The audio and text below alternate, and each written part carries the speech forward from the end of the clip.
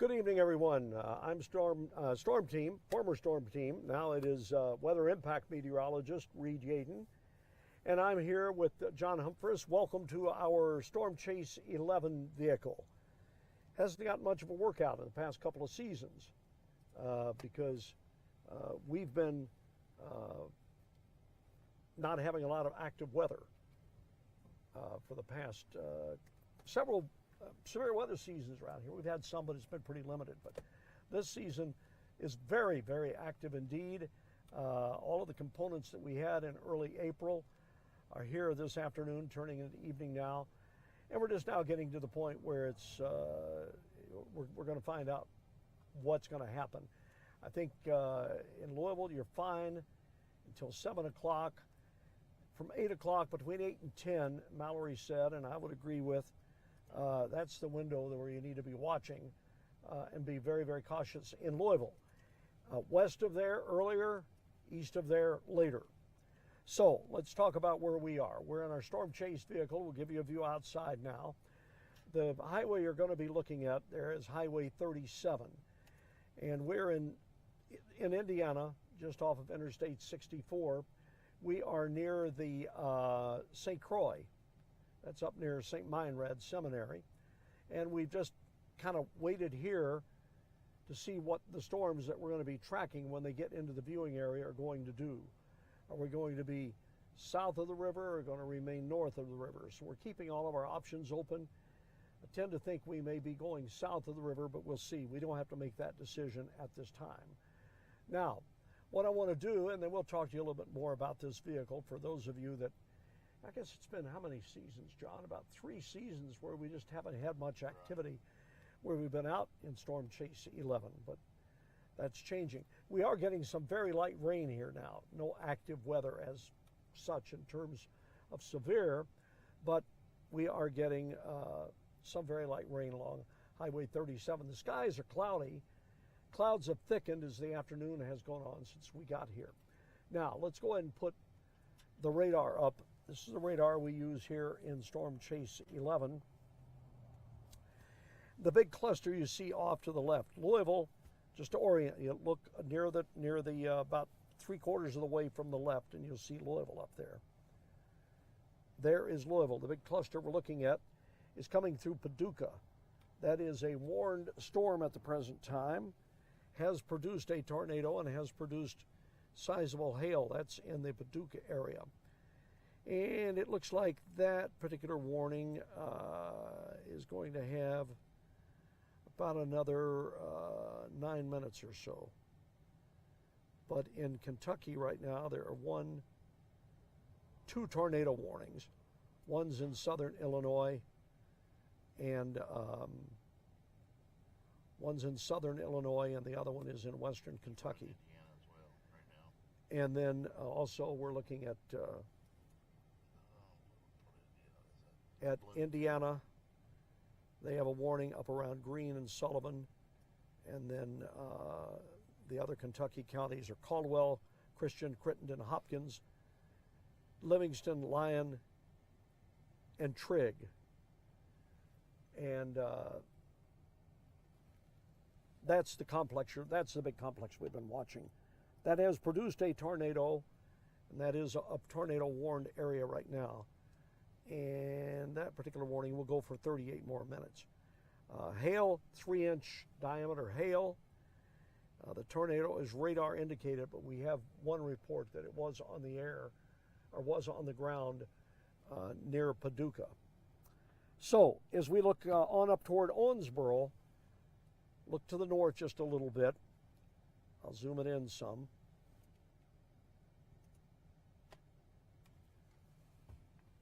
There's Owensboro, and there you see nothing severe there. That's just shower activity.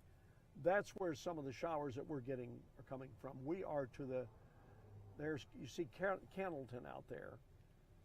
We are up along Highway 37 at the present time in southern Indiana. So in the WHS 11 viewing area, there's no active severe weather. Western Kentucky, the severe weather is associated with the complex right there that John's going to focus in on for us. So earlier this afternoon, right around 3 o'clock, there was a tornado in St. Louis, produced, and it was a confirmed tornado. We don't have damage reports yet, or any reports of any injury, but we did get some video. I'm switching a couple of things around here on the fly. We did get some video from the sister of Brooke Hash. Her sister is a teacher in St. Louis, and they had all of the students in the hallway there, and she sent us some video, and also sent along some picture of hail out there. They had sizable hail, so this could be, as it moves through the viewing area, all elements are on the table. When we say that, what do we mean? Well, tornadoes, hail, damaging winds, intense lightning, heavy rain. So 8 to 10 o'clock is what we're seeing for the Louisville area. West, where we are, it will come in a little earlier, roll toward Louisville, and then east will be later. Everything is over right now the way it looks by midnight. We are looking at a tornado watch box, which is in effect for basically Louisville west. That tornado watch box goes until midnight tonight. Indianapolis getting ready to get some, I don't know if it's going to be severe, maybe a severe thunderstorm, but they're getting ready to pick up some heavy rain up there. This is what we're showing. We'll give it to you here on our radar. A lot of folks up in Indy getting ready for time trials this weekend, and they poured in there tonight. And they're going to get some heavy rain. I don't believe their severe event will be all that major up in Indy, but they are going to get some rain tonight. Closer to home, we have all of the elements in place, and they have been in place all day. We have the energy and we have the fuel. Dew points running in the mid upper 60s, lower 70s. Lot of moisture content in the air, and we are looking at the cloud cover out there right now. Skies are clouded over, at least out here along Interstate 64 where we are, just to the south of Interstate 64 along Highway 37. And for the moment, we'll go ahead and start moving, John. We did, about 5:30, we spent about 20 minutes securing this vehicle a little better, preparing it for hail, let's put it that way. Certain steps we take that prepares this thing to better encounter hail, understanding it's been in hail before, and understanding we likely will get some reports of hail before the evening is over around here. Again, this is Highway 37. It is not Interstate 64. I'm filling in here. We're covering the live stream right now, and thank you for joining us on WHS 11 Plus. John Gordon, pardon me, our extreme weather specialist, and Chief Meteorologist Mallory Schnell are getting a little break here. They're having a dinner break. As they say in the space business, they've rotated off duty. They're on dinner break right now. They'll come back on right around 7 o'clock or so. In the meantime, we'll carry it, and you'll be out. We're not chasing any storms right now. We are observing them. And let's see, John, I need to get this other radar back up here just a second. And we can also have multiple cameras on here. We can give you a view.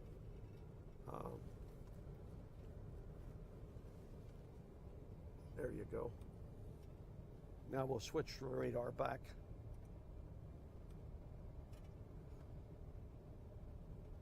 There's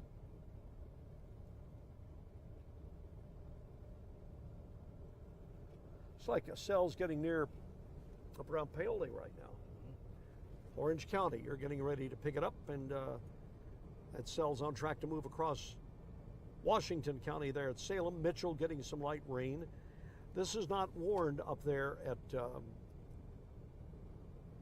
Orange County right now. Shoals,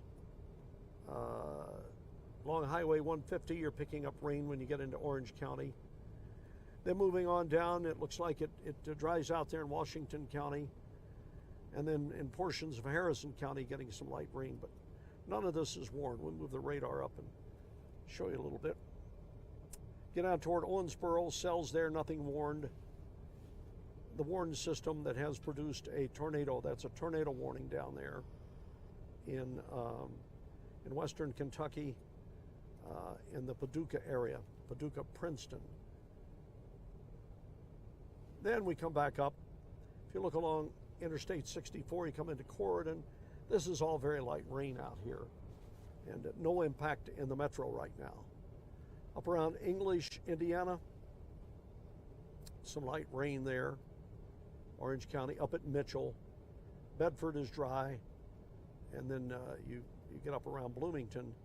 They have a severe thunderstorm warning up in Monroe County, up around Sullivan, and that is out of the viewing area. But in the viewing area right now, there's really no active weather, severe weather that we're looking at.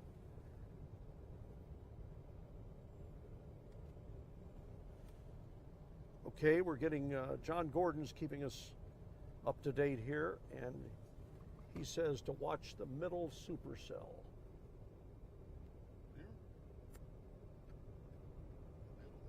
I would guess that one. That was a text I just got from John, our extreme weather specialist. Glad to have John along with us. He, many years with the National Weather Service. He is as good at interpreting radar as anybody I've ever seen. He called that storm on the ground in St. Louis this afternoon, full 90 seconds before it was really issued and confirmed.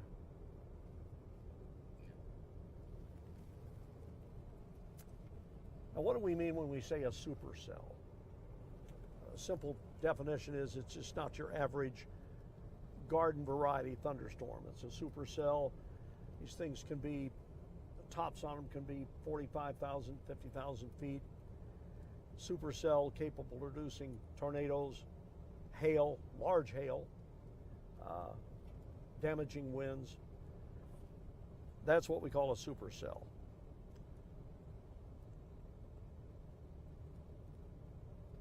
And all the ingredients, as we were saying, are in place for this system. That's the reason we've been talking about it in advance.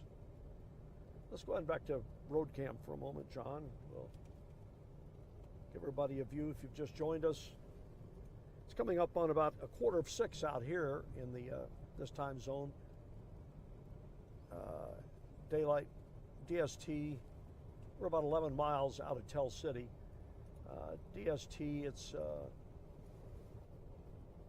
5:45, I should say. Chief Meteorologist Mallory Schnell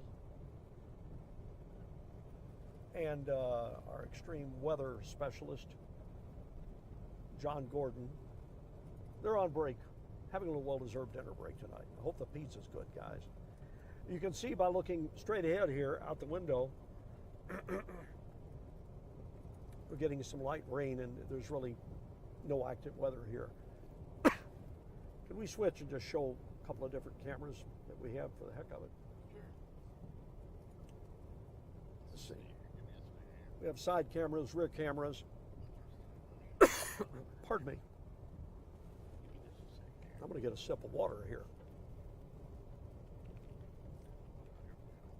There's the rear camera. That's the rear. Okay, you're looking at the rear camera now. Again, where we came from. Camera. There's a good side camera view. We find those very handy because many times we'll be tracking a storm and it'll be off to the side of the vehicle. And we have we have a roof cam up here which can pivot, turn, zoom, do all kinds of things. If we get it up, we'll demonstrate the roof cam to you. This is Yeah, it's full of water right now. when you build these units up, you try to build them to be self-contained. So we are pretty much self-contained out here with power, equipment. We have our own computers on board. Are you getting the same radar data that they're getting back at the station, or that the NWS uses off of their own radar? And then the vehicle has to be set up to get the heck beat out of it from time to time. And then you got to have a good GPS unit, a really good GPS unit. You got to have, as we say in flying, you got a good situational awareness at all times of where you are and what's going on around you.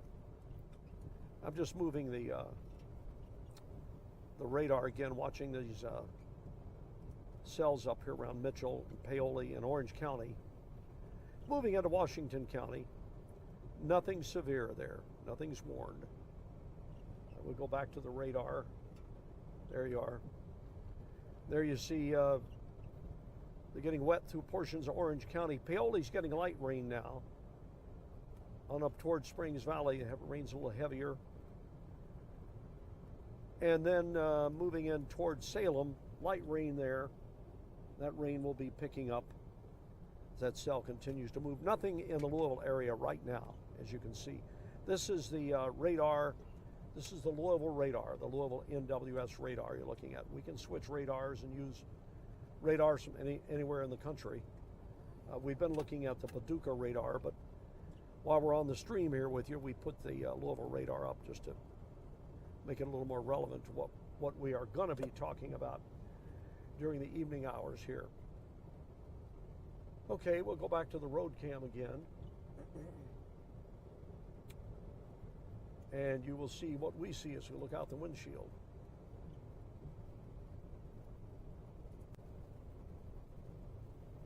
And we have some, we get asked a lot, how do we get the signal out of here? Well, we have multiple paths.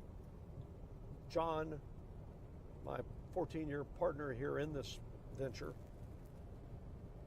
put the side cam on. Let's look over there at, I think that's the cell up there at, that's the cell over there in Orange County, I think. Yeah, that's the one at Rockport right now. Okay. Candleton, on the other side of Candleton at Rockport. Oh, okay. Wrong one. My bad. Get the side camera on, we'll give you a look I at it. don't have a side camera over there. Oh, that's right. Roof cam can pivot to it. Yeah, but it's full of Yeah, water right okay, now. the trees are in the way, so we can't show you. Yeah. I'm going to show you the cell down there at Rockport. It's not really all that impressive as things go. At any rate, we have several means of getting a signal out of here, not just one. But John was a pioneer in developing, getting video reliably from a moving vehicle. It sounds like, oh, it's no big, well, today it is no big deal. Everybody does it. But 10 years, 14 years ago, it was a big deal. John was one of the pioneers. I was fortunate enough to get assigned to go out with John. We had never met. It was the Henryville Tornado Day. We had never met. We met down near E-Town. I parked my car and got in, and friendship has lasted very well ever since then. And I prefer this type of coverage from outside as to being in the studio covering, because what we bring you is ground truth. I like being out in it. Is it dangerous? Yes, it is. Any given situation is dangerous, but it's only as good as the people that are. You're only as good in an airplane. You're only as good as the pilot. And I think between us, John and I have enough knowledge of what to do. We've set up certain parameters of how we do things, what we do and don't do, and we have a saying. It takes two to go, one to say no. one of us says no, then we don't do whatever we were thinking of doing. So yeah, there are risks involved, but you try to mitigate the risk. But I feel very strongly about bringing accurate, timely storm coverage to any location, but particularly to outlying areas, and in particular at night. That's I think the scariest situation is nighttime severe storms. Luckily, these will be out of the viewing area and over done with by midnight tonight. But for now, you have one system we're watching. It's not severe. They're in Orange County, but it's a slow mover, John. It's putting down a lot of rain there. And moving into Washington County, but moving very, very slow. Then we have another one down near Rockport, near Owensboro. Again, not severe. Then up to the north, that is a severe thunderstorm. One in Worthington is confirmed. Way up north of Indiana. Oh, that's Worthington. Yeah. That's near Bloomfield, Indiana. Debris ball. Like it's got a debris ball Okay, right yeah. there. Let's see if we can get that up on this radar. We'll show you what. Yeah, let's see that. Yeah, we have a confirmed Let me have that. tornado. We'll get it up on this. We have two different radars in here. We'll get it up on this one, but we see the debris ball on it. Switch before we switch it in there. So we're going to switch. What we're going to do is switch radars and get that set up for you. We are still just watching at this point. It's a watch and wait situation as far as the immediate viewing area. And we'll move into that, make some decisions on where we're going to go. And it's kind of a collective thing. We use our judgment out here. I guess we have to make the final call. But we certainly employ John Gordon's knowledge in the situation. Now, we're going to show you, and let's see if we can put the CC on there. This is Worthington. You can see the debris ball right there, or the Yeah, drop right there on it. you can This see. one's on the ground. Yeah, this one is on the ground. It's the area there that you look at that's blue. Yeah. And we put the radar in a different mode to observe that. Yeah, there's your. Now it's in what we call gate to gate, inflow, outflow, and you can That's see. not real impressive there, but No, that's not real impressive. But the coalition coefficient. Now, this location is where? This is Worthington, Worthington. Bloomfield, Indiana. It's up there. It's near the system that we were watching at Bloomfield. It's up in that area. It's that complex. Did produce a tornado on the ground.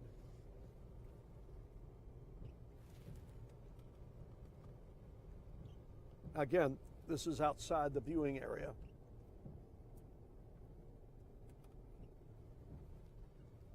And we're just showing it to you because it's an opportunity to show you on radar what the signature that we look at. And I realize when you don't do it a lot, it gets a little, it's very easy to say, what's going on there. Indy's getting pounded right now. They're in a severe thunderstorm warning up at Indy. Meanwhile, move the radar down where you can see the Louisville area.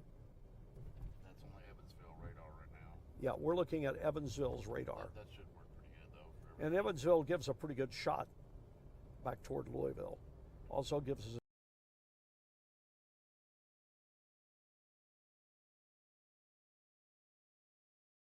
that we're watching.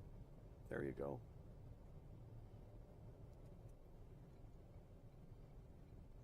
Very active day out through Missouri in particular.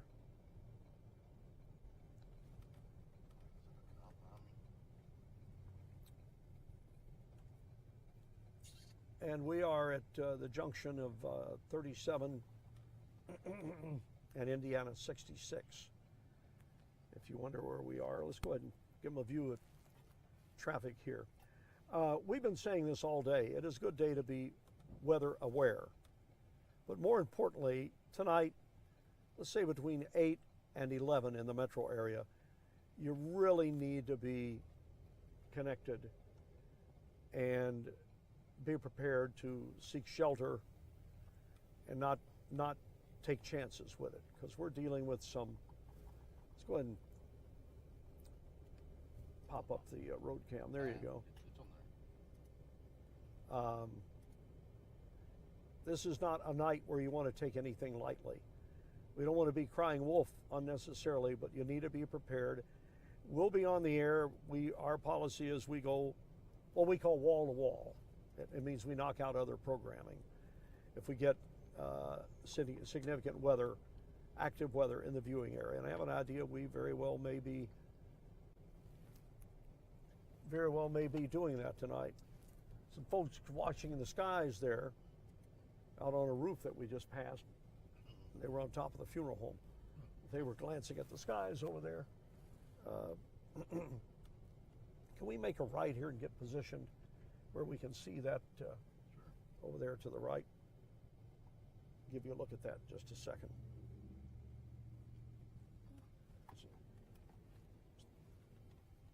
Okay, here's what they're looking at, this complex over here. That's the one at, let's go to the road cam. The road cam's on. Road cam is on. Okay, Yeah. I'm sorry.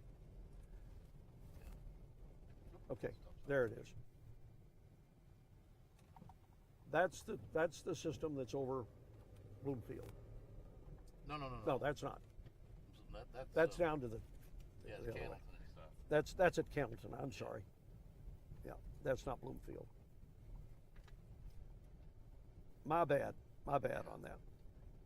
At any rate, as I was saying, during the evening, when this thing is moving through the Louisville area, things can happen quick, and you just need to be aware and be prepared to take cover. Do not take it lightly. And the idea is to have a plan in place, execute your plan, and a favorable outcome is a lot more assured if you do that than if you don't. And everybody worries about tornadoes. Well, you should, but remember, strong wind gust can blow things around, can break glass. Flying glass can kill you. Lightning, and of course, flash flooding. Far more lives there than in tornadoes. So tornadoes get all the attention, but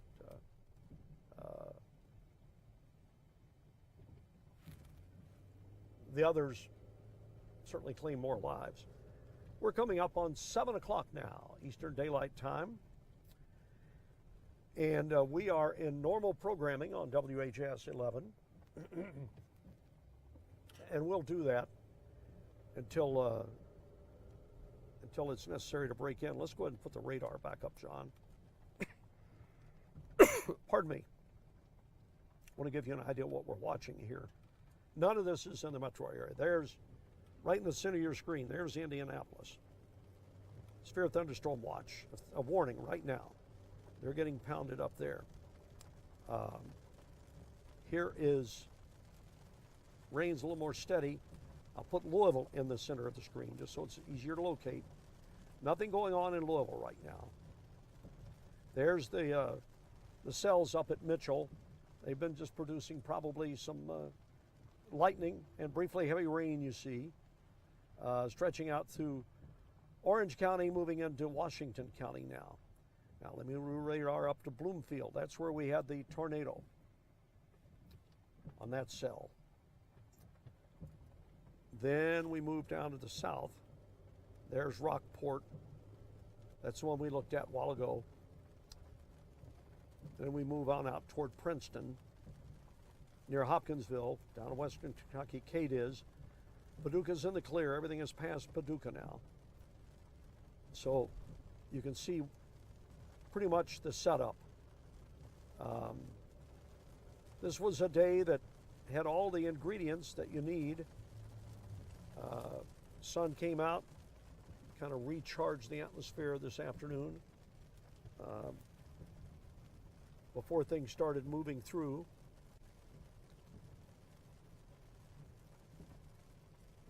And here we are. It's a waiting game at this point. Certainly nothing severe here, just a light to moderate steady rain, and you can see it's coming straight down, so there's no wind here. And here happens to be not too far from St. Croix, Indiana. I tell you what, at this point, our extreme weather specialist, John Gordon, and my boss, Chief Meteorologist Mallory Schnell, they have had a well-deserved dinner break. It's going to be a long evening for all of us. We're here for the duration. They'll cover it on the inside. John and I will cover it on the outside. And we'll be with you now. For now, we're going to throw it back to Mallory and John, and we will see you on the air as needed. Thanks for joining us here on our live stream on WHAS Plus.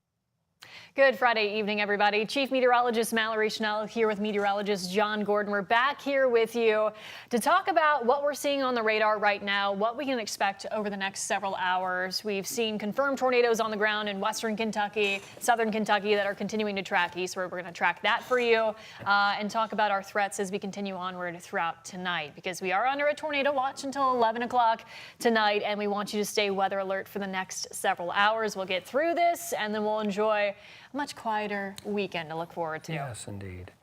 Yeah, so we're under tornado watch. You're wondering what's going on. The first severe thunderstorm warning in our areas has been issued up towards Bedford, Indiana. So we can pull up the radar in Max 1, and we can show you what we're looking at here. So this is the storm down to the south that we've been looking. I mean, just look at that monster. So this moved through Paducah. Tornado still on the ground, eyes on it. Tornado reported on the ground minutes ago.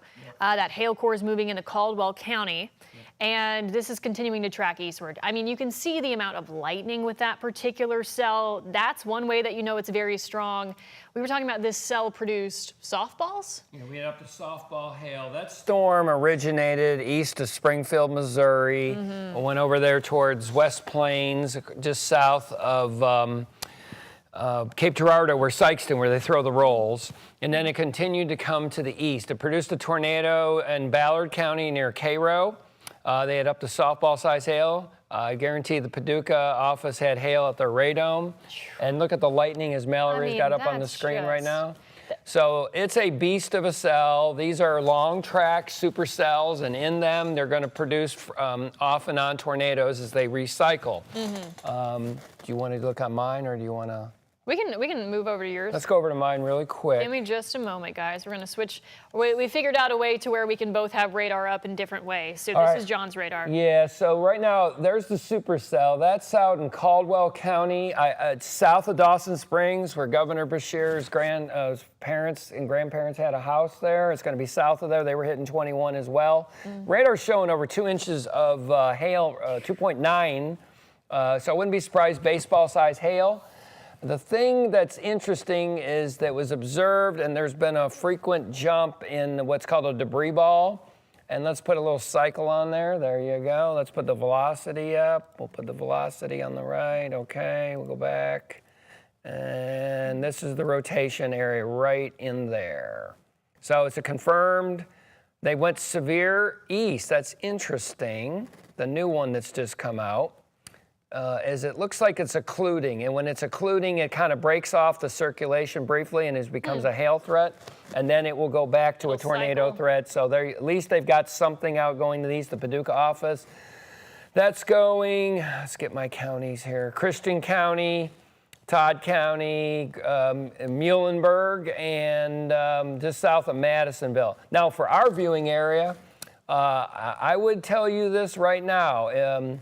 Butler, Edmondson, Hart, Greene, and eventually Adair counties. Mm-hmm. This is going to keep coming. That's the first one. Let's go to the second one. Although there is some new cells, I guess I'll show that right now really quick. Let's go off the Fort Campbell radar from the National Weather Service.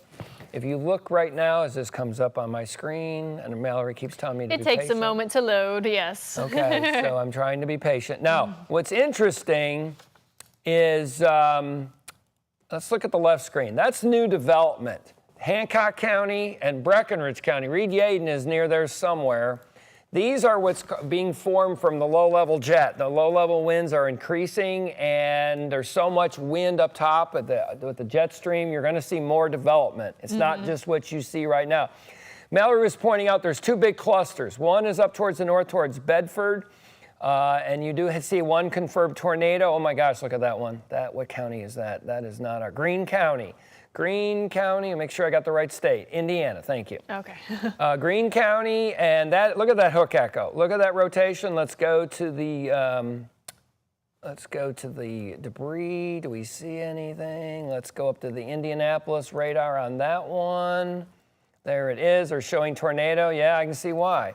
Yeah, if you have a friend, a neighbor, a cousin that's in Greene County with an E, that's going up into Spencer County here shortly. The Weather Service has a confirmed tornado warning on that right now.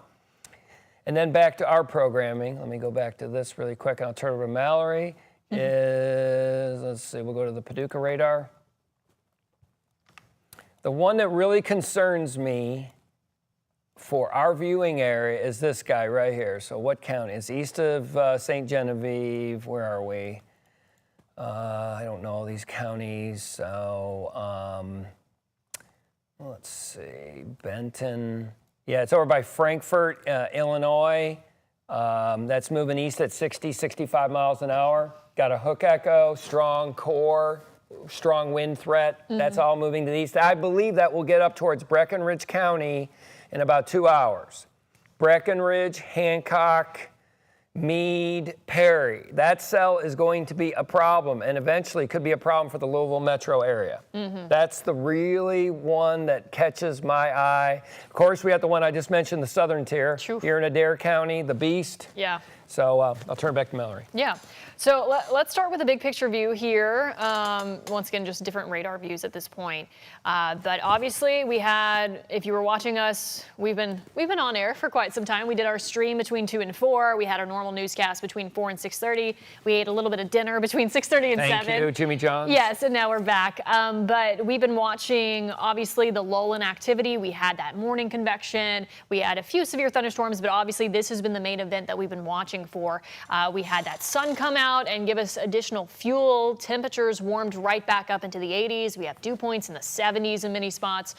So that's when we talk about that thunderstorm fuel, what we're talking about. But you can see a lot of activity here on the radar that we've been watching for the last several hours since it first initiated off to our west when it was in Missouri and Arkansas. And this is just the polygons here. So these are the active warnings across the region. You can see once again that orange, yellow color, severe thunderstorm warning. Red, tornado warnings, purple, confirmed. So that's where we've been watching that considerable cell that began in Missouri and then moved into Paducah and is continuing eastward. Not currently in our viewing area, but we have to watch for maybe our southernmost counties there. And then as John mentioned, this cell that you can see the warnings near Carbondale. That's the one that you're looking for also for our viewing area. And then the one active severe thunderstorm warning that we have is in our far northern counties in southern Indiana until 7:45. So that's going to be due to a hail threat, storm moving pretty quickly, 50 miles per hour. At 7:02, it was near Bedford, and it's continuing northeastward there heading toward Brownstown, Seymour, Bethany eventually, and then out of our particular viewing area with that. But once again, we are under a tornado watch. My program's also getting a little slow. I think I've been using it so much today. It's like, give me a break, give me a break. Yes. But this tornado watch along and west of I-65, I believe NWS said that they are going to be talking to the SPC about expanding it eastward. Yeah, the watch will be expanded. It's not a question. It will, might be. It will be expanded. So if don't feel offended if your county's east of the pink line, Right. Nelson, LaRue, Hart, Marion, Washington, Shelby, you will be added to a watch in the near distant future. Yeah, this does not change how you should prepare. Correct. Every county that we have in Kentuckiana should stay weather alert now Correct. through about midnight. So good news is the window continues to close. So the end of this is in sight, but we just have to get through some rocky storms out there this evening. And we've been seeing some impressive hail reports with some of these cells. And that was obviously a big threat that we were looking at with these supercells. Because yes, you have the tornado threat, but you also have just very large hail threats. 3 inches, up to 4 inches in diameter potentially. So these are very plains-like storms that have been hanging together and pushing eastward. And you can tell this is not like the last system that we were tracking together where it was one line. This has been a lot of individual cells. We're waiting to see which ones kind of congeal and where this fills in. This is where it's going to congeal right there. Yeah. So that area you see that she's pointing right now. You think this is going to fill in too? That's all going to fill in. That's where it's going to fill in. The stuff ahead of it is the ones that we really need to watch, especially the Weather Service put in a note in their chat. They've been looking at a lot of data. That storm that's, where exactly is the beast? It is in, what county is that in? That is down east of Princeton, Christian. North of Hopkinsville. Yeah, north of Hopkinsville. That storm right there is by itself, okay? That's called a discrete thunderstorm. It has its own air mass, its own moisture, its own wind. It can do whatever it wants. They call it a supercell, a cell of the thunderstorm. And that is the one that's really gonna be problematic. That will have no impact whatsoever on what's happening to the west. But eventually you can start to see it congeal to the west out towards St. Louis. That will be heading into the Louisville metro area, the I-65 corridor, the 64 corridor. That will be coming. But there's a couple cells in particular. The one is the one we just alluded to north of Hopkinsville. Thankfully, it's not hitting Hopkinsville. And the other one is near Carbondale. Yes. And those two are the ones that really need bear watching right now. The one up by Bedford, I know you have a warning up there. It won't be out very long. That's hail. That will be in and out. And then we have to watch these 2 big renegade cells. And then eventually all this stuff's going to fill in. And then everyone can wave goodbye about midnight when this is all over and we can all sing happy weekend. Yes, yes. Actually, let's walk through the Futurecast here, the HRRR. See what it's got. So you can tell where the beast is. Obviously, we were talking about how it's filling in too much. Yeah, it's filling in way too much. That stuff's in the too in-between. early. Yeah.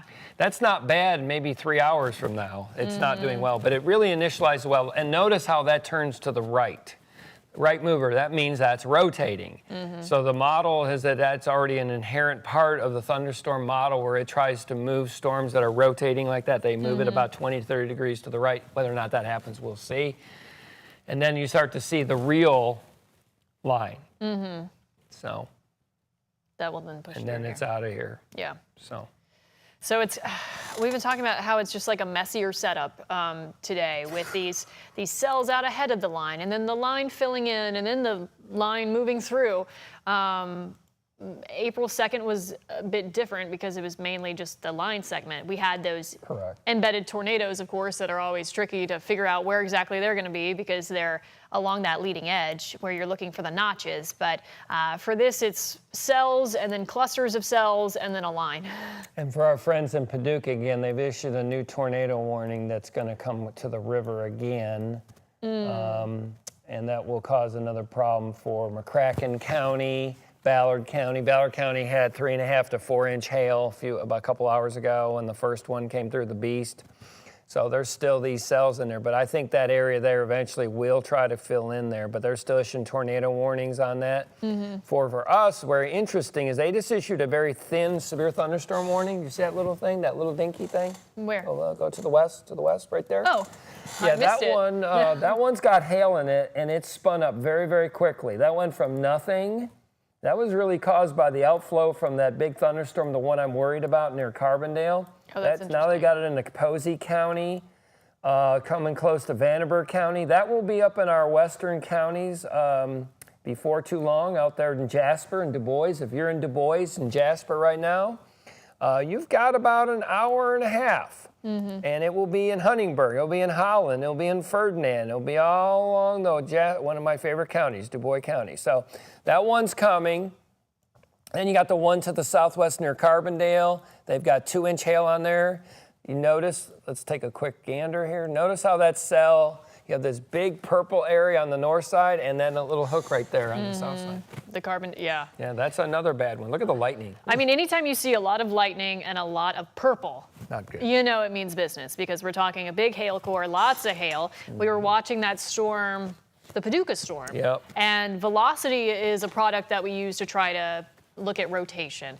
And it was so difficult to see the velocity signature because there was just so much hail mudding that up. Yeah, that was so interesting. Yeah, so weird. Here's your weather word, everyone, boys and girls. Side lobing. And Yes. it cannot resolve the velocity from the Doppler weather radar, cannot resolve the velocity, which is something we really look at to see if a tornado, we were here between 3 and 4. We told everyone, even before the confirm went out, that St. Louis, there was a tornado probably on the ground, and by golly, There was. there was. And if you know someone in St. Louis, you better check on the phone and see if they're okay. And there is probably a tornado on the ground near Carbondale right now. And that's storm. So let's just plot this out using just basically west to east. And this thing will go Hancock and Breckenridge County. It's moving at 55, probably, what time is it? It's 7:20, 9:20. 9:20, somewhere in there. That will be a problem. Interesting, we're getting some new development. We mentioned, let's go to the Louisville radar really quick. And if you go southwest of the Louisville Metro, you see that stuff as the radar pulls up. Hello. There it is, she's got it up there. There you go. That's new development. So people think, well, what's going on? Why is this not here? Well, you really don't want that thing that's down there near north of Hopkinsville. You do not. You don't want anything to do it. So as I expected, they issued a new tornado warning down there. So it's called recycling. Yep. Supercells get them. You have, it's like your toilet. When you flush the toilet, you get that little circulation in there. You got air going this way, you got air going this way, and air going this way, and eventually it cuts itself off and chokes off. And you get, in this case, big hail, and then it comes around with a new one, and then it reforms a little bit to the south. And by golly, they just put a new tornado warning. The Paducah office put that for Christian County and Todd County. For our viewing area, that's heading towards Bowling Green. Well, that's not good. Eventually, I think Adair County could be the major impact in our area. Back to Carbondale again. The one in Carbondale, I would think Breckenridge County, Grayson County, you're going to be impacted in a couple hours. The time to plan is now. Yeah. Not when the tornado warning comes out. Exactly. I would say if you have any friends or family down in BG, I went to WKU, lots of friends down there, just make sure that they are weather alert of this particular cell because within the next hour, it's heading toward Bowling Green. So. Yeah. Somewhere near there, Warren Somewhere near, County, yes, yeah. Todd County. It's going to go for sure Christian, Todd, Logan, and I think Warren. Dr. Durkee down there, Dr. Goodwitch, you already know it's coming. Landon Hampton, you know it's coming. Yes. I-65 traveling. If you're trying to get down to Bowling Green, you might want to wait. Yes. Because you don't want anything to do this. This is going to have big hail and a lot of wind and maybe a tornado in it. That's one. Now you see the new stuff developing very quickly near Irvington and Breckenridge County. Irvington, Breckenridge, Hardinsburg. Further to the north, out towards Brandenburg, very heavy rain. Very, very, very heavy rain. All these thunderstorms tonight, the visibility will go very rapidly downward. I do want to point something out. It looks like they just filled in the map here. There's As your tornado expected. watch. So that is, everybody's now included. You don't have to feel left out, but everybody is included in this tornado watch now. So once again, everybody's take the same precautions. We're watching that cell down to the south. We're watching some cells off to the north, off to the west. We want everybody to stay weather alert through tonight. Yeah, so heavy rain, that's going to get into the metro here shortly from Shepherdsville, South Powell, Louisville, down towards Fairdale and Okolona. Right now they're not severe, but that just shows you the wind energy in there. That one cell that's coming into Posey County, that will be up to you in Jasper here in about an hour and a half. Get ready. The Carbondale storm is now confirmed. What a surprise. Not a surprise. That storm continues to move to the east, Gallatin County and Saline, and heading towards east out of the Wabash. That's going to be a problem. Notice that one that's heading towards Jasper in the last couple of scans, how you're getting more of a hook on it. You can see there's rotation. That cell went from nothing 20 minutes ago to that. So it's got hail in it now. Really good warning out of Paducah to get that out that quickly. And that's got Hamilton, Posey County. White. Yes, and white until 7 Central. So yeah, we'll be watching that as that continues to track northeastward within the next hour, hour and a half toward Jasper. But to kind of centralize us back to our viewing area, let's see, we still have that severe thunderstorm warning. That won't last much longer. As that continues to track northeastward. We were looking at a hail threat with that. 7:45, that's near Brownstown and Seymour. Bedford is now cleared from that. Louisville, we're starting to see some, rain on the radar there that you're seeing toward Brandenburg, Fort Knox. So that's going to fill in, it looks like, on the south side here, heading towards Shepherdsville. That's not severe at this point. And then that big cell down to the south. Gosh, that has been just a storm to watch. Yeah, I'm reading the Storm Prediction Center just put out a mesoscale convective discussion, strong instability, shortwave, upper level forcing, a lot of wind energy in the low levels. The low level jet, they think things are really going to get going again. Nashville issued a special balloon launch where they launched this weather balloon. It's got all these weird instruments on there. And they show a lot of wind energy up to 300 meters squared per second squared. That's a lot. In the 0 to 3 kilometer, that's a lot. A few strong tornadoes will be likely hot long track, especially the southern one. Yeah. Greatest potential east-west corridor of western Kentucky. Yep. And they're also worried about that one in southern Illinois. Yeah, that's the one we've been talking about. Exactly. They brought the hail down a little bit. SPC, they had 3 to 4 inches earlier. Now we're really decreased to 2 inches. That's still a lot of hail. That's still too much hail in my opinion. I know it is. I'm teasing. Oh, no one likes hail. No. And you can see we have this hail tracker here. Just gives you an idea where you're seeing those dark blues where there might be hail. And obviously that's with any of these individual cells that we're seeing here. So when you have those kind of supercells, that's where we're looking for the long-term tornado threats, the large hail threats. And then if we get the radar to fill in and we get that linear segment, that's when it turns into more of a wind and rainfall threat as the night continues onward here. Yep. And on top of that, we do have a flood watch because we are worried about heavy rainfall over the saturated grounds that we had from this morning and more of that west to east transport of these storms heading into tonight. So that's just something to think about on top of everything else in case we do have flash flood warnings that are issued at night. Turn around, don't drown. You hear us talk about that a lot, of course. So when we talk about all weather hazards, we're pretty much talking about all weather hazards with this. Yeah, the real deal. Yeah, the flood watch is really well done. They've issued another observed tornado on the ground, the storm that's east, where is that? I guess it's Carbondale. Carbondale, yeah. The Carbondale area. That continues to move east. If you are watching this right now, that thing's going to be into Breckenridge or Grayson, Ohio, Hancock counties in a couple hours, and I expect it to continue to go east. So at most, you could have a tornado. At least you're going to have a lot of heavy rain, wind, and hail in that thing. That one, along with our friend to the south, that bad thing down by Christian County, north of Hopkinsville, barely. That's a big city. And that will get into the northern part of Christian, Todd, Logan, and Bowling Green. I'm really worried about Bowling Green. A lot of people forget about Bowling Green. Mayfield got hit. Bowling Green had 3 tornadoes, which most people never talk about. We lost 17 people in Bowling Green. I'll never forget it in 21. Yeah. So Bowling Green, looks like the south part of Bowling Green, the south half of Warren County is definitely in a problem right now. This thing is recycling right now. The latest scan just came in. Let's go to Fort Campbell and take a gander. Look at that lightning Mallory's showing you. I mean, that's one indication that this is a serious cell. If you remember nothing else, this is an Oklahoma, Texas, Kansas tornado in Kentucky.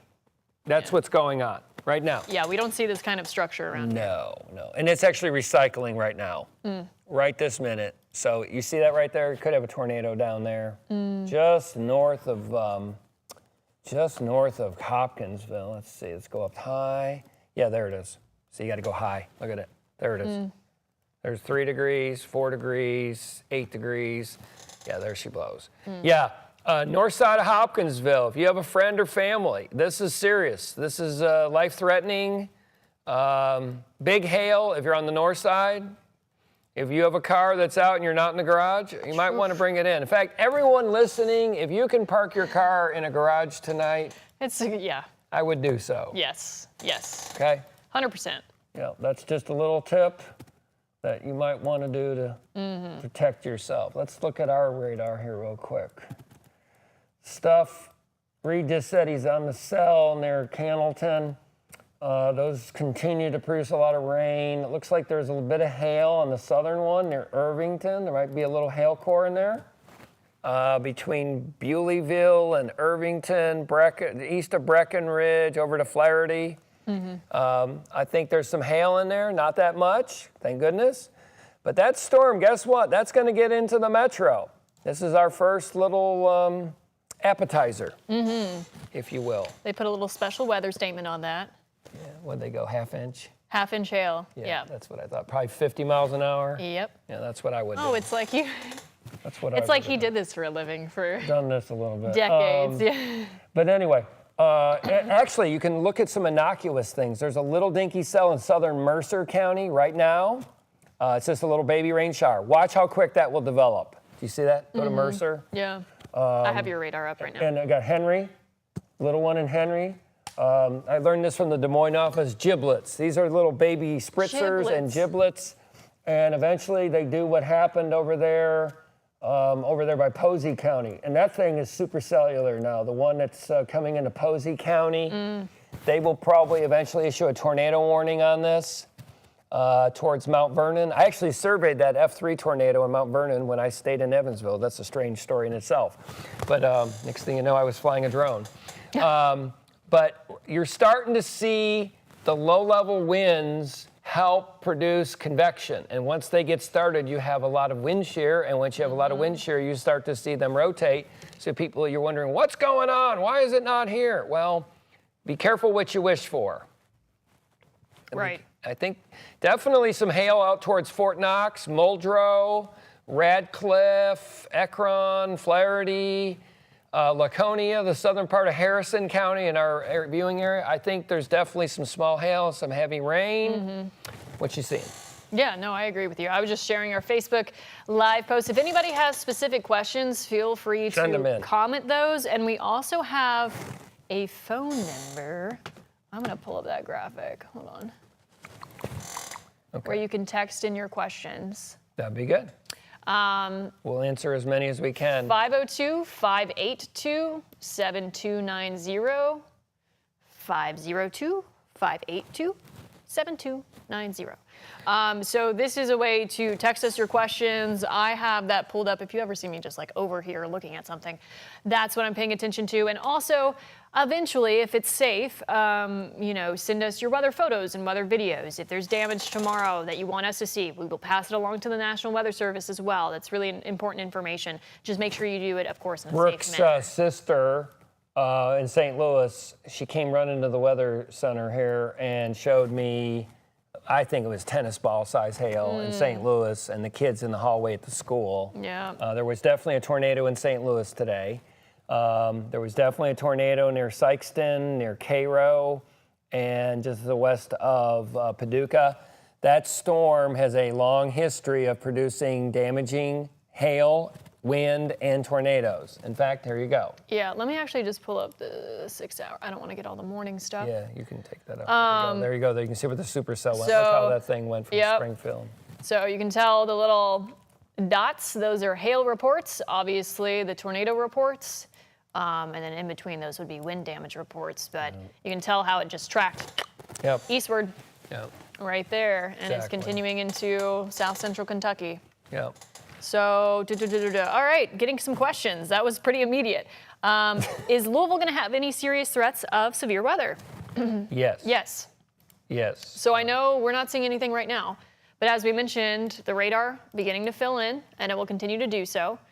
In fact, we have this, obviously it doesn't have a severe thunderstorm warning on it, special weather statement for some small hail with this cell down to the south. Yeah. Heavy rainfall, lightning, some hail with it.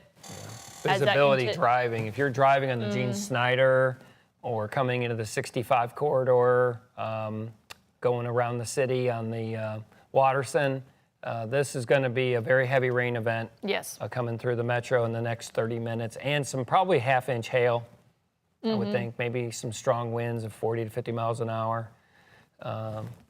That's the immediate thing. So thank you, whoever sent that in. But that's this baby. Look to your west. That's just the baby, yes. Look this to your is what's west. all to come, is what we're watching.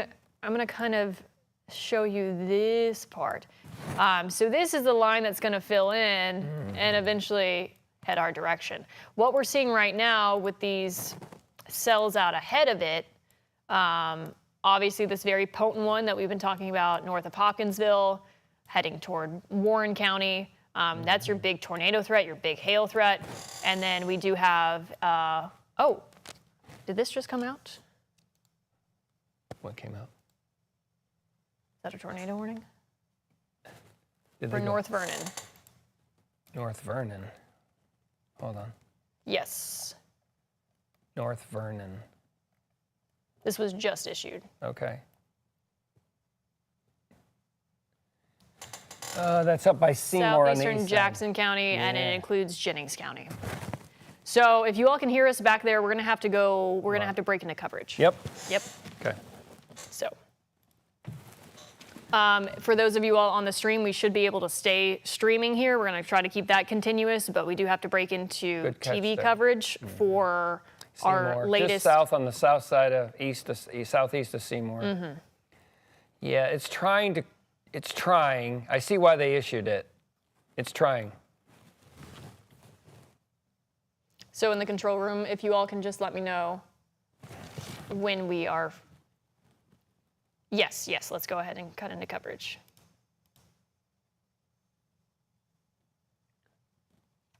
Hi, everybody. This is Chief Meteorologist Mallory Schnell here with Meteorologist John Gordon, and we are cutting into coverage because we do have our first tornado warning within our Kentuckiana viewing area this evening. This is for southeastern Jackson County in south central Indiana, and also for Jennings County in southeastern Indiana until 8:15. So this was just issued at 7:34. We were on our live stream if you were streaming us on the 11 Plus app, also on Facebook and YouTube. But this was just issued 2 minutes ago due to this cell that was located near Seymour. It's moving east at 50 miles per hour, and this tornado warning is in place until 8:15 Eastern time. So this is right, I'll give you kind of our bearings here about where we're at.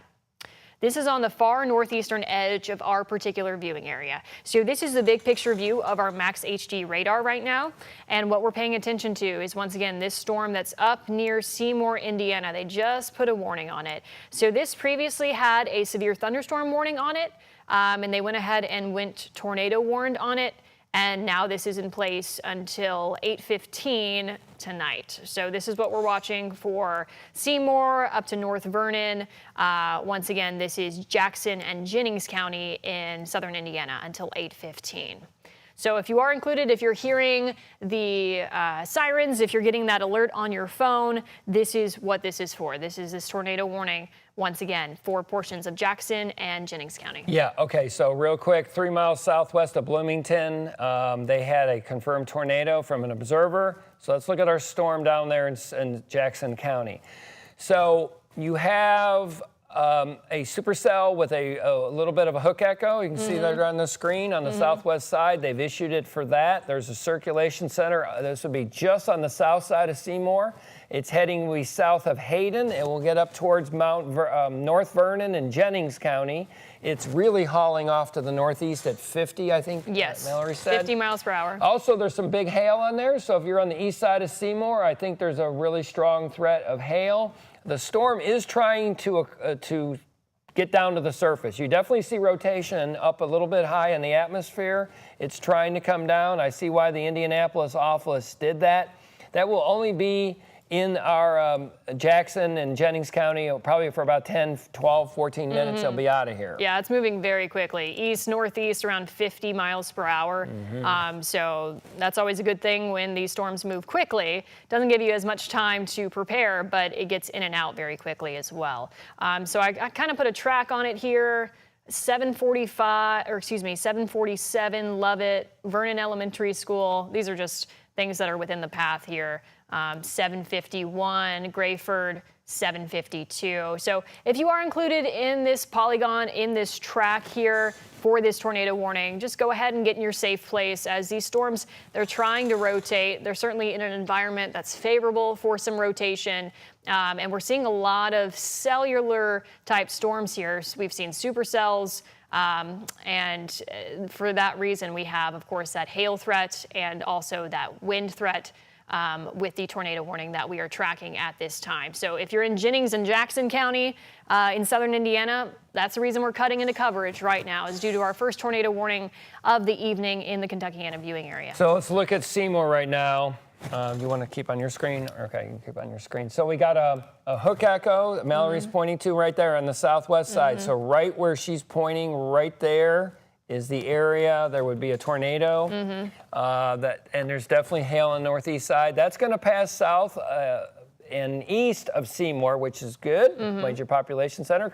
That's I-65 right now. Right if you're there on Interstate 65, watch out for hydroplaning, watch out for very heavy rain and hail and a possible tornado. Do not be driving on I-65 just south of Seymour. Pull over about 5 miles north and just wait until that passes. It won't be long at all, and you'll make yourself a much happier driver. That's heading up towards North Vernon. Now, North Vernon and Vernon, I guess the two Vernon twins, that is the main threat right now in that area. That is going to be the main threat for the next several minutes as the storm moves off to the east at 50 miles an hour. Let's look at our hail parameter. Bunch of hail in there on the northeast side, probably about 4 miles east of Seymour. The wind, as you go up in height, is really increasing. It's just trying to get down to the surface. I see why the Weather Service did what they did. It's definitely rotating, and it's a good call to issue the tornado warning. I'm not sure it's down at the ground yet. It's trying. Wouldn't be surprised you see something that looks like a spaceship on the interstate if you're driving there. And you can send, if you feel safe, send your photos to Mallory at the address she gives you. Yeah, so we do have my microphone on, there we go. Sorry, I had to change out some batteries, guys. We do have a number that you can text if you have any specific questions. Once we're back in streaming mode, of course, we're continuing to stream, but when we're not wall-to-wall on the air right now. But this is a photo, or this is a number that you can send your photos, your weather questions, your weather videos, 502-582-7290. And we will get to those as we continue our streaming whenever this tornado warning has been allowed to expire. In the last 20 minutes, you're starting to see more development. I know we have a tornado warning. We're monitoring that up in Mount Vernon right now. We're still monitoring it. But we're also getting, we got a new cell in Goshen. If you're in Goshen, that thing is all, you can almost, it goes from nothing to rotating. It shows signs of hail and even a little bit of rotation. And it just formed in the last 5 minutes. Another one is formed just north of Worthington Hills and Orchard Grass Hills. Another, there's that cluster coming into the south side of the Louisville Metro right now. If you're on the Gene Snyder, if you are Fairdale and Okolona, you're going to be getting some very heavy rain. Bullitt County, yes, we haven't forgot about you. Crossing I-65 down by Belmont. And then we have a very nasty, very bad tornado storm that's on the northeast side of Christian County and Todd County. It's probably on the ground right now. That is heading towards Logan County and eventually in the south part of Bowling Green. If you know someone in Bowling Green right now, send them some love and give them a call. Right now we have a tornado warning for Jackson and Jennings County. Yes. And that storm continues to show large hail. It's spinning. I'm not sure it's on the ground yet, but I definitely would be seeking shelter. It's crossing I-65 as we speak. As we speak, yeah. That little notch there that you're seeing, that hook. So that's right over I-65, and this is marching east-northeast at about 50 miles per hour. So this will be a quick moving storm here. But as it stands, this warning is in place until 8:15. And once again, that is crossing over, it looks like the county line as we speak, and over I-65. So that's the reason that we are cutting into the TV side of things. Anytime we do have a tornado warning within our Kentuckiana viewing area, it is our protocol to cut in and stay with you until that tornado warning has been allowed to expire. Or is canceled prematurely. But it won't be long. So this area here will be back to streaming before you know it, unless something else changes. This will be out of Jennings and County area in the next 10 minutes. It'll be out. It's almost, it's already passed. It's crossing the interstate right now. Folks, if you have anyone you know in Vernon or North Vernon, you're gonna have large hail and a possible tornado. It's coming really, really soon. The time, if you're having a party in Vernon, North Vernon, I would get inside and I get shelter right now. Yeah, so I will say for those who need the all clear, Seymour, this is off to your east and southeast. I know you're still included in the polygon, but you're fine. That is out of your neck of the woods at this time. So we're looking at Lovett and North Vernon at this point for this particular cell. It hasn't completely wrapped. You definitely see why they issued it. You see the hook. It's trying, but it is not as close as some of the ones I just showed you. If you go back to the southwest, that is a beast of a tornado down there by Todd County. That's eventually going to get close to Russellville and eventually Bowling Green. Yeah, so this is the cell that John's talking about. We've been tracking this since it was in Missouri. Yeah, it's produced multiple tornadoes and a lot of big hail. It just continues a cycle here. It has a lot of hail, 3 to 4 inches in diameter at times, and confirmed tornadoes on the ground. So that's a cell that we're really watching for our south central Kentucky neighbors down there. Right. Up there to the north, Seymour, you're all clear. It's over. Yes. You can smile for the moment. It may not be over later on, but right now you're completely fine. Vernon, Mount Vernon, North Vernon, it's coming. Large hail, very strong winds. Radar showing about quarter to walnut-sized hail, and definitely showing circulation that's more aloft, more off the surface. So there it is. So if you go up to 1.3, so that's at about 4,000 feet, you see the circulation. But if you go down to the surface, you don't see it as much. So it is spinning. I wouldn't want to be in an airplane in that area. But I definitely see why it's trying to come. Look at that right there. As you go, there's 2.5. There it is right there. It's even weakened since I just scanned. That's a new scan. So I know you need to seek shelter, but you may luck out. We'll see how this plays out. Yeah. So let's give everybody the big picture view. Once again, we are hopping on due to that tornado warning that was for portions of Jackson and Jennings County. That is moving out of Jackson County, moving throughout Jennings County very quickly. So that's on the far northeastern side of our viewing area. That is now east of Seymour. Seymour, you were out of that warning at this point, and that's moving into North Vernon, Lovett, and eventually out of our area, and more so closer to the Cincinnati metro eventually as that continues east and northeast. But you can tell that the radar, it's beginning to fill in elsewhere. So we have this big cluster This is not severe warned, but as we were talking about, not fun to drive through either down to the south where you're seeing all those oranges and reds on the radar. Heavy rainfall, some gusty winds, some small hail, lightning as well, low visibility as we were talking about. That's moving throughout southern Jefferson Slow County down. now. Hydroplaning. Yeah, Gene Snyder right over the I-65 now and moving into Taylorsville as well. So Yeah. Very bad on the Gene Snyder. You do not want to have a wreck on the Snyder. No. Please slow down. Hydroplaning is such an underrated thing. Please slow down. yeah, so please take every storm seriously that we track for you this evening. Even if it doesn't have a warning on it, it can be impactful, as we've seen time and time again. But we are all included in a tornado watch now throughout tonight, and of course it depends on the timing depends on where exactly the counties are, because this will be slowly chipped away later on this evening. But for our Kentuckiana viewing area, we basically want everybody to stay weather alert through about midnight tonight. So that should be around the timing that all this will be pushing down to our east and southeast as a cold front swings through here. But in the meantime, we are likely going to continue to see warnings, whether they be severe thunderstorm warnings, tornado warnings, and also flash flood warnings potentially as the night continues onward. Yeah, we'll be out of Jennings County. You've got about 7 minutes, 6-7 minutes. Definitely see the circulation. The circulation, I really don't have a town south of Hayden, southwest of Vernon, North Vernon. It would be down southwest of Lovett. If I was to pick a town, there it is right there. It would be on the southwest side of Lovett. That cell right there is rotating. You probably see what's called a wall cloud in a rotating little area there southwest of Lovett. It's all moving off to the northeast at about 50 miles an hour. And as we do have a new severe thunderstorm warning. So those cells that were south and on the south side of Louisville, there's now a severe thunderstorm warning for that. So they went ahead and issued that. There's a special weather statement out on it for potentially half-inch hail and also 50-mile-per-hour winds. But now we have a severe thunderstorm warning until 8:15 for portions of Bullitt, Jefferson, Shelby, and Spencer counties in the Louisville metro area here. And that's a good move, because as I was looking up to the north, I kept seeing they went from 1 cell to 2 cells to 8 cells to 14 cells, and they have a lot of heavy rain, and there's wind in there. That thing's just full of wind. So if you're driving out and about, even if you're trying to mow at the last second, stop. Get into a safe place. Very heavy wind and some hail and heavy rain in there. And they issued that for 1-inch hail, 60-mile-per-hour wind gusts. So standard severe thunderstorm warning with that as that continues. You can see the shape of the polygon lets you know what direction it's moving in. So that's toward the east-northeast there as we...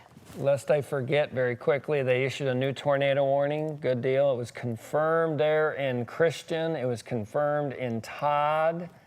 And now they've issued a new tornado warning. That includes the county seat of Russellville on the north side, Lewisburg. I know that's in our area, but I'm telling you, this is the one that will be on national news tomorrow that produced a tornado in Cairo, Sykeston, near West Plains, and near Paducah. And now Bowling Green. Bowling Green, Bowling Green, Bowling Green. Be prepared. It's coming to the south side of Bowling Green. Yeah, if you have friends and family down there, make sure that they are paying attention to the forecast down there. Okay, so what the Indy office did, they've taken the storm east of the tornado warned storm and went severe, which is a good sign. I would have done the same thing. Let me just look here really quick. There we go. Yeah, they went severe east of that. I think you're going to be fine. I think this is a very strong wind producer.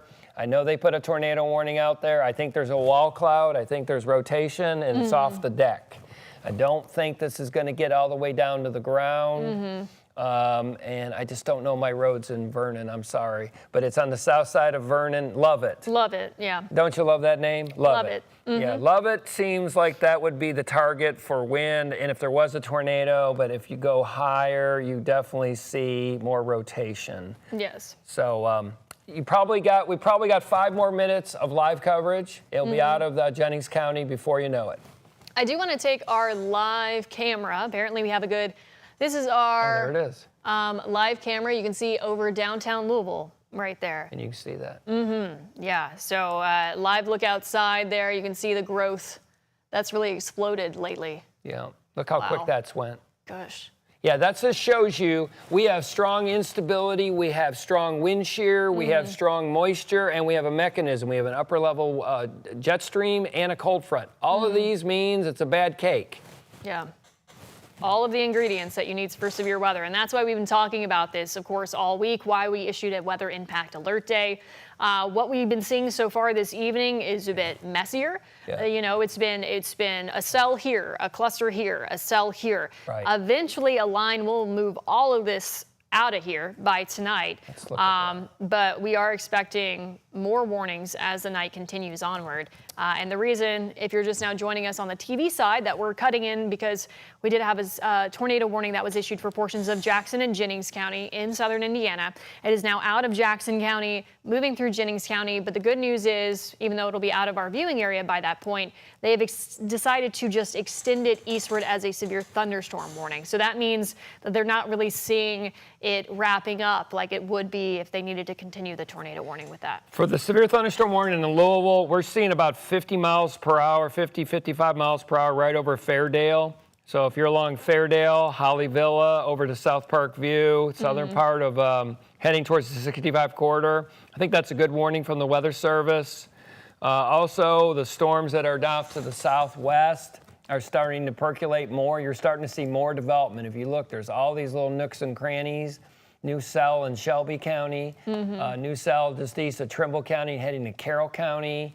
A bunch of cells that are popping up left and right here. So we are just beginning, unfortunately, for this event. For the tornado warning up in Jennings County, that continues to move to the northeast. It's almost out of the county. Probably 4 more minutes and it will be gone. And it continues to show rotation. Most of it is off the deck. And as you go up higher, it would not want to fly an airplane through that. So we'll probably be on the air live here for about less than 5 minutes, I would think. Yeah. We'd be able to wrap up at the 8 o'clock hour. And then, of course, we will continue to cut in as necessary throughout this evening for any tornado warnings that we do have throughout the Kentuckiana viewing area. Tornado warning, the one that's most concerning. If you know anyone in the Bowling Green, Logan County, Russellville area, I'm telling you, this thing is heading towards Bowling Green. I'm giving you 30, 40, 50 minutes. It's coming. Beware if you're in the Bowling Green, WKU, Memphis Junction, it's coming. Bowling Green, home of WKU, the proud alma mater here. Go Tops, but I hate to see that heading in that direction. So that's been a cell that we've been watching for the last couple of hours now. I mean, it's just continuing to cycle, and it's not showing any signs of weakening. So we'll continue to watch that as well. And then off to the west, these cells that were around Carbondale that are pushing eastward. Anytime you see a lot of purple and a lot of lightning, you know that these storms mean business. Yes. In addition to, obviously, there being tornado warnings on them. And it looks like another confirmed tornado heading toward Paducah. Yeah, that's the one, that's that second one I was telling you about. Also the one that's east of Carbondale, they confirmed that again. I'm going to the Paducah radar here really quick. Take a gander at that one. There's usually about a 10-second delay when you switch radars, in case you're wondering what's he looking at there. There we go. So there's the confirmed that's heading towards those poor people in Paducah and McCracken County. Have you not had enough today? Also, that storm off, there it is, Gallatin County, really strong hook echo. That one will get towards the Louisville Metro. That's going to be a problem too. So we've got 2 problems for the Metro. You think, well, what's the big deal? Well, it's coming. Let's go back to our storm again in Vernon. It's almost out of the county. We are so close. I think that will be pushing up the east. They issued a severe already, Mallory, for that. They've already played offense on that. Yeah, so that's been trucking right along, which is good news, moving east, northeast, 50 miles per hour. And as we mentioned, they decided not to extend the tornado warning on it. So once it is out of Jennings County, we'll be able to hop off here. We are going to continue streaming. So if you want to watch more of our severe weather coverage, even if we're not wall-to-wall on air, we will be streaming on the WHAS 11 Plus app. We'll be streaming on Facebook, on YouTube as well. So you can download that app on your phone, on your TV. You can watch it for free. And we'll continue to walk through the storms as we carry on throughout tonight And when we have more tornado warnings, we'll hop back on the TV side of things because, once again, that's our protocol. If we have a tornado warning, we hop on continuous coverage until that has been cleared from the area. But I do want to remind everybody that we do have that severe thunderstorm warning for south of Louisville. This is Fern Creek, Valley Station, Shepherdsville, Mount Washington, Taylorsville, heading towards Shelbyville as well. Looks like a lot of heavy rain with that. Some wind, some hail. So that's a severe thunderstorm warning until 8:15. That is moving east at 60 miles per hour. 60 mile per hour wind gusts, quarter-sized hail with that as that continues east. Yeah, so right now the most immediate thing is the tornado warning, and it's in the far eastern part of Jennings County. I really don't see a tornado threat. I know that's under a tornado warning. I think it's a hail threat. There is rotation aloft, and you've seen what the Indianapolis has done as you go those counties east of Jennings. With the Louisville severe thunderstorm warning, good warning in there. That's got a lot of wind in it. And then once again, I know I keep harping on this. If you've been following Mallory and I for the last several hours, this is the one that has been producing a lot of tornadoes and large hail. And if you're in Lewisburg, down towards Russellville, it's heading to Bowling Green. I'm telling you, it's heading to Bowling Green. I hope it weakens and becomes just a normal thunderstorm, but that's the one that's really concerning. Yeah, and from the National Weather Service, they did get confirmation that a tornado is on the ground moving into Logan County. It was currently over Todd County within the last 5 to 10 minutes. So unfortunately, we've gotten a lot of confirmations. And then one we didn't get much on, there was a confirmed tornado just southwest of Bloomington. I'm wondering what happened up there. He said reported debris. So that was about 40 minutes ago. So we've had St. Louis, we've had Sykeston, we've had Cairo. We have a new confirmed tornado there. Folks in Louisville, I know it's taken some time. This is a very complicated forecast because the computer models could never really get a handle of where. Is it just going to be one line? Is it going to be a bunch of storms? Right. And we're still even trying to figure it out as we speak. Yeah, it's been a struggle. Obviously, we knew that we had the right ingredients for severe weather, and we're seeing that obviously this evening, but it's not as cut and dry as some of our previous systems have been, where it's just been a line of storms. Right. And we knew it was going to move this direction to this direction from this time to this time. That's right. And we were going to have wind and embedded tornadoes. That's right. Obviously, those warnings were difficult, but this has just been a difficult system for the weather models to even try to figure out. So that's why this has been hard to nail down the exact timing of the impacts there. But we're still watching this tornado warning as it tries to move out of Jennings County right now. Showing some signs of rotation there. It's got definitely rotation, and it's trying to wrap itself around, but it's looked pretty much the same the whole time. I'm guaranteed there's a wall cloud, kind of like a spaceship you see right there. It is trying to wrap up. It's possible, but and you look just to the south of there, you see what's called a left mover, the one in Switzerland County. That's got big hail in it. That went from nothing. That was the one I showed you in Goshen about 20 minutes ago. Next thing you know, that's moving to the left. That's actually going to probably intersect that thing. They have a tornado warning that they just covered a little bit of it up. The lightning, you've noticed, is not very strong with this storm for some unknown reason. It's not. So my guess is that's a wall cloud. It's got an ominous look. It probably did produce a bunch of wind. Maybe a little bit of hail, but that will be moving off into, is that Ripley? Ripley County, I believe, to the east. I'm still learning all my counties. Oh, that's okay. Me too. Okay. So the one in Louisville, if you're basically south of the Waterson, you're under severe thunderstorm warning. That includes Shelby County. That includes Spencer County, Bullitt County, over there towards West Plains. That's for heavy rain and wind. And I can't emphasize how heavy the rain is going to be this evening. Yeah, so, I mean, obviously, and I understand why many people focus on tornado threats, but we are just as concerned with wind threats and also heavy rainfall threats.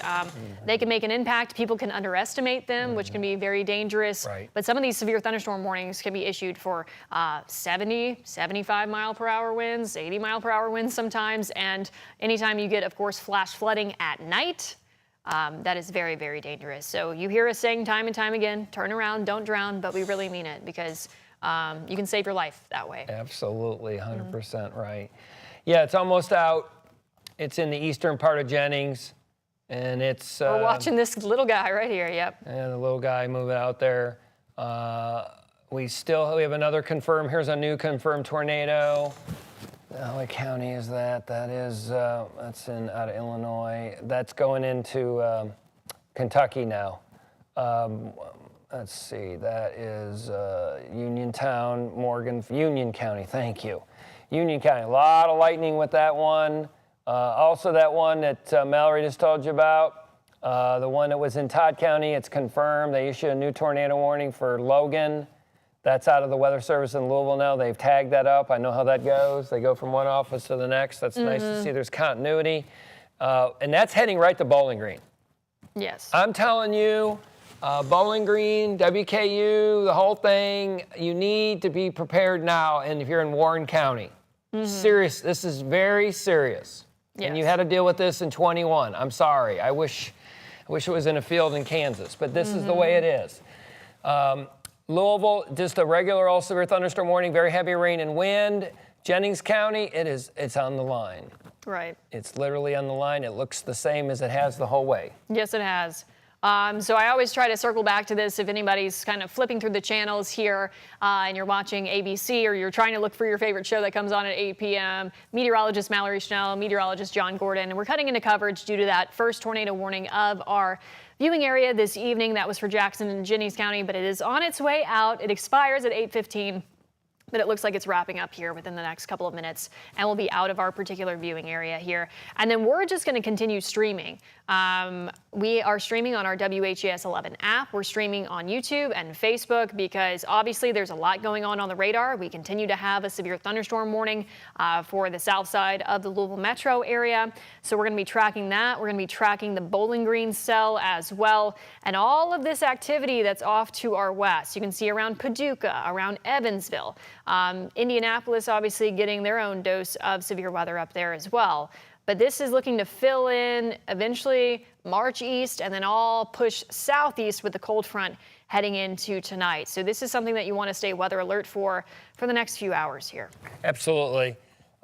Just to give you a heads up, all that stuff coming out of Illinois is crossing into Kentucky now. That was the cells that formed south and east of St. Genevieve, Missouri. That went through Carbondale. They've confirmed multiple tornadoes. All those warnings, if you plot that up, that's going to basically be in Hardin, Bullitt, Meade, Breckenridge, Harrison, Jefferson, Shelby, Oldham. It's coming. It's coming. So this storm in Jennings County it's got about 1 minute. Yeah, this is like your 1 minute warning in hockey. Yeah. And it's almost out. But I suspect you've got some spaceships, what I call spaceships. They're called mesocyclones, like this rotating. They look like spaceships. That's fair. Yeah. So that's what we're seeing with that You'll storm. see some cool pictures, but I suspect it probably produced a funnel cloud, maybe. I don't know if it did produce a tornado. And it's almost out of there. And they issued a giant severe, almost into the metro of Cincinnati. And you see some wild stuff. There's all these new little showers developing. Got a new one in Edmonson County. That thing's already rotating. Look down there by Brownsville. That's in Hart County. That thing will go severe pretty soon. If you're in Hart County, I expect you'll see a warning here in the next 15 minutes. That thing developed out of nowhere. And that's what we got. We got too much instability and too much wind shear. Yeah, so basically these little guys, they look very small at first. They're popping, and then all of a sudden they're rotating and they're becoming strong. They're becoming severe pretty quickly. That's the one that looked like, just like Louisville. That one in down there in Hart County. Yeah, Edmonton County, and boom, it just goes severe. Boom. Yep. And is it out yet? It's on the line. I think it's on the line. Johnny Cash, that's on the line. On the line. Yep. Right, so this is going to be moving out of Jennings County. That's the reason we cut into coverage here. We're still watching this severe thunderstorm warning until 8:15 for the areas that we were talking about: Bullitt, Jefferson, Spencer, Shelby. It's already been a long day, guys, and we got a lot to go. Obviously, heavy rainfall, gusty winds, and hail as well. So that's going to be a pain to drive through. Shepherdsville, Mount Washington, Taylorsville. We were watching that over the Gene Snyder as well in Louisville. So some heavy rainfall really expected from these storms tonight because there's a lot of moisture. And I'm sure you felt that if you were outside today or yesterday. Those dew points have been in the 70s. So you've got so much moisture to tap into, so much fuel. And those are just some of the ingredients that, of course, severe weather really takes to form.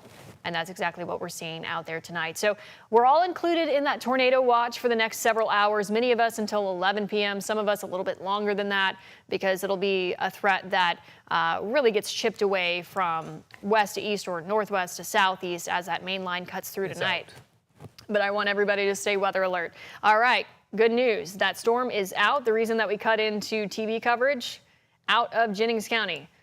So we hopped on for that warning for Jackson and Jennings County. That is now off to the east and out of the county and no longer an issue. So you can get out of your safe place for now, but want everybody to stay weather alert. So we're going to hop off of TV coverage right now. We're going to hop back over to our streaming as we've continued here as we hopped on TV. But as we mentioned, just stay weather alert throughout this evening, and we will cut back into coverage as necessary. But I hope you can join us on our streaming throughout the evening as well.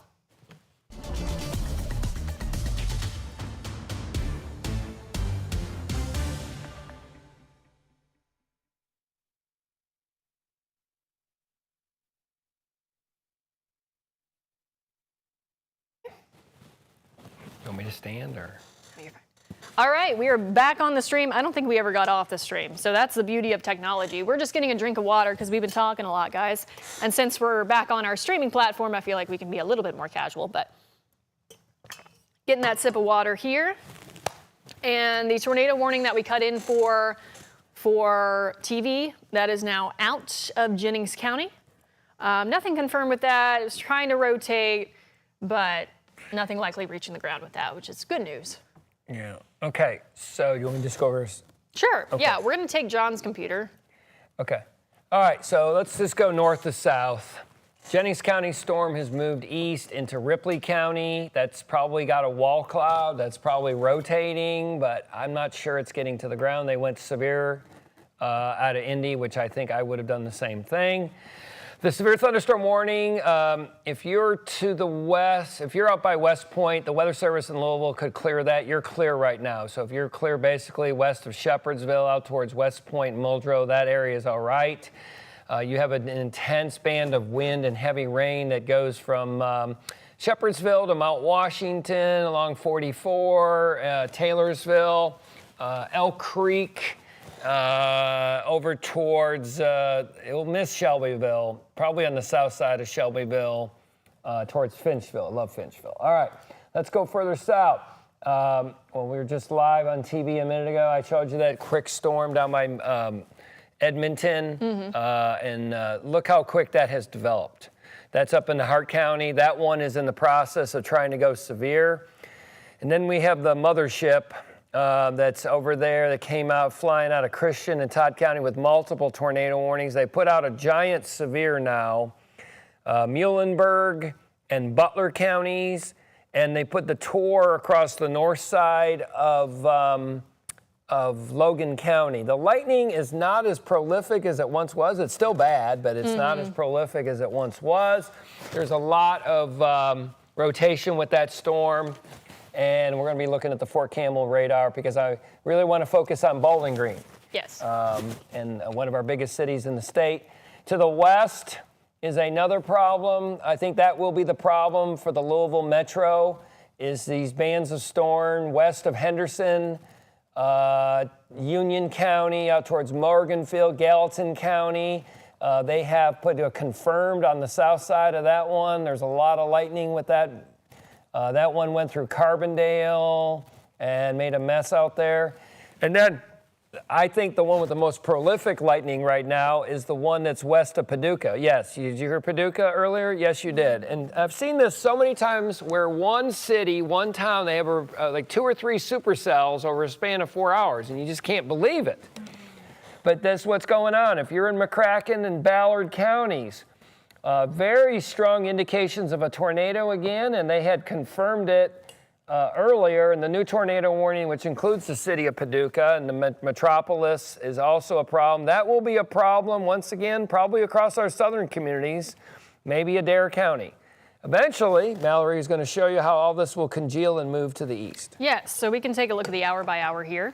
I was looking at some of our, oh, someone was watching our coverage. Thanks for tuning in. I got a picture. Well, say hi. Somebody with a puppy. I don't Hi. know. We don't get the name. We just get the phone number. Yeah. We're glad you all are watching. All right, let's take a look at the HRRR.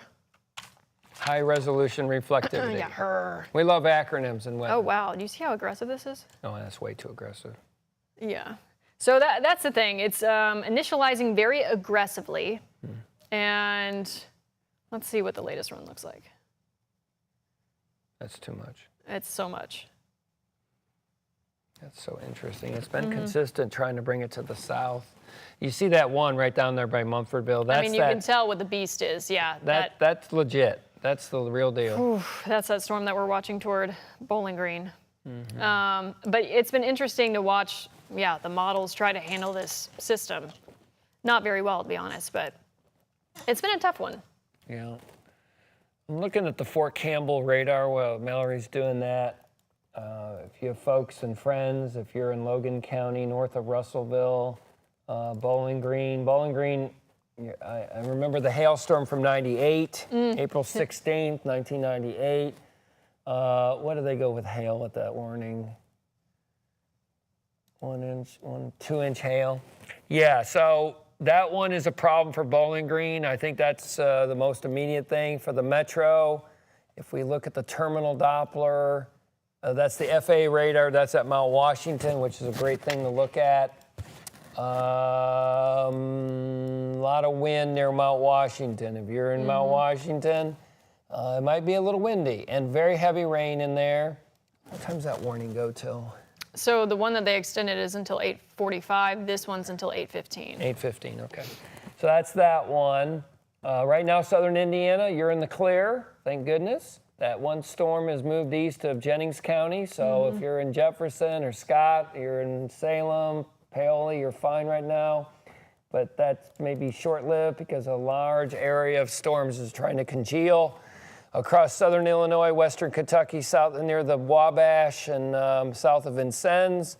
And you see another terrible supercell approaching Paducah. And it's been confirmed again. And it's they just reissued to the east, so that is a problem, and that's very reminiscent of the one an hour and a half ago. Yeah, so if you have friends or family in Bowling Green, in Paducah, check in on them. Even in Evansville, we have those storms moving in that direction as well. So please, anytime you're seeing a storm, they confirmed the one in Henderson. They confirmed the one in Henderson. Yeah, say in the box, maybe not Henderson South, but they went confirmed purple. Yeah. Interesting. Yeah, this is serious, folks. It may not hit your spot and you're wondering why are they talking about all this, but this stuff is very bad. Ask the people in St. Louis today. There's a terrible picture of the St. Louis Arch and a tornado that's not far from the arch. Yeah. It looks like it hit near the St. Louis Zoo. Not good. Look at that hook echo. Yeah, so right now, Henderson, Kentucky, which is a populated area, I would think you need to take shelter now. That storm, let's go east. Guess what's east of Henderson, another populated city? Owensboro. Let's go further east. Then we think, oh my gosh, I got Hardinsburg. That's pretty populated. Then I got Radcliffe. I got near Elizabethtown. I got Bardstown. There's a concert in Bardstown tonight. Pay attention. That storm could be a problem in about an hour and a half. That storm to the south again. That thing's rotating like crazy. That is now near Lewisburg and the north of Russellville, thank goodness, county seat. And it's heading right to Bowling Green. I'm going to look and see if we have some questions that were sent in. Good. We'd love some questions. Oh, wow, we've got a lot. Bring them on. Is this storm coming through now going to be the last one for Louisville? Missed earlier? No. No. We have a lot of that activity off to our west. So we were talking about is looking to fill in. Look at the stuff by Evansville. Whoever wrote that in. Yeah, let's zoom out. You can see all of that. Yeah, see that stuff? That's heading to Louisville. Okay. This is Brittany from Somerset. Hi, Brittany. How bad are we going to get hit? Somerset. Oh my gosh. That's down in South Central Kentucky. I know where. Yeah, I have a good friend who lives there. You'll get storms eventually. Probably a lot of heavy wind and rain, but I think your tornado threat is much, much, much less in Somerset. Right. What is PRP going to get as far as the weather is concerned? Obviously, same as the Louisville Metro. Yeah. Look at Evansville. So if you didn't get this that passed through on the south side, we've got all this off to our west that has still to come through here. Oh. Next. So what you're saying is we're probably going to see a line of storms embedded with high winds, straight line winds, embedded tornadoes. I don't see any real discrete supercells heading our direction if it fills. Where's this person located? Louisville. Yeah, Louisville is not in a threat of a discrete supercell at this time. That is correct. That was a very astute viewer, whoever you are. Thank you. Yeah. We saw what happened when there was a line of storms with an EF3 embedded in it. Yes. Yes. They're just curious. And we were the first to identify that, by the way. We. There's no I in we. There's no I in we. No, it has nothing to do. This is somebody bringing up the fact that we live in a city and the Ohio River. Okay, I'll answer that right now. I'm sure, has very. St. Louis got hit today. Yeah. Okay, I don't believe the fact that people say cities don't get it. It's just nonsense.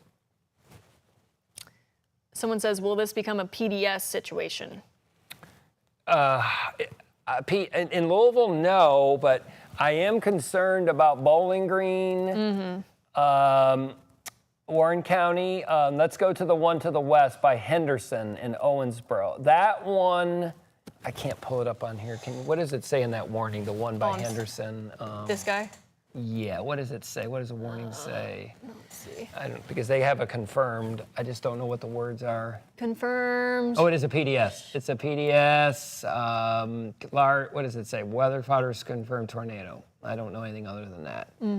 That one you see. So can we track that? Can you do a track? How far east can you go?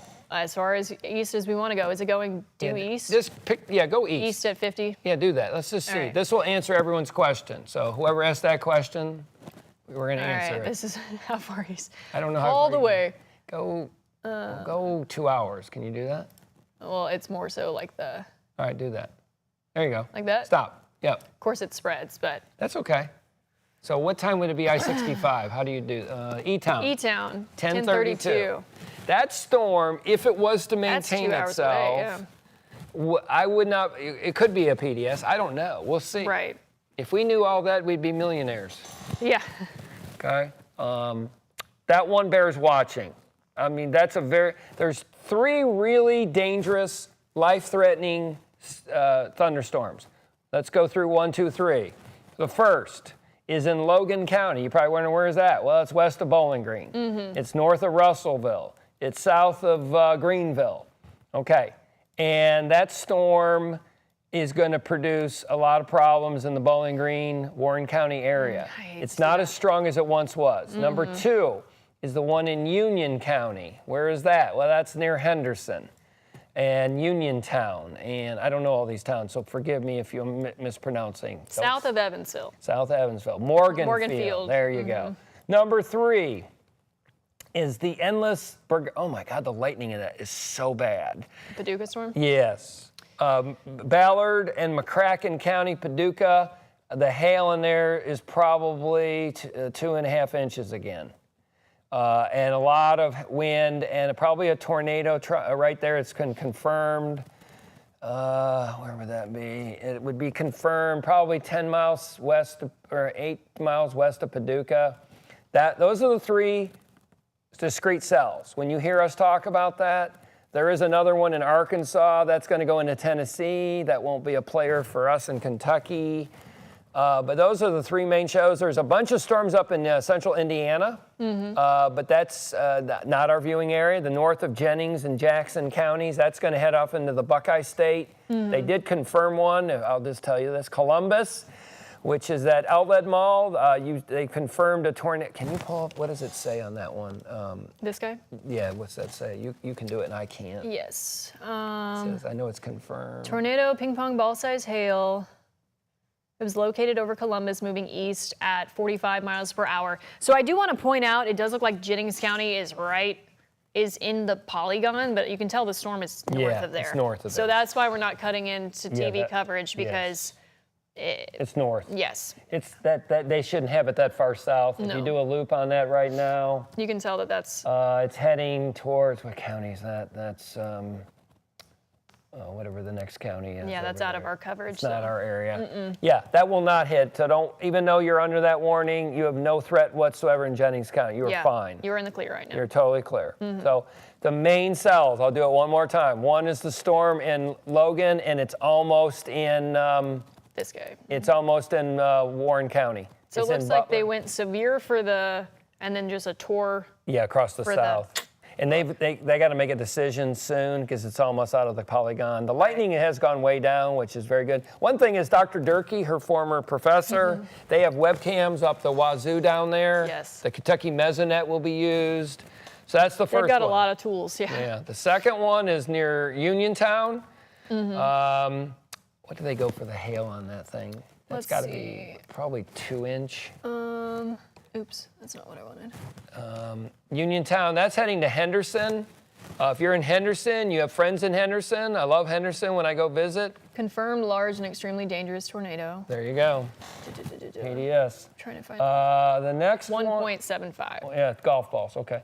And the third one is our infamous McCracken Paducah storm. So each one of these is impacting our viewing area. Maybe the one down Bowling Green might miss a dare. We'll see. It'll be close. Yeah, we'll be tracking that, guys. That may be, so if you're in Adair County, that storm, the south one may be your problem, Metcalf and Adair. The second storm, the one by Uniontown, you just heard Mallory say a large tornado. She just tracked that. We brought it to E-Town at 10:32. Reed and John Humphreys. John Humphreys, one of the best guys in the business. They're somewhere near Breckenridge County, and they're going to be sampling Sitting and that waiting. for us. Watch for hail, Reed. I don't want you to damage the car. And then the third one is McCracken, the Paducah storm. That one is moving due east. It's heading towards Princeton, the UK farm, which I hate that again. So we have 3 really dangerous supercells that we're watching. There's other cells too, but these are the ones that are life-threatening.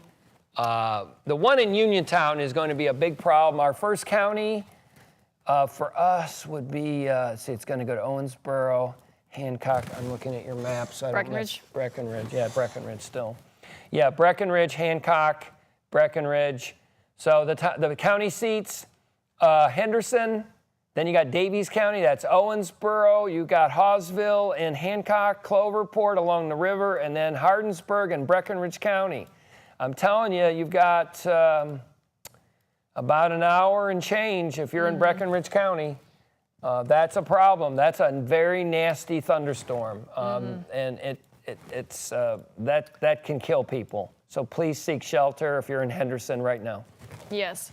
I do just want to say this is for our friends down in Warren County. They went ahead with the warning. I knew they would. I mean, I would. Yeah, I would. Better safe than sorry with that guy. If nothing else, it's a long track cell, and the Weather Service, my old guys, they're doing a great job on that. Well done, guys, if you can hear my voice. All right, that's in Warren County, and the metro of Bowling Green has expanded significantly since when I went here. I mean, it covers such a big area. And then you got Buc-ee's down there. Buc-ee's, if you're at Buc-ee's, seek shelter at the 38-mile marker. All right. We also have I just want to point out the severe that we're still tracking. Notice that's rotating. Taylorsville. By Taylorsville. Yep. This is until 8:45 here. Lots of heavy rain with it as well. Yeah. And this is moving east-northeast, heading toward Frankfort, Georgetown. So here. That's the kind of flash flood threat that we've been harping on for hours and hours and hours. Look how that's elongated. So if you were to drive in a car from Georgetown and Scott County and Stamping Ground and you went southwest and you drove all the way, you would be in nonstop heavy rain. And that's the kind of an area where creeks fill up very, very quickly, back roads pick up. And notice that one right north of Taylorsville is trying to rotate and wrap in there. That's an area the Weather Service is watching, I guarantee, right now. New cells have developed in Mercer County. New one down in Lincoln County. That one continues to rotate. I mentioned earlier in Metcalf, that's in Hart County. It's very thin and it is rotating, and it's starting to show a little hail core there. Beware if you're north of Munfordville up towards Bonnieville. It's going to cross I-65.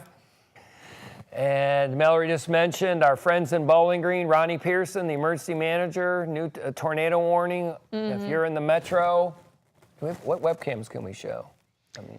I don't know if we have anything that far south. I can look though. Yeah, that might be something to show. I want you all to see what we're dealing with here. It's 8:27 Eastern, but that's only 7:27 Central. You should be able to see something. If I know Josh Durkee, he's watching that right now. Oh, that's not what y'all want to see. If you all can bring up John's radar while I try to find something closer to Bowling Green. Let's see, we have Thank you. E-Town. Thanks, guys. Okay, so let's go through this again. You got a severe, basically, Bullitt County, Spencer, includes Frankfort, the state capital, Governor Beshear. You got a severe thunderstorm warning, Stamping Grounds, Georgetown. That's for wind and some hail in there, but really heavy rain too. Heavy rain's in the game. Second one is the nasty, nasty storm approaching Bowling Green, and it's got a hook echo. So that one for sure has a long track. It has a long history of producing tornadoes. I see the radar showing about 1.25 inch hail and a tornado threat, and that's right into the metro. We're talking Scottsville Road. We're talking about the Cemetery Road. We're talking about the university, all in there on 231 and all through the whole area in there.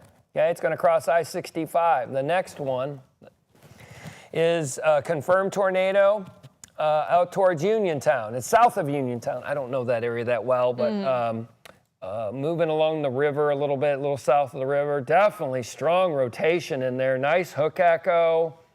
Dangerous storm, very dangerous storm. Henderson, if anything's good news, it may pass just a touch south. There you go, you got some webcams. Yeah, this is the Mesonet. This is just Warren County, but can't really see what I'm trying to see here. There's 3 Mesonet sites down there. I don't know which one you... The only one we have is Okay, just gotcha. Mesonet, Warren County. Looks like Henderson may luck out, which is good. And then we have poor Paducah. Good grief. They got anything in the Paducah chat? Did you happen to? Let's see. Just for the heck of it. I wonder, I think their radome probably took hail the first time. Whew, there's some baseballs. Yeah, look at that. Yeah. Mounds, Illinois. Mounds, Illinois. Yeah, that's where all the 3 states meet. A lot of hail pictures. A lot of hail pictures. Look at that one. Looks like a tornado, that one right there. Yep. Hard to tell. Yeah, so we're really watching 3 storms. We're trying to keep you safe here on HAS. Notice that some other storms are trying to form in the last 20 minutes. So one that, look how fast they're moving. There's new development in east of Lebanon, east of Bradfordsville, out towards one of my favorite towns, Danville, Perryville, National Battlefield there in Mercer County, and Harrodsburg, off to Nicholasville, Jessamine County, over towards Lexington, if you're over there tonight. New cells that are trying to rotate is in Hart County. That one may need a severe. They're watching that at the Weather Service. And the Bowling Green storm just makes me nervous. Me too. Big time. My hearts are with Bowling Green. Let's hope that thing's aloft and not on the on the deck. Henderson, not good. Just on the south side, big hail. If you hear my voice in Henderson, move your car inside immediately. You're going to get some big hail. On the south side of Henderson could be a tornado. They've been doing confirmed off and on that storm, and they're going to have to make a decision as they move east. That if they do again, that will cover Davies County, and which is Owensboro, which is a very populated city in the Commonwealth. And then we have another. It's just so weird how that's following right on the warm front, Mallory. That's right along the warm front, that boundary. That's the one that's in Bowling Green, and the one behind it, and about an hour behind it, is right coming into Paducah right now. Right. Gosh, that's close to the radar in Paducah. So we're going to look at this. We still on my radar? Okay, we're going to go to Paducah. Yep. This will be the Paducah radar in 10 seconds. Let's see how close it is to our friends Yeah, it's right in the dome. Look at that. See, it's covering it. So what you do is you go up high. Here's 4 degrees, 5, 6, 10. How about 19? Oh, there it is. So you got to go high. Yeah, that's not good. Paducah, you know that sirens are blowing, and they're blowing for a reason. Please seek shelter. My friends at the Weather Service. Christine, please seek shelter. That's that storm.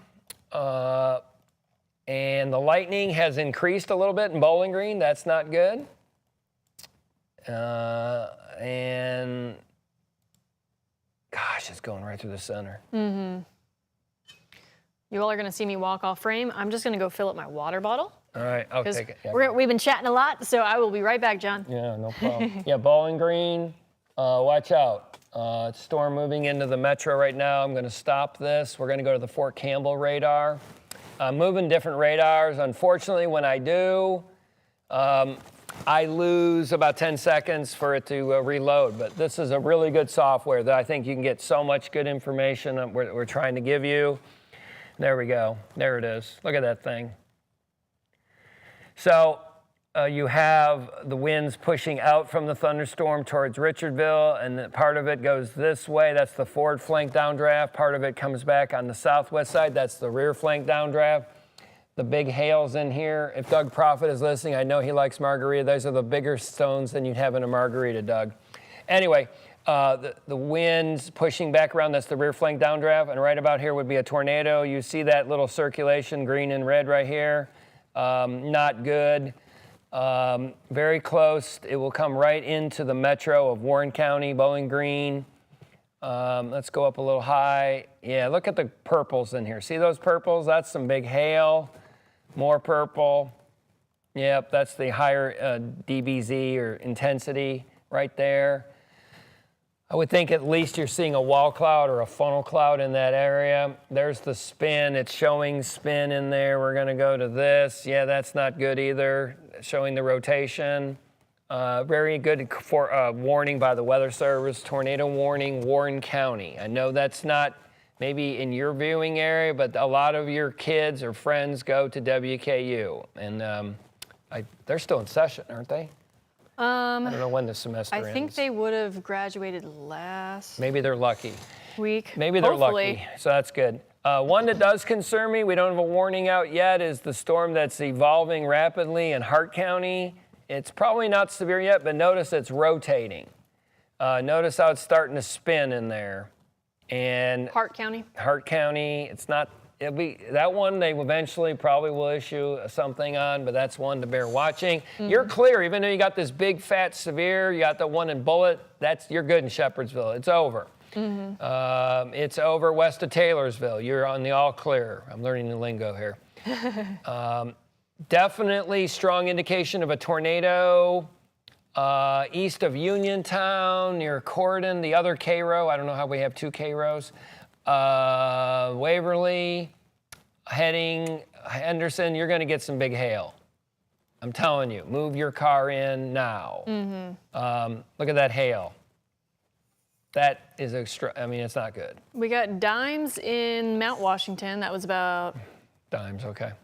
20 minutes ago. I'm just looking at just catching up on the chat. Yeah, one of my greats, there she goes. She said, cell coming to Bowling Green seems to be confirmed. 1.25 in Logan County. We got walnut size hail at 755 in Logan County. And then the Bullitt one you just mentioned. Thank you, Krissa, rock star. So let's go through the main axis. Once again, this storm here really is a Spencer County storm right now, even though they got this very long-gated warning. That will, let me go back to LVX there, and we'll take a gander. Look how the lightning has really increased by Bowling Green. It had decreased for a little bit, and now it has prolifically increased. And if you have friends down by Bowling Green, I would check on them and make sure they're in shelter. I don't know if there's any graduations or proms or whatever, wedding showers, whatever it is, I would be prepared to seek shelter. Warren County, Bowling Green, very serious situation. The storm in Hart continues to grow. Very similar to the other one. Storm in north side of Spencer County, over there towards Waddy, getting close to I-64. Hydroplaning potential continues. Slow down on I-64. Yeah, that's a lot of heavy rain. That's right a there. lot of heavy rain over to Frankfort from the 32-mile marker over to the 53-mile marker there, east of the scales on the way station. So next one, let's go to the west. This is going to be a problem. This is going to be a problem. Reed and John, if you can hear me, this is heading towards Owensboro and Hancock. This will be in Breckinridge County. It's taking a little longer than we expected.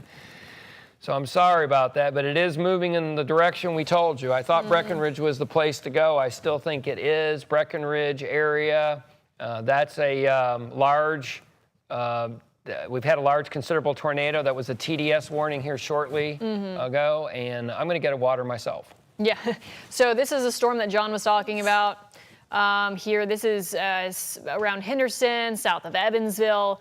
And you can definitely see it wrapping up. You can see the heavy rainfall. You can see the lightning with this. Anytime you're seeing a lot of lightning or purples on a radar, that's how you know that that cell is strong, because it's containing a hail core. It's containing a lot of fuel. That's what you're seeing with the lightning. And as we talked about, we're also dealing with the heavy rainfall threat. So that just compounds everything all together when you're dealing with a tornado threat, a wind threat, a hail threat, and a heavy rainfall threat. I do want to emphasize that that is not in our viewing area. But since we're doing this long form stream, we do have the ability to kind of analyze the radar and let you in on different areas that we are seeing around the region and what is to come this evening. So this has been an interesting kind of setup to watch, develop, and for models to try to figure out, because we're obviously seeing cells out ahead of it. We're seeing some clusters of storms, and then we're eventually going to see that line that moves through tonight with the cold front. So we've had some of this northern kind of cluster. You can see the severe weather moving through Cincinnati, Indianapolis. Looks like a tornado warning. Once again, not our neck of the woods, but just moving just north of Bloomington eventually.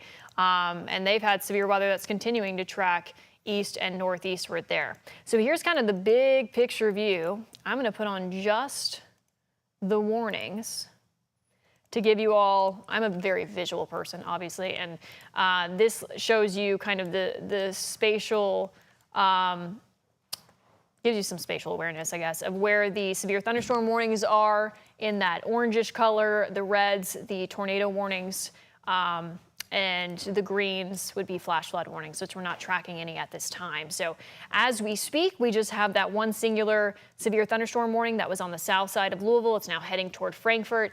Big rainmaker with it, some gusty winds as well.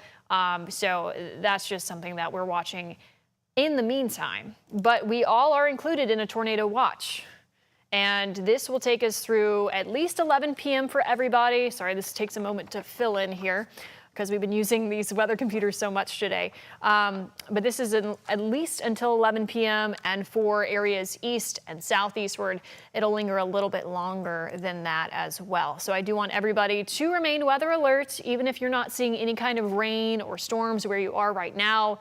Chances are you will be at some point throughout this evening and into tonight. And then in addition to that, we do have a flood watch for all the areas highlighted in green here. So that's kind of on the south side of our viewing area. And this will be due to where storms kind of train from west to east later on. Also where we saw some heavy rainfall. We had that convection this morning with some severe thunderstorm warnings embedded in it. And that dropped some heavy rainfall at times. We also had some reports of hail this morning with that first wave. So let's take a look at temperatures, because I haven't actually looked at temps for a bit. I really haven't. 73 in Louisville, so some of that rain-cooled air, I guess. 82, yeah, you can see that hole between Fort Campbell and Bowling Green where that storm's rolling through. 63 in Indy. So obviously seeing some of that cool down where the storms are rolling through. And then with the dew points, those are still elevated. 71 in Bowling Green, 72 in Paducah. 61 in Louisville. You can see where that front is. Do you see where the grays are, or that the brown is off to our west? So this is all being squeezed out ahead of the front, and then that will continue to push southeastward as we head into tonight. But in the meantime, we have all of those severe weather ingredients for severe weather to form, and that's exactly what we're seeing. We have moisture, we have high humidity at the surface. That's what you're seeing with those high dew points. That's why we keep showing you dew points. You have the lifting mechanism, the fronts there. You have the instability, lots of that, lots of fuel, lots of cape due to the heat and humidity as well. And then you have the wind shear, and we're obviously seeing that with the tornado threat. We're seeing that it helps organize the storms, especially when they're in that more discrete mode. And yeah, we're definitely tapping into all of that tonight. And I just, while we have the time, I always like to go through some of these safety graphics because it's a good reminder whether you're new to the area and you're not used to severe weather, or you just need that reminder, or you're watching with your kids and it's a good education moment. That difference between a watch and a warning. Once again, all of us included in a tornado watch right now. None of us currently included in a tornado warning right now for Kentuckiana. So that watch, that's issued obviously for hours at a time and for big area, parts of a state or almost an entire state sometimes. And that just means, of course, we have the ingredients for severe weather and we want you to be prepared. You want to monitor the conditions. You want to keep an eye on the radar. You want to plan for your evening. A warning means, hey, when it comes to a tornado warning, that means we either see the rotation on radar, the National Weather Service sees enough rotation to trigger that to where a storm could spin up a tornado very quickly, and or we have eyeballs on it with a storm spotter. And so that is something that you need to take very seriously. Take shelter immediately when those are issued. Head to your safe place. And your safe place, if you have a basement, that's the best place to go. If you don't, or you're not at home, obviously head to the lowest level of the building that you're in. Get away from windows, hallway, closet, bathroom.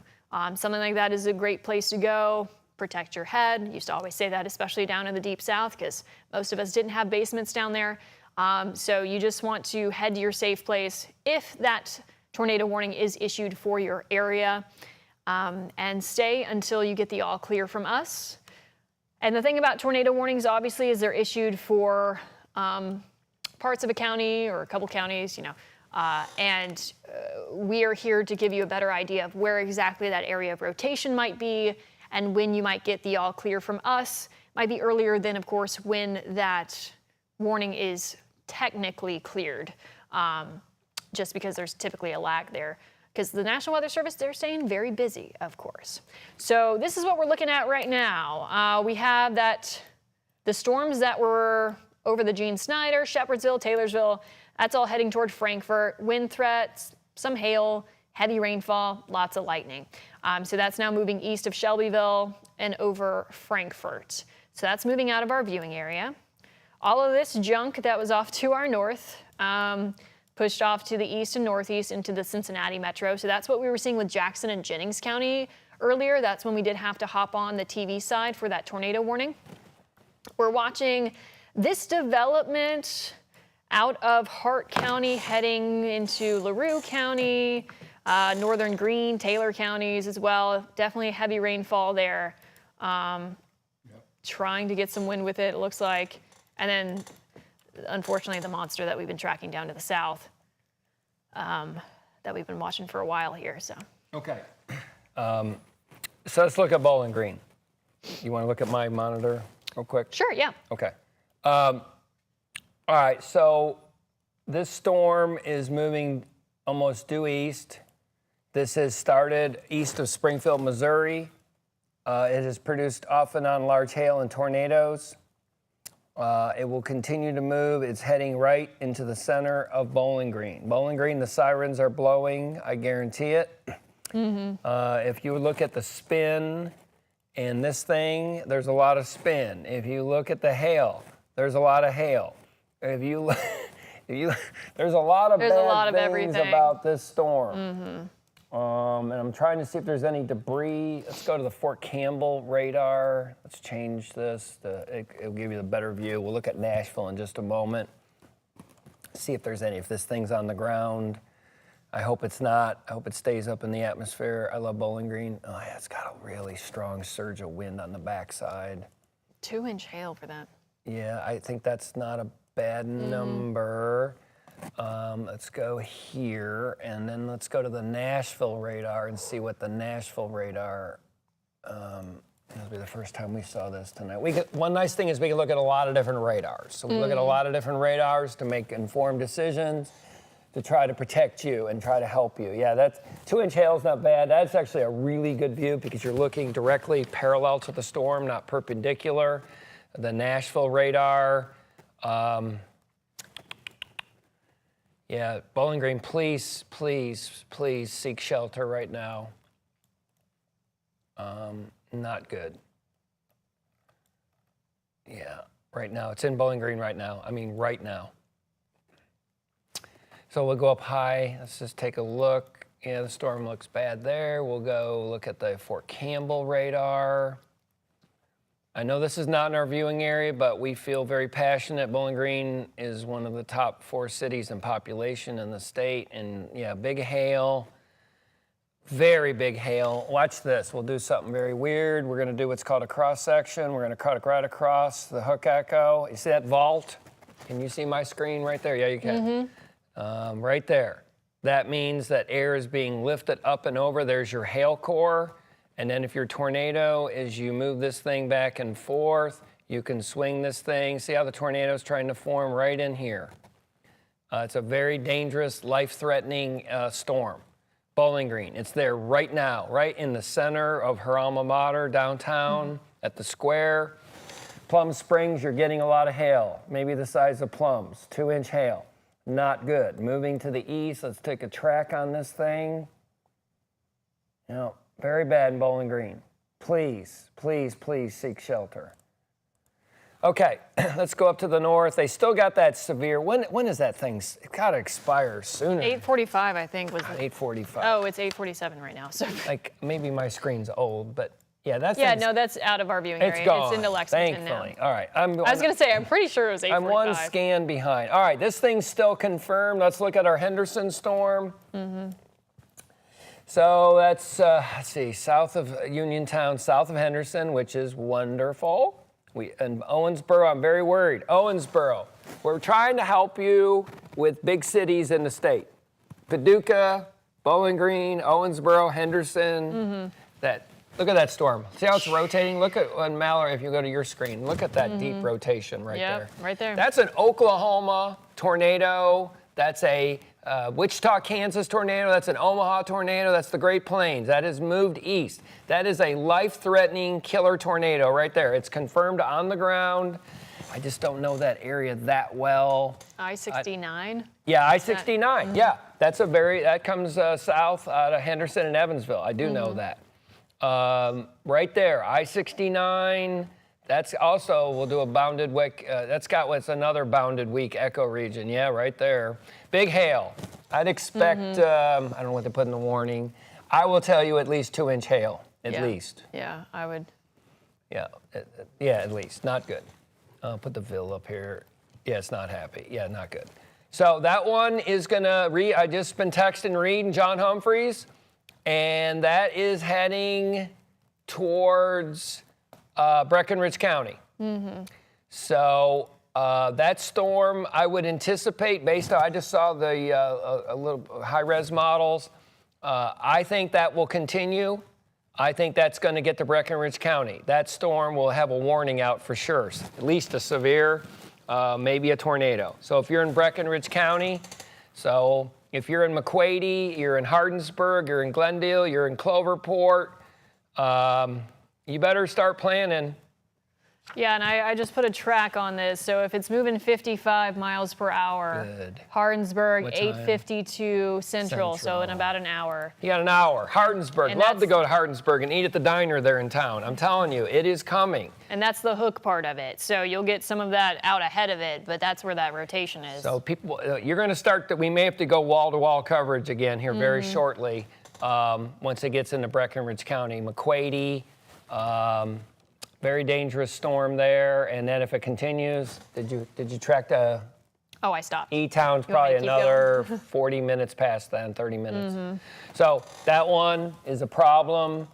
Eventually, I mean, we may be here a while. Mallory's got a lot of tenacity here. That storm at Paducah eventually will get to Adair County, the Paducah Storm 2.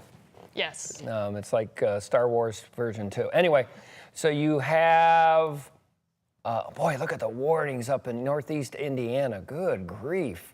It's just a giant severe thunderstorm These warnings. giant things the size of Rhode Island. Anyway, let's go back to Bowling Green real quick. Let's look at the Nashville radar. I really think that shows it so well, unfortunately. Look at this thing. Yeah, it's not good. Yeah, 2-inch hail. Now you're on the east side of Bowling Green. I don't know if the Weather Service has set in. Oh, there's a picture of something. That's Anderson County. Wow, that's that one that you didn't think was as bad. Look at that. That shows you, that thing you can just look at right there. I don't know if you can show that on the screen. No, this is a different computer. Okay, but that one, you can just see it, how it's rotating. There's striations in that. It's being sheared apart. So that means there's a lot of wind energy. On my screen, right there, I'll put a little loop on that in Bowling Green. Bowling Green, if you're on the west side, you're all clear. Downtown, it just went through whatever it was. I hope you're okay. I see some reports here on my screen, 1 1/4 hail, 1 in hail, somewhere in downtown. I hope there's no tornadoes. Smith's Grove, where Buc-ee's is. If you're at Buc-ee's, Yep. you're going to get some big hail, and that won't be good.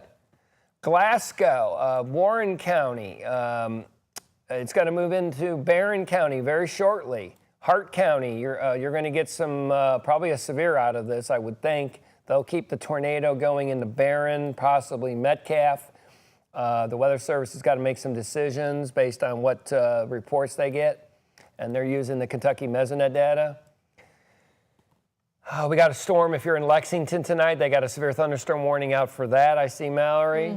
I just want to point out that they extended the tornado warning eastward. So How far do they go? They go into Hancock? yeah. Yeah, and they kept it confirmed, right? Is that a confirmed? Let's see. It just says capable. Damaging tornado, damage PDS. It is a PDS. How can you have a PDS if it's not confirmed? The storm is. I don't know. That doesn't make sense to me. Radar indicated rotation. Maybe there was a CC. I don't know. Either way, once again, that's what we're watching for Breckinridge County here in the next hour or so. Okay. Our producer said that we did have a package or a story put together from our sister station in St. Louis from some of the damage earlier today. So if we can take a look at that, and we'll get just a water break and we'll be back. We'll see you soon. Here in North St. Louis, everybody is talking about the damage here at what used to be the Harlem Tap Room. This bar has been in this neighborhood for more than 60 years. Just after 2:30 this afternoon, neighbors are telling me strong winds blew through this area. One guy said, quote, it was clearly a tornado. He says the owner's brother was looking out the window at the time and he saw the tail of the funnel cloud whipping through this area. It ripped off the roof and the complete side of this building. Look at all those bricks you see that came tumbling down. People are saying the whole area just felt like it was flickering. Lights were flickering. The building was shaking. One guy said that the owner's brother stormed inside and just started yelling to everybody who was up front, get to the back, get to the back. Keith Bain, you were one of those persons inside. Tell us how frightening all that was. Real frightening, because we didn't know if the tornado was going to come all the way to the back or not, because it came in the door, but it went back out. And you were sitting up front? And Yeah, we was out. Most of us was sitting up front. And owner brother, Pig, he told us when he came in, he said he seen the tornado form and everybody go to the back. So we all went to the back. And as soon as we got back there, it hit it and ripped the door open and came up in there and went back out. But it tore all that. You see what happened. another guy told me the lights just kept Yeah, flickering, that's mounted what happened TVs came crashing. At first, the lights started flickering. Then second time, everything went out. And the third time, that's when the tornado came in. You okay physically? Yeah, physically, everybody okay, but I mean, mentally, yeah, because that was real scary. You're sitting on a traffic light that came crashing down during this storm. Right. Had you ever been through a storm like that? Never. I ain't never seen nothing like that, except on TV, on the news. I never witnessed it in my life, and I'm 63 years old. How thankful are you that you survived that? Real thankful. Very thankful. I'm thankful that the guy told us to move to the back, because if he wouldn't, I was sitting right there where the stuff came down in the lounge at. I was sitting right there. Thanks a lot. I'm glad you're okay. And before I get out of here, I want to show you all that too. Look at all those bricks still all across the sidewalk there. Bricks also came crashing down on that car. But again, the good news, everybody is just so thankful that nobody was physically hurt, seriously hurt, when that storm blew through here. I'll send it back to you guys in the studio. Right. So once again, that was footage from a station in St. Louis, and that's where we've been seeing these storms originate earlier this afternoon. We were seeing tornado-warned storms obviously really cause a major impact in the St. Louis metro, and that's all continued to shift eastward. We've been tracking storms through Missouri into western Kentucky, and we have several alerts on the radar right now. Now, for our particular viewing area, no, we don't have anything. Let me just pause and confirm. Issued a new before. tornado warning down. That includes Glasgow. That's the county seat of Barron County. That's the one that came out of Bowling Green. And so, folks, if you're in Metcalf, if you're in southern Adair, you might be in a tornado warning. Right, yeah. So we'll be watching that. Adair County is one of our counties that we do cover, so we may be already in coverage for this particular cell too, as that's heading into Breckinridge County. Yeah, the one we've been corresponding with Reed and John Humphreys. Hello, Reed. Hello, John. That storm is moving to the east and is going to be a problem. Ooh, let me take that lightning off. That is aggressive. So they brought that to the border of Ohio and Hancock. That's the last counties of Paducah. The Weather Service in Louisville will be taking over on that. What do we got? This Hi, is guys. John Humphreys's. Where are you? They're not hooked up, so it's just their footage.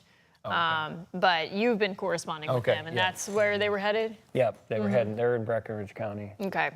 So they're watching that one. They agree. That's really, if I was to go anywhere, boy, they issued a strange warning out of Paducah. Look at that severe that goes up against Du Bois. They're trying to cover for left movers. So the storms split, and when they split, one will go to the left, one will go to the right. The one to the left is the hailer, and they see the reason that looks like something out of Star Trek is because that's Paducah's counties, and they're not Louisville's counties. Right. Can you explain why they do that? Split like that? Because it's their counties and not ours, and I wish one day they said, hey, that's our county, we'll just take it into yours and not do this. It looks kind of ridiculous, but it looks like Star Trek. Anyway, that storm, can you read the wording on, but you did earlier, right? Yes, the one that's south of Owensboro. They've got a PDS, but It says at 7:50, a severe thunderstorm capable of producing a tornado was located over Robards, 12 miles south of Henderson, moving east at 50 miles per hour. It's showing very strong rotation. Could produce a strong tornado at any time. Without a confirmation. I guess because of the history of it, but they don't have eyeballs on it. I'm not sure. No, I'm not sure what they did. Okay, so that's that one. The Bowling Green one, the Weather Service in Louisville correctly took that thing. Boy, it looks really impressive on the radar. So here's the Nashville radar. You still got mine up there? Okay. Yes. Look at the Nashville radar. See that thing right there? That's not good. So we'll cut this thing apart. Watch this. There's your vault. That's huge hail with a tornado trying to form in the vault. Bounded weak echo region.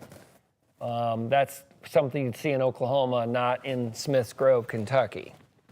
A lot of, there's on 175. Okay, they had golf balls 2 miles northeast of Plum Springs, 46 after, 15 minutes ago. That's on the north side. Remember, we talked about Buc-ee's heading towards Smith Grove. So Buc-ee's, you're getting hail right now. Buc-ee's, it may not be good, although you have 100 pumps. You can hide somewhere. Anyway, that's heading towards Glasgow.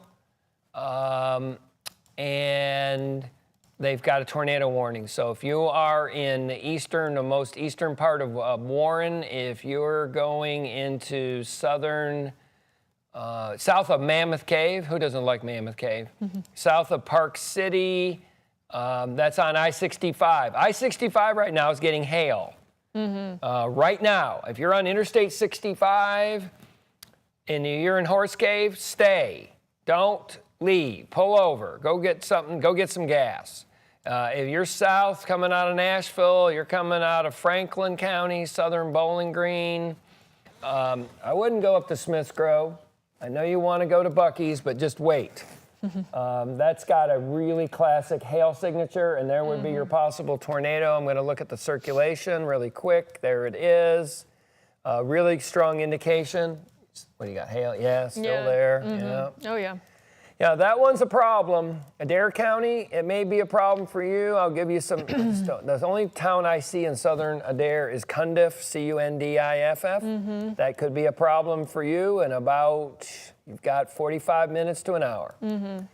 We got a confirmed, or sort of confirmed tornado that's southwest of Owensboro. Let's look at the Evansville radar on that one. Here we go. Prolific lightning. Supercells always have a lot of lightning in them. Renegades, if you will. Stuff you'd see in Oklahoma and storm chasing. And if you have questions, send them to Mallory at that address again. Yes. So let me pull up to make sure nobody sent us. The phone number is 502-582-7290, 502-582-7290. Owensboro, you have hail coming, and you're not going to like it. 1 to 1.5 inch hail heading to Owensboro. Tornado threat is going to be, it's recycling right now. Look at this thing right now. That is a elongated hook echo. Yeah, that's a problem south of West Louisville, not our Louisville, but I didn't know you could have two Louisvilles. It's southwest of Owensboro. Let's took a track on that thing. Yeah, still moving to the east. That one is a dangerous storm, and that's where John Humphreys and Reed Yaden will be watching and picking up on that storm bell to give us eyes on that, even though it's getting dark soon. That will be, as Mallory had you, probably in about 45 minutes in the western part by McQuady in Breckinridge County. Yep, definitely by the end of the hour. All we have are some pretty pictures so far, so no major questions as of right now. And you've got a cluster of storms. Remember we told you things would congeal? You're starting to see some congealing. You're seeing cells in all across Harrison County, down from Lanesville and Corydon and Crawford. They're approaching there, Crawford County, Sulphur, English, down into Perry County, Tell City, a little bit west to Santa Claus. Who doesn't want to go to Santa Claus, Indiana? And then down towards Owensboro. Owensboro, hail and wind are coming. You're going to get a bunch of wind. And then you see where the tornado would be going. I just don't know these towns very well. Panther, Sutherland, Glenville. But before you know it, that's going to be in Breckinridge County. There you go. It's right over here. It's coming. It is coming. We've been trying to tell you for 3 hours it's coming to Breckinridge County. And they just extended that severe thunderstorm warning. So that's what you're seeing, what's blinking on his page for now, Jasper. Yep. Jasper, you're under a severe, what was in that warning? 60 and quarter. 16. Yeah. Yeah, you're starting to see the low-level winds are really increasing, and you're getting more convection, more thunderstorms firing. And when you're doing that, you're typically the normal warning protocol with the Weather Service on a storm like that would go 60 and 1 inch, which makes sense. So you don't have the Star Trek thing going on anymore. And let's go down to our southern one, if you don't mind. Let's see how our friends are down there. Bowling Green, I hope you're okay. If you're in Bowling Green, send Mallory a note and tell me you're okay. Let's go right here. Here's your velocity. Here's your spin. Look at that spin right there. Southeast of Smith's, we don't have a town. That's pretty rural down there, I can tell you from driving down there many, many times. Warren County, you're only in the farthest eastern part of the county. That's really a Barron County storm now, southern Hart and Barron. Big hail expected between Horse Cave, that would be Cave City. Horse Cave and then Cave City, south of Mumfordsville, Glasgow. I'm really worried about Glasgow. Barron County on Highway 109 down by the Glasgow airport. I'm kind of concerned about you. I think that's an area that could be very, very dangerous for a tornado. Meanwhile, we continue to watch this beast up to the north, which is a terrible storm. It looks like Paducah's kind of calmed down a bit. What'd they do? It's just severe now. Okay. I stopped looking at that one because we were looking at this guy over here. It's still a bad Anderson. storm, even though they went to severe. It's occluded right now. It's kind of lost the low-level rotation that it had for the moment. But that one could spin right back up. We have John Humphreys and Reed Yaden all over that thing. Big hail approaching Owensboro. Oh, yeah. Oh, my gosh. Golf balls, Owensboro. Watch out, Reed. Not good. It's trying to reform its low-level circulation, so I can see why they did what they did for right now, and they have time. They've made a good decision on that, and we'll see that. Meanwhile, we just got a bunch of organized convection or disorganized that's trying to form quickly. That goes from Birdseye to English, down towards Lewisport, and down to Owensboro. So I'll let Mallory show the big picture here again. Hail 2.75 inches in Bowling Green. Yeah, there you go. Baseball. Oh, that is And large. you get that when you have a large supercell. Somebody gets sent that in. Where was this? Do we know where this was sent in? Bowling Green. All right. Thank you, producer. Thank you. Yeah, that's the one we've been hitting. Normally, when you get a storm on a supercell with baseballs and it's got a long track, I wouldn't be surprised there was a tornado somewhere near there. Yeah. But we'll see. A lot of times they go hand in hand. The large hail. Yeah. If you see a lot of purples, you see a lot of lightning with a supercell. This is a terrible track tornado. It's hitting a lot of the county seats. Now, Glasgow. If you have friends in Glasgow, pick up the phone, get on a text them, tell them to seek shelter. Highway 109 by the Glasgow Airport. You're coming into the Parkway, the Cumberland Parkway. Cumberland Parkway right now, big hail. I would avoid Glasgow right now. This storm has been going since east of Springfield, Missouri. And that it's going to be close to Adair County. Adair County, yeah. Very close. Yeah, we'll be watching that. So if we can take Max 1, we're going to take the big picture view and kind of take you into, county by county. If you want a little bit of break, you can feel free. Since we're staying on this stream continuously, just kind of tag teaming here. So Max HD radar showing the big picture view, and we're going to take you into the warnings that we have currently. The good news is we don't currently have any active tornado warnings, which is why we are not cutting into TV coverage on ABC right now, but we are staying with this stream because obviously we're dealing with some severe thunderstorm warnings and obviously an active night as well, and we want everybody to stay informed. So if I put just the warnings on here, I can take you to the few that we are watching here currently. So we have, this was the one in Lexington. Obviously that's out of our viewing area, but that was on the south side of Louisville not too long ago. We have this particular storm that's moving toward Jasper. That severe thunderstorm warning until 9:30 p.m. And that's moving northeast at 60 miles per hour. The threat there, 60 mile per hour wind gusts, quarter-sized hail.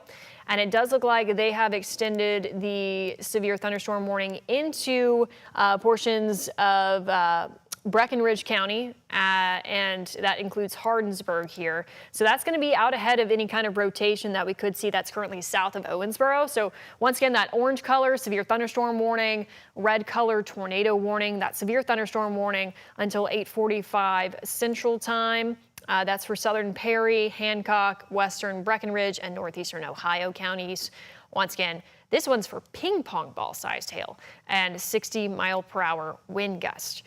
So as we just mentioned, a lot of times when we're seeing these cells that have a lot of hail, they also have that tornado threat. So that's what you're seeing on the south side. No active tornado warnings, but Breckinridge County, you definitely want to be on the heads up there as we continue onward within the next hour.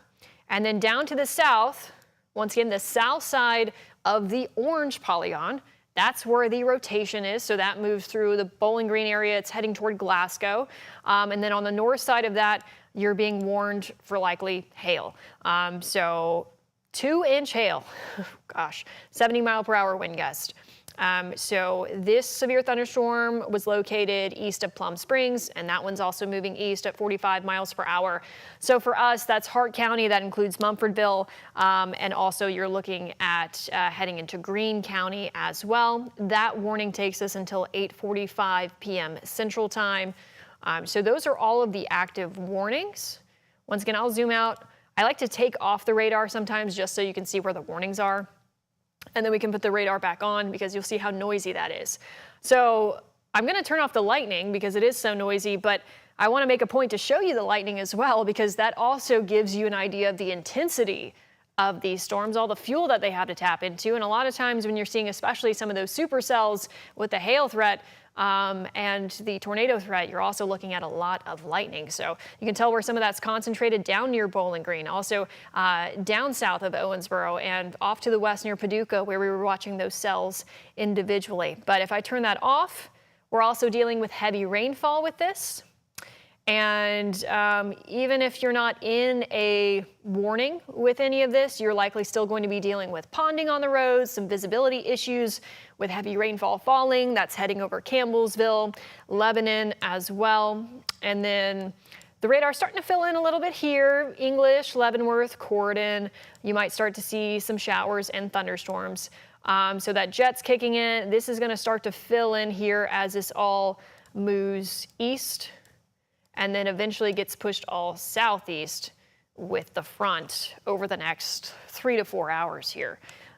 So looking to be out of this mess by about midnight or 1 a.m. We'll see how long it takes these storms to get through here with the front. But once again, all of us, even if you're not dealing with a warning as we speak, we're still dealing with a tornado watch right now. So this setup, we kind of mentioned this before, has been messier and harder to figure out with some of the weather models in terms of the cells, the clusters, the line segments, than sometimes some of the severe weather setups that we do see around here. So we gave you kind of that general time, and now we're analyzing the radar just to give you the most up-to-date information there.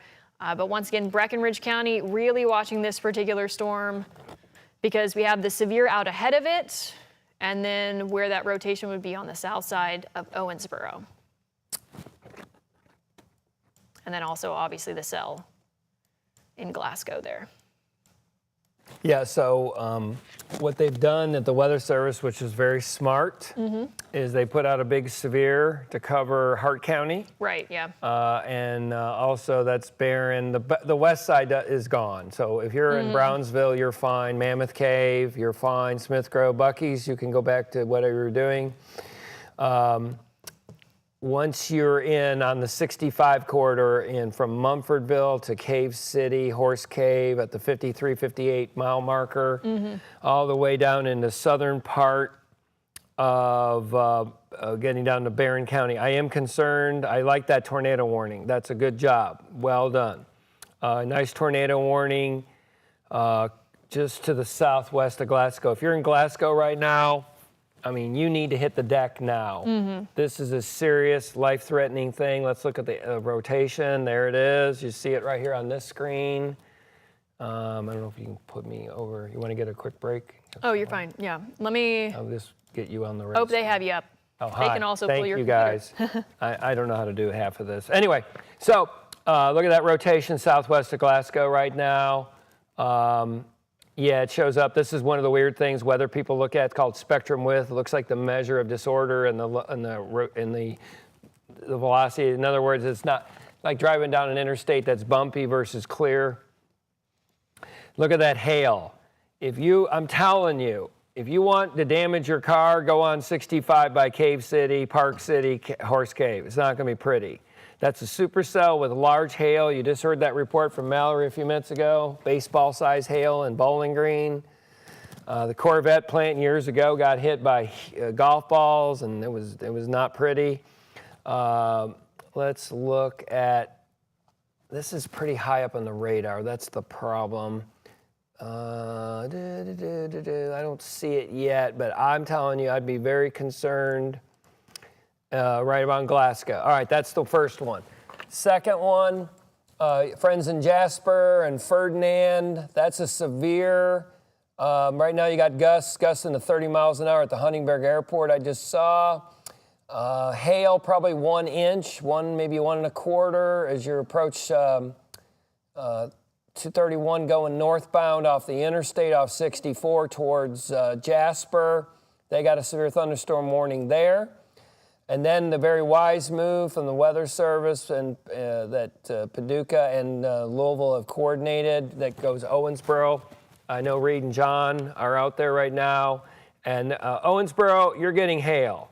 And it's not going to be pretty.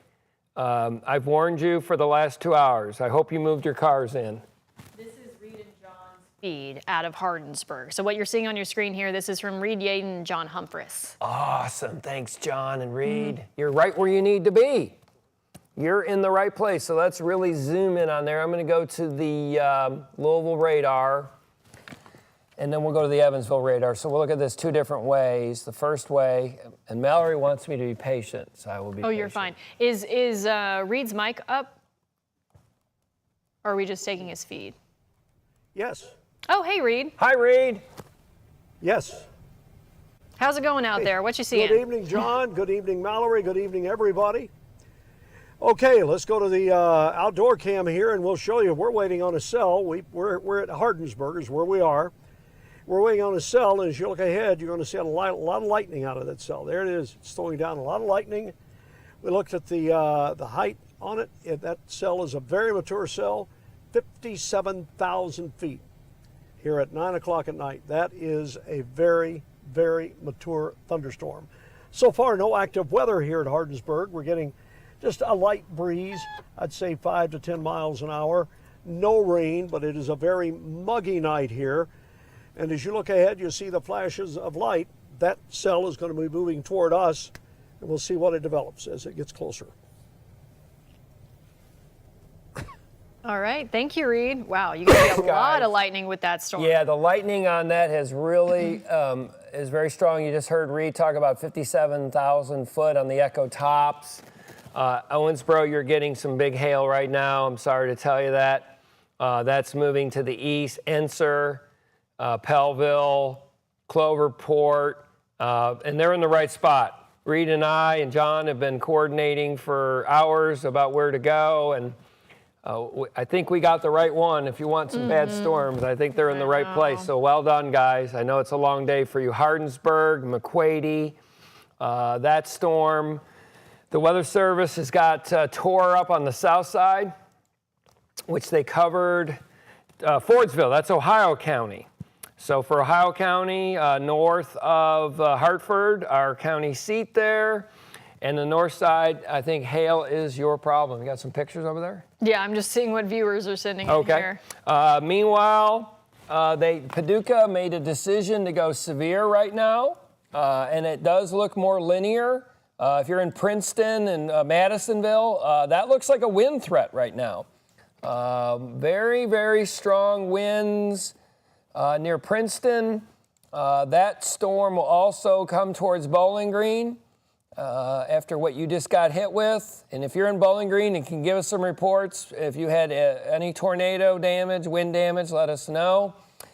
Large severe thunderstorm warning, a very prodigious warning that covers Hart County, down into Barron County, from Glasgow, all along 65. Once again, there's a hail threat in there as well. The hail threat has been, how about that forecast from the Storm Prediction Center and the WHS team? We've been nailing the hail here. Yeah, unfortunately something that we don't like, but I know we've been getting some viewer questions. Somebody's asking about that tornado warning in Glasgow. Is it going to make it to Greensburg? Well, that severe thunderstorm warning, the north side of that is heading your direction. There's going to be a lot of heavy rainfall, some lightning with that as well, wind, some hail. The rotation part, that's on the southern side. You're going to be okay. So that's going to be, if it hangs together, that would head toward Adair County and not Greene County. So that's that storm I have zoomed in right now. Somebody sent in that question, will the tornado warning in Glasgow come through Greensburg? No, that's going to be down to the south, but you'll likely have just that right there. So that, can you circle that on that? Just Yep. show them right there. That's where the threat is. It's unfortunately right over Glasgow. that little nub that you're seeing. Yeah, that is why there is a tornado warning for them, and it's a good warning. It's a very good warning. If you look at the rotation, yeah, it's still there. Yeah, I think that's totally legit. So Glasgow's the county seat of Barron County. Not good. That storm is a long history. I still think large hail on the north side. It's just gone east of I-65. And it is all along 31 north and southbound, north out of Glasgow. And I think there's a tornado threat right now. There's probably pictures of a spaceship literally in Glasgow right now. Right. Reed and John are looking at the storm that's coming out of Owensboro, and the lightning is what? Is prolific on there. Look on, especially along where the rotation is. Kind of right query there. it. Look at that right there. Lots of lightning, and so that is. We're going to have to keep a close eye on this tornado warning. So this current warning, let me take off the radar and the lightning so we can see the counties here. So this butts up right to our viewing area, obviously, with Breckinridge County there and Grayson County. So just off to the west of that, that's where we have the current tornado warning, where that rotation is, Hancock, Ohio County. That's until 9 p.m. Central. So if we're going back on TV, it would probably be for that storm before the end of the hour there. But on the north side of it, yes, you're dealing with the severe thunderstorm side of it. That's what you're seeing in that orangish color there until 8:45 Central. Yeah. So in case you're wondering why is that happening the way it did, is that the Louisville office has saw that this storm is going to increase in intensity as it moves to the east, and they put a proactive warning out there that covers Ohio County. Fordsville is in the area there, and just moving to the east at about 50 miles an hour. And as we're talking about that storm, we have an update from Reed, so we're going to toss things back out to him and John to get an update from them. Hey, guys. Sit up a little more. Okay, again, we are here in Breckinridge County near Hardinsburg. In fact, let's go to the outdoor camera. The frequency of the lightning has picked up in the last 10 or 15 minutes since we talked to you. Also, we're getting some light rain here now. Breezes are picking up, and we're starting to get some thunder mixed in. Let me crack the window here so you pick the thunder up when it cracks. But this cell that we're watching is getting closer to us. I would not be surprised if this thing doesn't bring some hail with it this evening and some very heavy rain, and we'll see what happens beyond that. We're going to stay here with this, and we'll proceed from there, but that's the breaking story right now here in Breckinridge County. The cell is getting much closer. I would say, I'll let you guys take a look at it. We look at it here on the radar. Let's see, it is not, the leading edge of it is not that far from us right now. This is tops on this thunderstorm, which means if you had to fly above it in an airplane, you'd have to be above 50,000 or 57,000 feet. 29 miles. So it's about 29 miles away right now, and I believe the movement on it is about 50 miles an hour. So it is getting closer, rain picking up, but it is quite a lightning show out of this one, guys. We'll be here. We'll talk to you frequently here as this cell gets closer to Breckinridge County. All right, thanks. That was our own Reed Yaden and John Humphreys. They're out storm chasing for us, giving us that ground truth out there this evening. And they're watching that cell, one of them that we have been watching closely as well, that's heading closer to Breckinridge County, Grayson County as well. I did have somebody asking me, can I get that update on Henderson, Kentucky? So that is right around the area that we were watching earlier. That's gone. You're fine. That is off to your east now. So somebody must be watching our live stream from Henderson. Thanks for tuning in. You still have an active severe thunderstorm warning, but that's all off to your east now, east and southeast. So heading into our neck of the woods here in Kentucky, Anna. So I know some areas might be like, where's the rain? We haven't gotten anything. Portions of Louisville probably haven't even seen rain. The radar is starting to fill in here. And we have several active warnings you can see off to our west. That includes severe thunderstorm warnings, and that include tornado warnings. So we've been watching a few troublesome storms. And right as I say that, I notice Adair County. Yeah, they just went. Just included in a tornado warning. So we're going to go wall. So for those of you all back in the control room, we'll need to hop on the TV feed.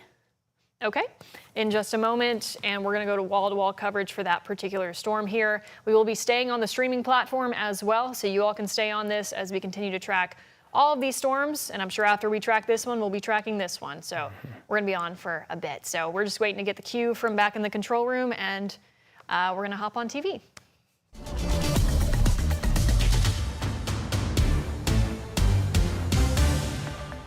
Good Friday evening, everybody. Chief Meteorologist Mallory Schnell here with meteorologist John Gordon. We are hopping back on your TV screens. That means we do have another tornado warning to get to you about. So this one is now for Adair County, and it's the same cell that we've been watching for quite some time. It moved into Bowling Green, Glasgow, and is now going to hit the southernmost portion of Adair County. And we mentioned that if you were watching our stream, we're streaming on our 11 Plus app here, that we were watching that particular portion of Adair County and that particular portion of our Kentuckiana viewing area for this tornado potential, because this particular cell has been really proving itself as being a strong one that's continued to cycle, continue to give us confirmed tornadoes, large hail. So this particular tornado warning that does include, this is south of Columbia in Adair County.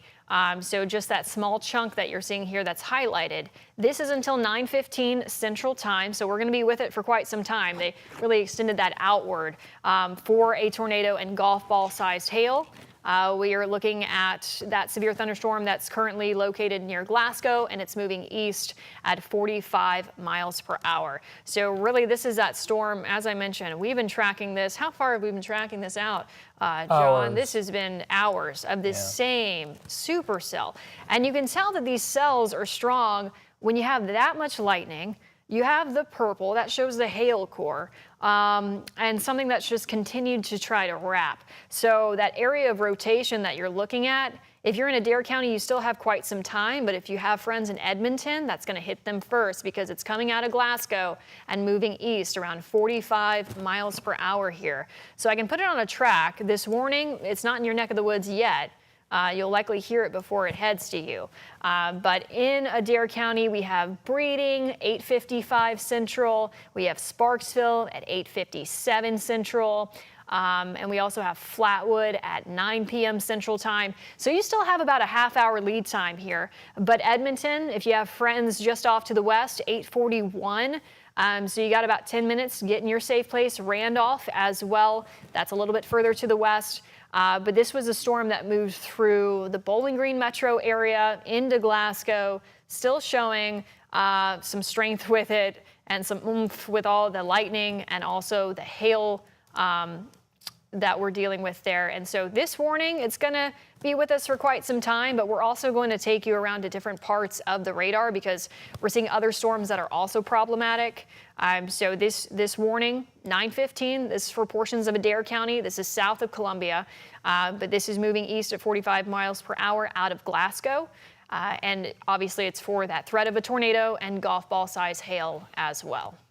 Okay, so let's take a look at this. This is John Gordon here with Mallory. And let's go to the Glasgow storm. This thing went right over Bowling Green and produced baseball-sized hail. It just went over Glasgow. The most that I have seen is 1-inch hail, but there could be more. The hail threat is right up to the northeast towards Knob Lick. The storm is moving off to the east southeast. Let's do a cut on the radar. Look at this thing. That's a vault. You see that blue level right in there? That means the storm is ice and the water's being pushed up and above, and you're getting hail that's forming around 35,000 feet, and that's going to drop down. They went golf balls, did you just say? Yes. Yeah, that makes total sense. And the movement of the storm, this is off the Nashville radar. We're moving off to the east. That's a really good proactive warning from the Weather Service to cover Metcalfe and Adair counties, moving to the east. Rotation, let's take a look at the rotation from a couple different vantage points. The first one is off of the Nashville radar. We'll take a look at the rotational velocity right there. There's your spin just east of Glasgow. There's your hook echo right there. If you were to be a tornado, you would be, that's the Cumberland Parkway. Cumberland Parkway would not be a nice place to visit tonight. If you were driving east from Glasgow, heading towards Edmonton, which is another county seat. This thing has been hitting county seats all day long from east of Springfield, Missouri, through the Ozarks, the gorgeous Missouri Ozarks, to Paducah, and it has been problematic ever since. And the lightning on this is prolific. I would expect a tornado, if you're going to form one, it would be just between Glasgow and Edmonton. That's Right number there. one. Number two, we have a double tornado warning up towards Henderson. Let me go change the radar. Let's look at the Evansville radar. We're about to give you a lot of detail. This is a brand new radar software we've been using here. So that's Owensboro right now. Probably a lot of 1.25 inch hail reports near Enser on the east side of Owensboro. We have Reed Yaden and John Humphreys there watching that thing. This thing's trying to form a tornado west of Whitesville, east of Owensboro, and the Weather Service in Louisville issued a tornado warning for Ohio County. That thing has also been prolific. We've been talking about that one since St. Genevieve on the Missouri Missouri side of the Mississippi. That's moving off to the east, and that's going to be a problem. They're in Hardinsburg right now. They're in the right place, and they're watching that storm.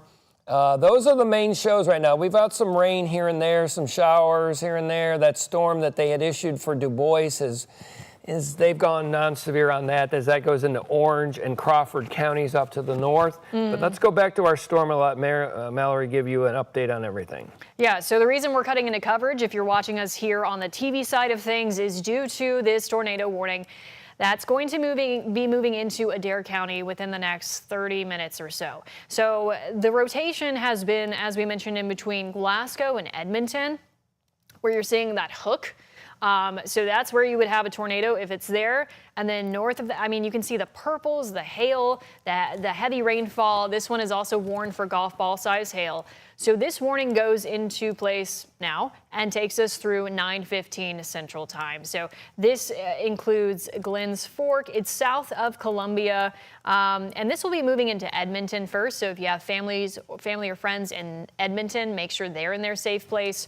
But Adair County, you have a bit of a heads up before that heads your direction. And then in addition to that, yes, we've been talking about this particular cell that was out of Owensboro that's heading towards Hardinsburg.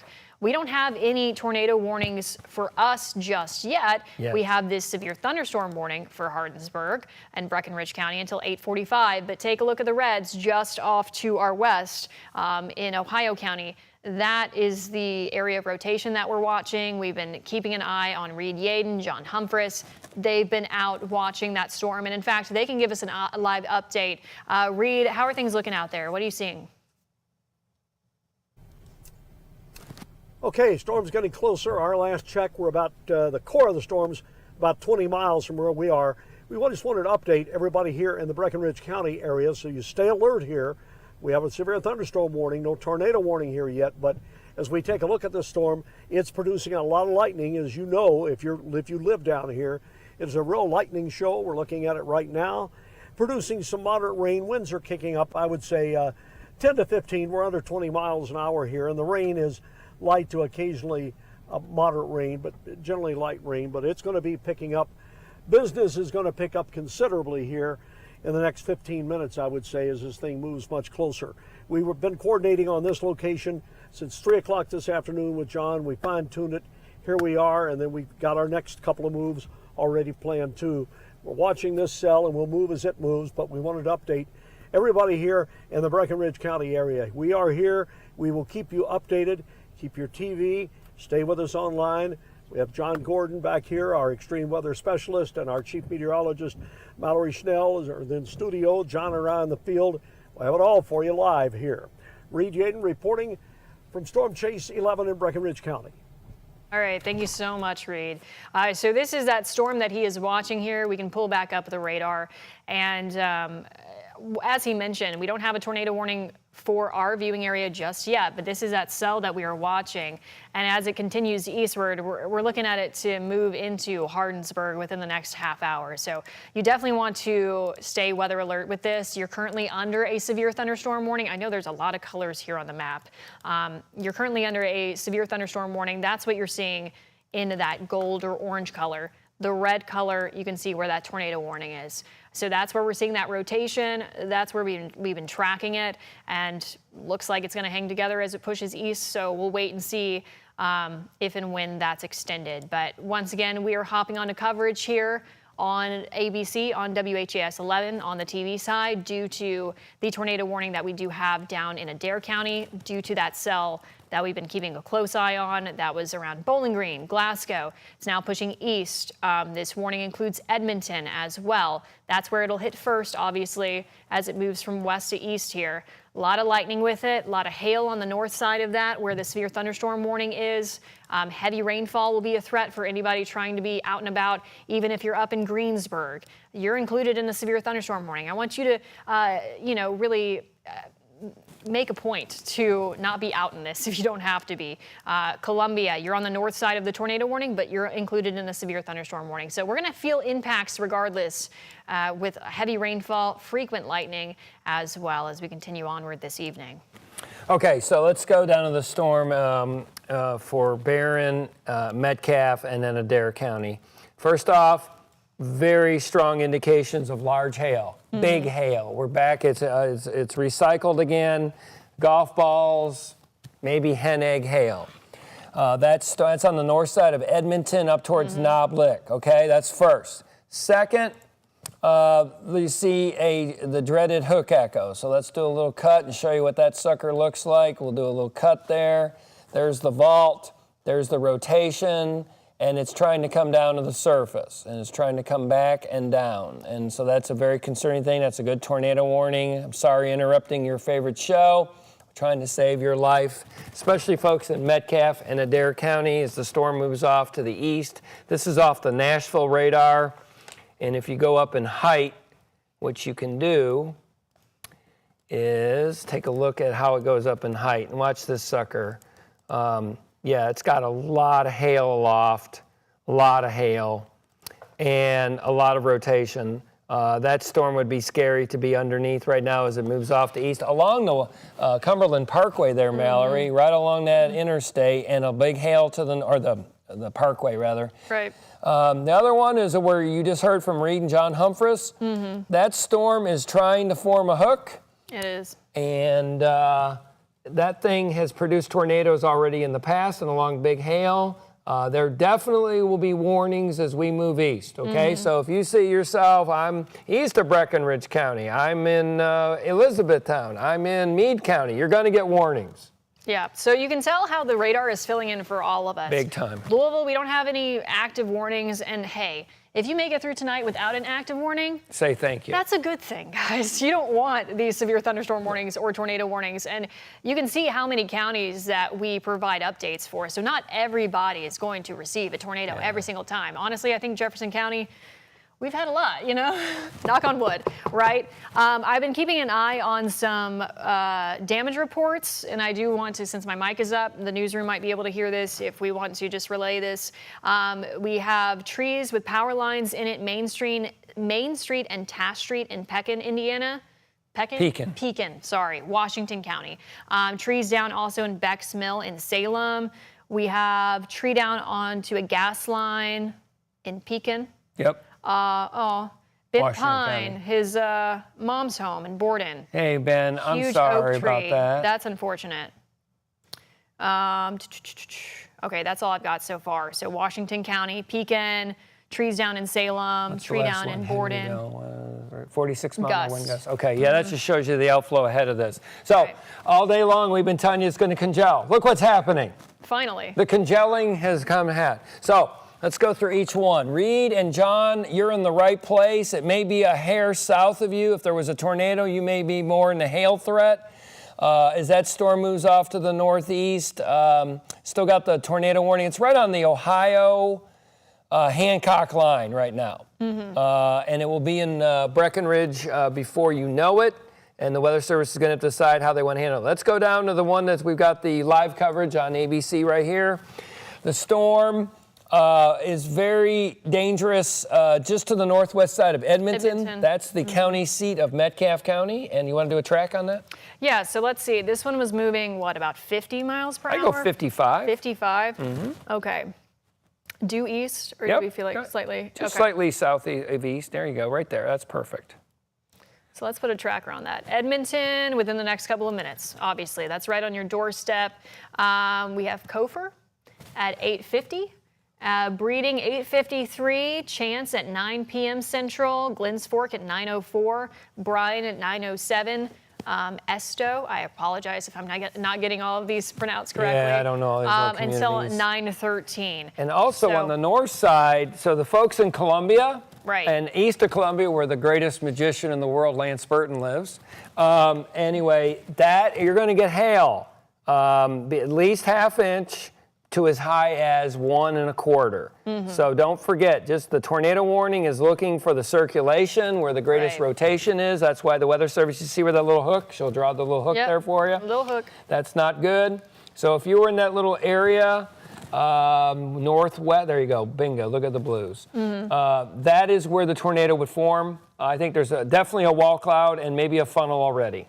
Yeah, so this is heading straight toward Edmonton, and then we'll eventually head into Adair County, and that's where we do have that warning until 9:15 Central. And as John made mention, so what we're seeing with a lot of these is obviously the red, that's your tornado warning on the south side where we're seeing that hook, and then on the north side of that where he mentioned hail.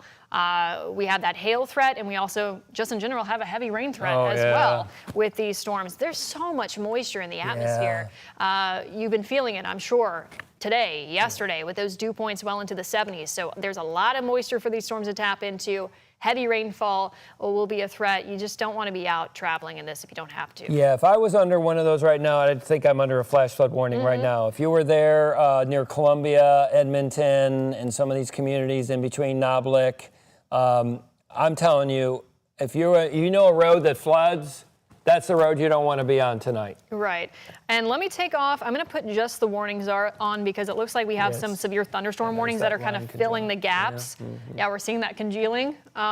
Is that a word, congealing? Yeah, we're going to check us out, English teachers. Yeah, congealing of this line. So this one, it looks like, was just issued for Litchfield until 9:30. Yeah, what's happening is it's pushing out it's going from the west to the south, east, southeast, and you're getting this wind surge now. Remember we told you earlier the great wind threat, the 45% hatch? Well, here it comes. 60-mile-per-hour wind gusts being issued for that. So this severe thunderstorm warning located over Powderly, moving east at 60 miles per hour, northern Logan, Butler, Grayson, northwestern Warren, Hardin, Ohio, Edmondson. Obviously, that's just for that little part, but Litchfield. But yeah, Litchfield, the county seat of Butler County, Morgantown, we're in Ohio, and in Hartford. Now you're turning into a wind threat. That is all wind. There could be a little hail, but it's mainly for wind. John and Reed, I don't know if you have any updates, but you should be seeing more and more lightning as you look to your west, and that thing's still trying to form a hook echo, a rotation right there, just west of there. The lightning continues to be pretty prolific. Looks like they went severe. It just was extended. Yeah, that's their first move. I would do the same thing and go severe and then see if you're going to see any rotation. And they may upgrade that. Right, yeah. They go 60, and what they go for hail? Let's see. So that's this big severe that there's a lot of warnings now. It's hard to keep track of. I know, 60 and quarter. Yeah, 60 and quarter. So that's the one where John and Reed are on, and that may get upgraded. So don't let your guard down.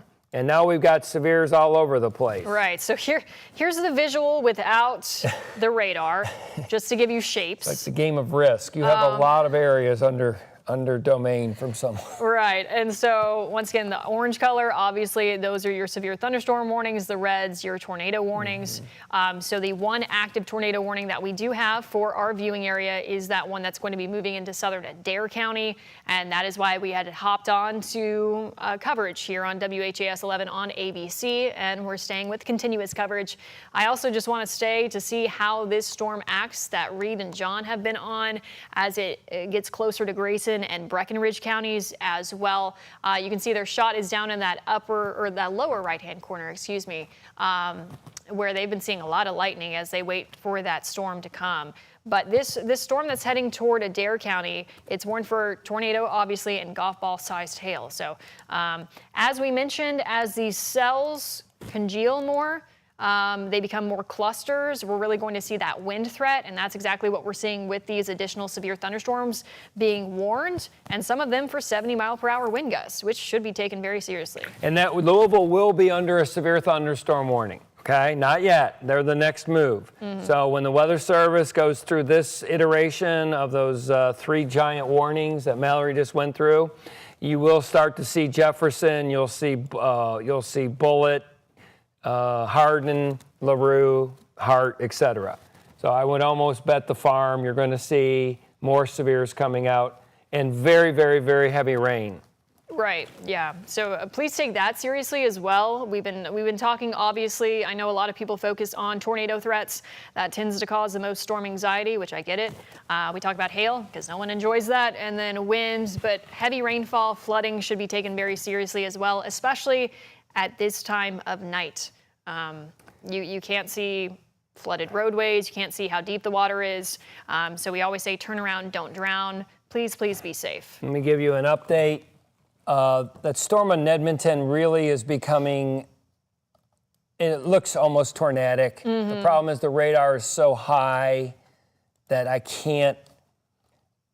guarantee there is a rotating wall cloud. Oh, yeah. And perhaps it'll funnel aloft.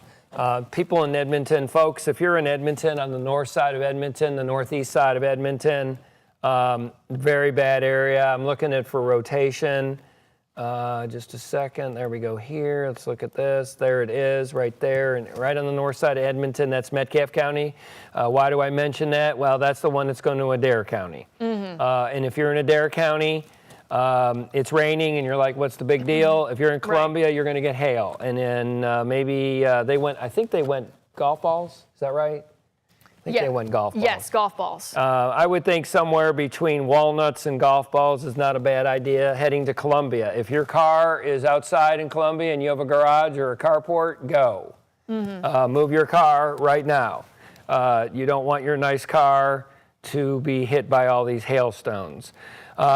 Tornado-wise, Mallory can track that out. She just did that a minute ago. On my radar over here, Cundith. It's coming. It's coming. Once again, it's pretty close to that parkway again. If you're on the parkway, the tornado is almost going to be on the parkway right now, showing about walnut-size hail just north of there up to golf balls as that storm moves off to the northeast. Yeah, so let's put a track on that. East at 45. Once again, this warning for Adair County will take us through 9:15 Central. So you've gotten a big heads up because this has been a storm that the National Weather Service has been watching for quite some time because it has had past experience with producing a lot of rotation, confirmed tornadoes, hail as well. So here's that tracker on it as it continues eastward here.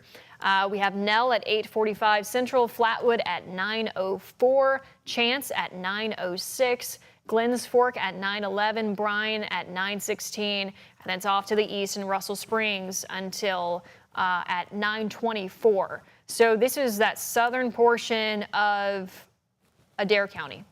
Yeah, this is the Whether or Not Twitter site. I trust them really good. They're really good Mets. They've got a wall cloud.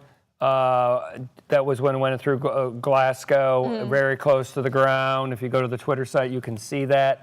I also got all these new reports. Here we go.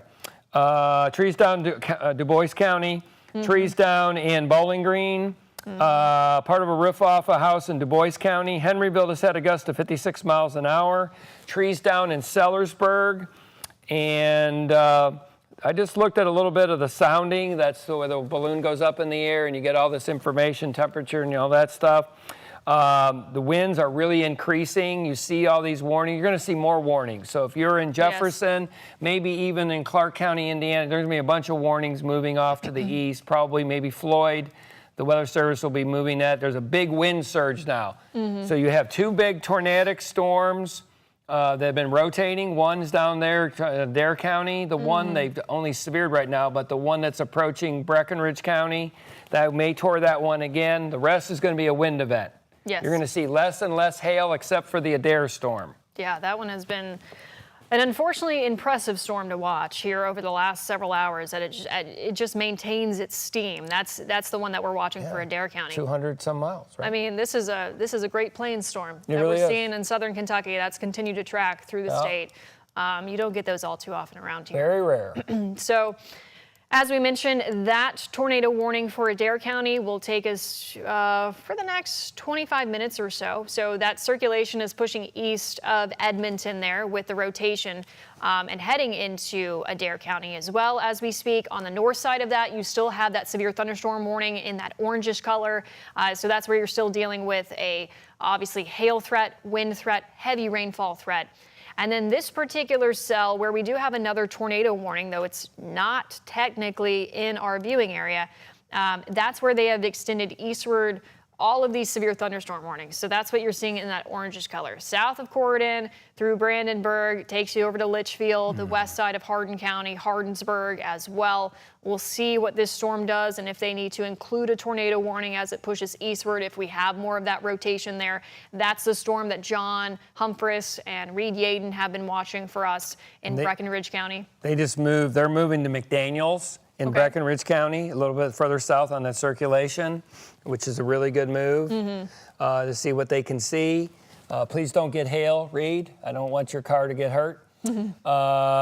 So that stuff, all those severe thunderstorm warnings are going to be moved. I know them. I know what They just issued a tornado. Yep. There you go. So this is why we're staying with this storm. Yeah, it wouldn't surprise me. Remember I said that wouldn't be surprised? Oh, yeah. There you So go. this is overlaying on top of the severe thunderstorm warning that was issued. Once again, this is the same cell that we've been watching for quite some time here. And this is the same storm that Reed and John have been watching as well. So this is the latest tornado warning that we do have until 10:15. So they've just issued it for a short period of time here. 65. Yeah, the speed has really moved up. Yeah. Oh, wow. Yeah. Quarters.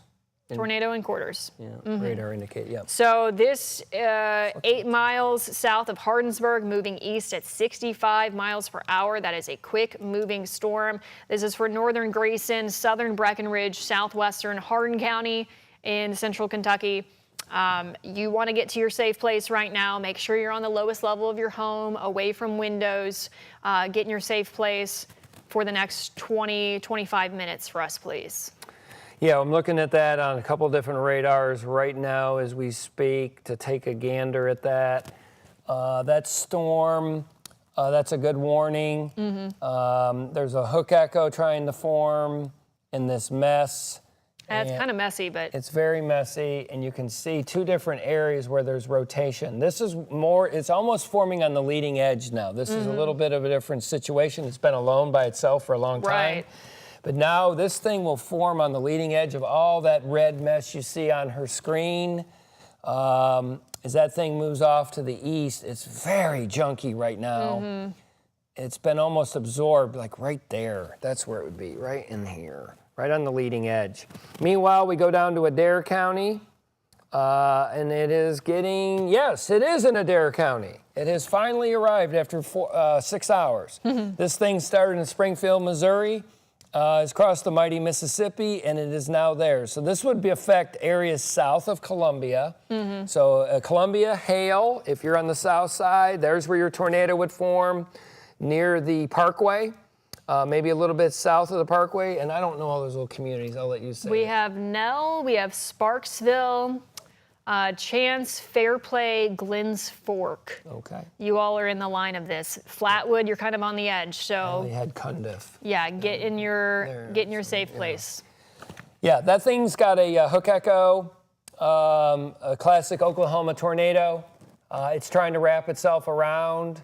It has a history of producing tornadoes. That would be the one. If you want, if there was a tornado, it would be the area just south of Gradyville, maybe near Nell, south of Gradyville. Sparksville, you're in there. Highway 61, highway to south of 80. That's where it'd be. So that's one storm that we're watching. The other storm that we're watching that we just got a tornado warning on, that's the one that Reed and John have been on. And we hear that he's available to give an update. Reed, how's it going out there? Okay, we are here at McDaniels, as John said. Rain is getting ready to really pick up. We have the outside camera on. Lightning is very prolific here, and we are just right on the outer edge of this storm. And John, we've been watching the same areas as you for possible rotation, and this area is in a tornado warned area at the present time. Mallory did a good job of running over it. This tornado warning includes Breckenridge, Grayson, and Hardin. Runs for another 19, I may be wrong here. I may have picked up the wrong tornado warning here. I believe it's the latest one. You can look for hail, 1-inch hail, and a lot of wind in this. But lightning, as we say, as you can see, we're going along the road here because we're repositioning just a little bit. Lightning is getting more intense. No wind yet. However, the heaviest part of the cell is just ready to move over us at the present time. We'll keep you updated from inside this tornado warning area. Reed Yaden live at Storm Chase 11. So much, Reed. So we're going to zoom out to the storm that Reed is on here. Once again, we have 2 active tornado warnings for our Kentuckiana viewing area. One is moving into Adair County as we speak. The other one is this storm that we've been watching south of Hardinsburg. He was in McDaniels, I believe. And this is for this current. Sorry, I'm going to take off the radar. Once again, it's a lot. Yeah. It's really starting to fill in, so it gets a little bit messy if you all are trying to understand where this is. But this is until 10:15 for northern Grayson, southern Breckenridge, southwestern Hardin County in central Kentucky, of course, for the next 20 minutes here. All right, let me tell you. Yeah, there's something real quick. All right, so what you can see, I've been looking at 2 different radars to try to understand it. They're in a really good spot, McDaniels. McQuady, the area where a tornado would form would be southeast of McQuady, north of McDaniels, and what you're seeing is all these small little rain showers forming ahead. And what sometimes will happen is these cells will merge into the area of rotation, and that's what creates a tornado. Oh, so you're starting to see, excuse me, you're some warm sectors. Guys, yes, right? These there's another one, another one. They may merge into this, and that may actually spin up. The cell merger may create the tornado. I've seen this many, many times. So beware in the eastern part of Breckenridge County, right in that area right there. Okay. So far eastern, and that's extending into western Hardin County, right? Right, yes, okay. yes. Yeah, so thank you. Of course, yeah, that's the area that we're watching, and that's where a tornado warning is in place until 10:15. So once again, time to take shelter, head to your safe place, stay in the lowest level of your home, away from windows, and make sure you ride this out. So we do have I do want to point out we have a severe thunderstorm warning as well. Things are starting to get really active here for Louisville. Yeah. And as you just said, you're like, hey, Louisville, you're not out of the woods just yet. All of this activity off to the west that's been ramping up and becoming more clustered and somewhat linear would give us that wind threat. So this is what we're seeing. It's a very large severe thunderstorm warning on that. Once again, I'll take off the sweeping radar. You can see this includes all of Jefferson County at this point, down to Shepherdsville, Mount Washington, Taylorsville, Anchorage as well. This is a severe thunderstorm warning. Let's see, did they just go? They went 70-mile-per-hour wind gusts. Yes, that thing's pushing out. I looked at the sounding data. There's a layer of dry air just off the deck, and that will help push that wind down really fast. I was going to say the Louisville airport is going to have a problem. This is going to come into the entire metro. If you have events right now, head inside.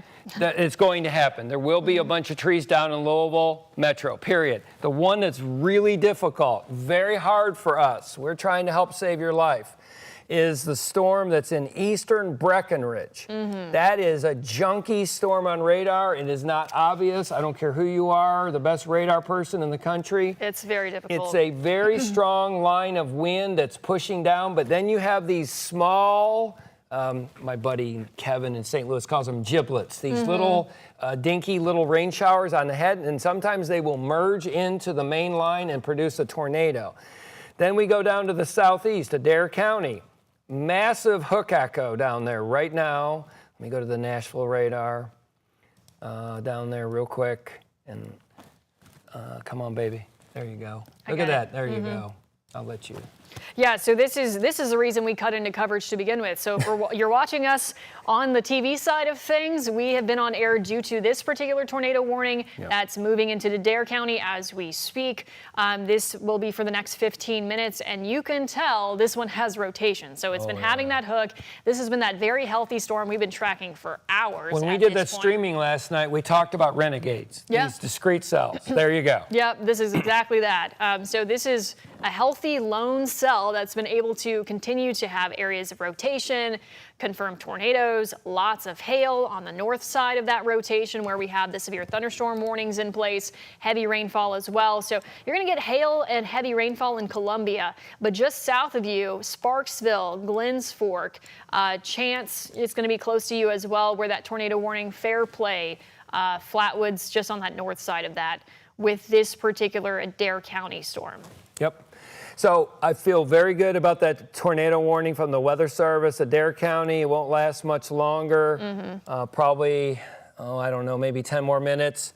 You're Edmonton, you're clear now. Glasgow, you're clear. Still hail in Columbia. Not good. Right. Now let's go back to this linear line. This linear line will be going from, let me get up the Louisville radar back again. There we go. Yeah. You're going to get 70-mile-an-hour winds. So basically, if you're from New Albany into the metro, you're coming into Shepherdsville, you see that giant warning. That warning will eventually go down into the rest of Hardin County, LaRue County, Hart, down all the way down 65. Trust me, there's more warnings coming. Yeah, so we're going to have some power outages, some tree damage. We've already seen reports of trees down up in southern Indiana as well. Yes, we told you there was a 45% hatched area. Damaging winds. Here it is. Yep. It's coming. In case you're wondering what's going on, why is it? It's coming. Meanwhile, Reed and John Humphreys are dealing with a very difficult storm. It looks like the best rotation is down maybe southwest of McDaniels, a little west-southwest. It's a mess in there. As that moves off to the east, that'd be very difficult to spot, and it could happen with any of these little small little cells that are forming ahead of the line. And I have seen this so many times where it goes from nothing to a quick tornado along that line. Meanwhile, you're really seeing drying behind the line, these little channels of wind. That's rear and flow jet. That means there's a lot of wind pushing ahead. So they went 70 with that warning? They went 70. Yeah, there's a reason they went 70. So Louisville International, you're about to get a lot of wind. All along 65, Radcliffe, Muldrow, my friends at Fort Knox, going to be a mess.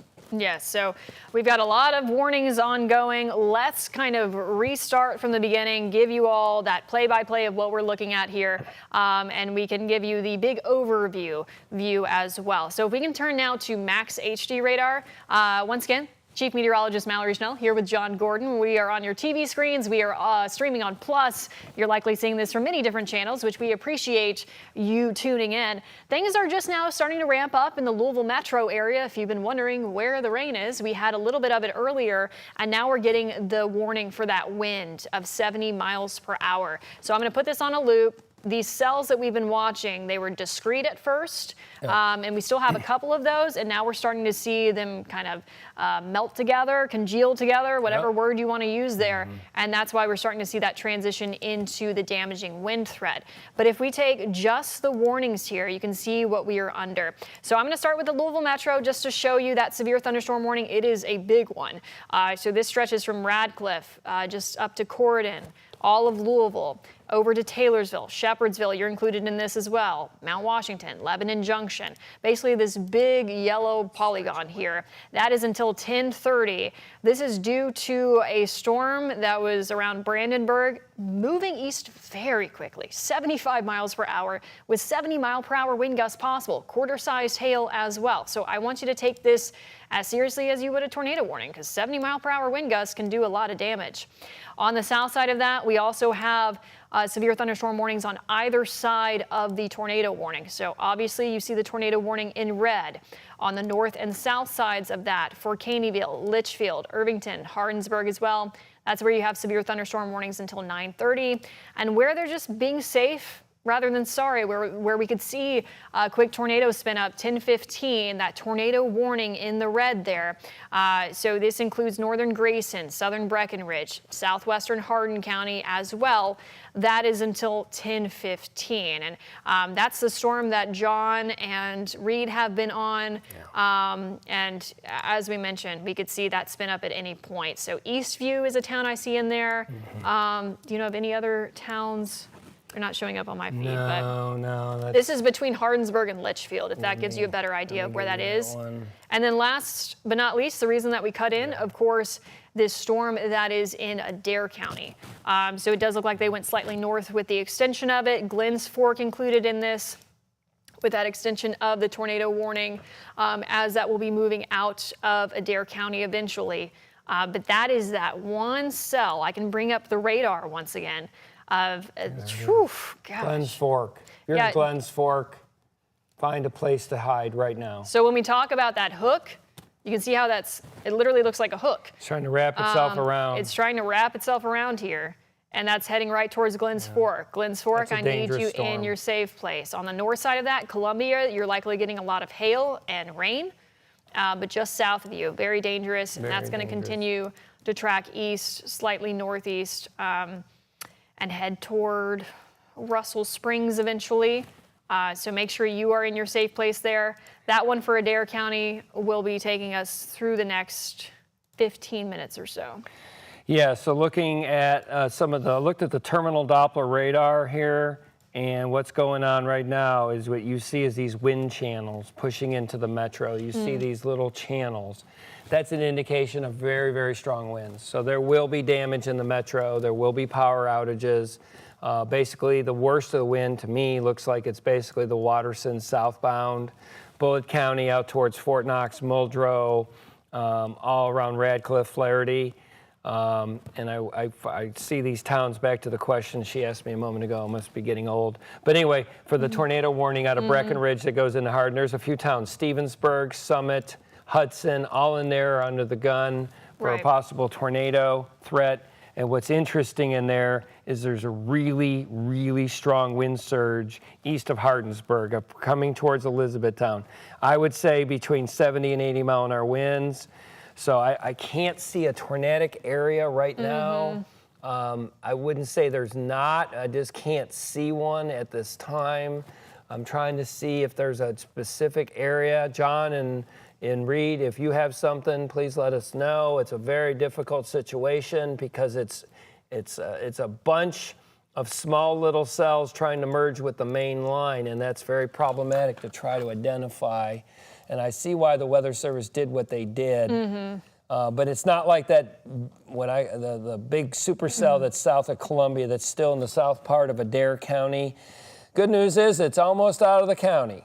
It is, I would say you have about 4 to 5 more minutes for the tornado, maybe more in there. What do you got? We have tree branches down Fort Knox, 71 knot gust at SDF. There you go. Yep. Good call, Weather Service. That was a really good proactive warning. We told you even before there was a warning. There will be issuing warnings there. That's that rear end. There's just these wind channels. If you zoom in, you can almost see them. See these little lines that come in? These small little lines. They on the backside. On the backside. See those little lines right there? Yeah. That's pushing tremendous wind along the whole convection, the whole thunderstorms. That means wind, W-I-N-D. So I'm telling you, everyone in the metro, Bowman Field, South Louisville, you're going to get tremendous winds, 60, 70 mile per hour winds. 71 knots is about 76, 77 miles an hour. That's almost 80 miles an hour. So be prepared. Any event going on in Louisville right now, proms, whatever, please, I hope you're in a safe shelter. That's 75 to 80 mile an hour winds. All right, it seems like we can get another update from Reed Yaden and John Humphreys, who have been out in the field. Reed, how's it looking? Okay, we are presently near McDaniel. We've moved a little bit here, but we are getting some very good wind right now. Very heavy rain and intense lightning. No hail so far. Of course, John, as you know, at night in these conditions, you're not going to see any tornadic action if it's there. You only see the evidence of it unless you're, pardon me, happen to be closer than you should, then you may hear it. But so far, no trees down here, but we're getting some good 45, maybe 50 mile per hour winds as we come across the highway here. Whoa, there we go. And you can see the wind whipping the rain sideways across the road, greatly reducing the visibility. So that's our situation right now here in Breckinridge County. We're going to make our way eventually. Whoa, there you go. I'm not sure what we had. Yeah, we're getting debris running across here now, guys. Winds are up, I would say, John, 50 to 55 steady state winds, higher in gust, and we're doing about 15 miles an hour right now. So we're right in the core of the very heavy rain. Again, no hail. The very intense lightning continues, and we're just picking our way along the highway here in Breckinridge County. So that is our latest. Our intent is to move toward Litchfield, but it is going to be a very, very slow ride, as you can see. Pardon me? Yeah, a lot of wind here. Very, very strong winds. I'd say now, John, the winds, yeah, hold it. We're going to have to stop. We're getting so much debris blowing around here we can't see. Winds are easily 60 miles an hour here, John, at the present time. John and Mallory. Just picking up carefully here, as you can figure. Still, I repeat again, still no hail in this storm. Not to say it's there, but we have not encountered it yet. So that's our story as we proceed across Breckinridge County. If there are any new developments, we'll bring them to you. Reed Yaden reporting live from Storm Chase 11. All right, thank you so much, Reed and John. Please be safe out there. Thank you for the report. Yes. Did just get a new report, SDF peak of 82 mile per hour wind gust. That was just put in our National Weather Service chat. That's so the peak wind, yeah. That shows you just how strong this line of storms is. And they did go ahead and extend that severe thunderstorm just warning. Like we said. Yes, off to the east as well. So Bardstown, Hodgenville, it's moving east into Taylorsville. There are very strong winds that are headed in your direction here as we head over the next, I mean, this is moving very quickly over the next half hour. So we got 52 mile per hour. The Kentucky Mezzanine had 52 in Meade County, 52 in Hardin County. You just saw the 82. 82. Let's go back to the radar. Newsroom, I hope you heard that, 82 miles an hour. I guarantee there's power outages. You may want to look at the power outage map. All right, let's go through these storms again. Let's go to Adair County real quick. Is it out of the county? Almost. It's almost, yeah. Almost. So if you were going to have a tornado, it is moving a little more east of north of east. I don't have a town. Yes. Sorry, they're speaking to it. Reed, we're going to toss things back out to Reed. They're getting hail right now. Okay. So Reed and John? What do you got? Where are you? Okay, we got into some really, really strong winds, and the winds were shifting direction on us, and quite a bit of debris coming down. So I'm not so sure we weren't in a little rotation there. We passed it now again, but as you can see, the rain is still very intense here in Breckinridge County. We've not seen any trees down, but there is quite a bit of debris blowing around. And we've had some good winds here, certainly 60 miles an hour. Right now, I think they're more like 45 to 50, but we had some good 60 mile an hour winds there just a few minutes ago. And we picked up very briefly some marble-sized hail right before you threw it to us. Just a brief period of time, we had some marble-sized hail. So that's the latest for Breckinridge County here in Storm Chase 11. All right, thank you so much, Reed. I do want to bring us back to the radar because we do have a new tornado warning. And once again, we said this is along that leading edge. So this is just south of that one that we were tracking. and that continues eastward as well. So this includes Litchfield, Sonora, Bonneville, Millerstown as well. This one was just issued moments ago and will take us until 9:45 Central. It also includes Upton. So this is a new tornado warning: southwestern LaRue County, northwestern Hart County, Grayson County, south central Breckenridge County, southwestern Hardin County until 10:45 Eastern, 9:45 Central time. This severe thunderstorm capable of producing a tornado located near Litchfield, moving east at 60 miles per hour. So some locations, obviously Litchfield included in that, Rock Creek, St. Paul, Eastview, Caneyville, Broadford, Black Rock, Tar Heel, Duff included in this tornado warning.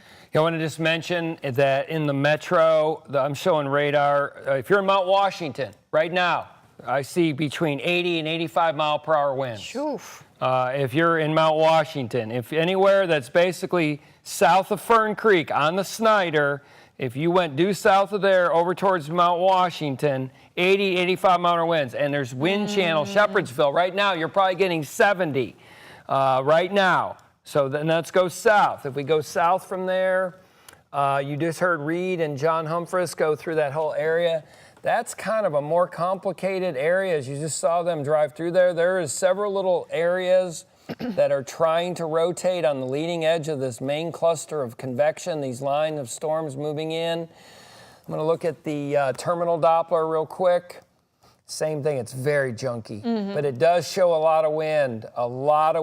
That new tornado warning the Weather Service did on the leading edge for what's becoming a quasi-linear convective system, a squall line that's moving in there. Oh, this is that wind that you're talking about. There's that wind. Look at that. Whew. Zoom in on that screen. There you go. So Butyl, Fern Creek, Fairmont, Yes. Mount Washington. You're seeing those bright pink colors. Yeah, it's very bad. That's how you know that is some strong wind. That's 80 mile an hour winds. And this is what I was talking about in the newscast. I wanted everybody to take these severe thunderstorm warnings just as seriously as you would a tornado warning tonight, because 80 mile per hour wind gusts, I mean, that's some serious business here. So Archtown Road, 150. Yes. That's heading over to Fisherville, over to Finchville. You're out of the woods there, Simpsonville, Shelbyville, you're Taylorsville. You're going to have between 70 and 80 mile an hour winds moving eastbound. yeah, you see those bright pinks? Shoo. Yeah. Now go south. Okay. If you don't mind. There we go. All right, so you got these little tornado warnings. There's one right. Yeah. Can you circle? Yes. To make life This a little bright. That's an area of concern. Do this one right there. There's an area of concern. It's very junky, but that's line them up. There you go. By golly, it works. So that's that. And then you go back. They've issued a huge severe thunderstorm warning that covers our southern part and our southern communities. And the tornado warning for Adair, it's out. Yes. That they've issued it, but that's not our viewing area. That's Russell County. Folks in Russell Springs, Jamestown, you're under the threat of the tornado as it's moving off to the east.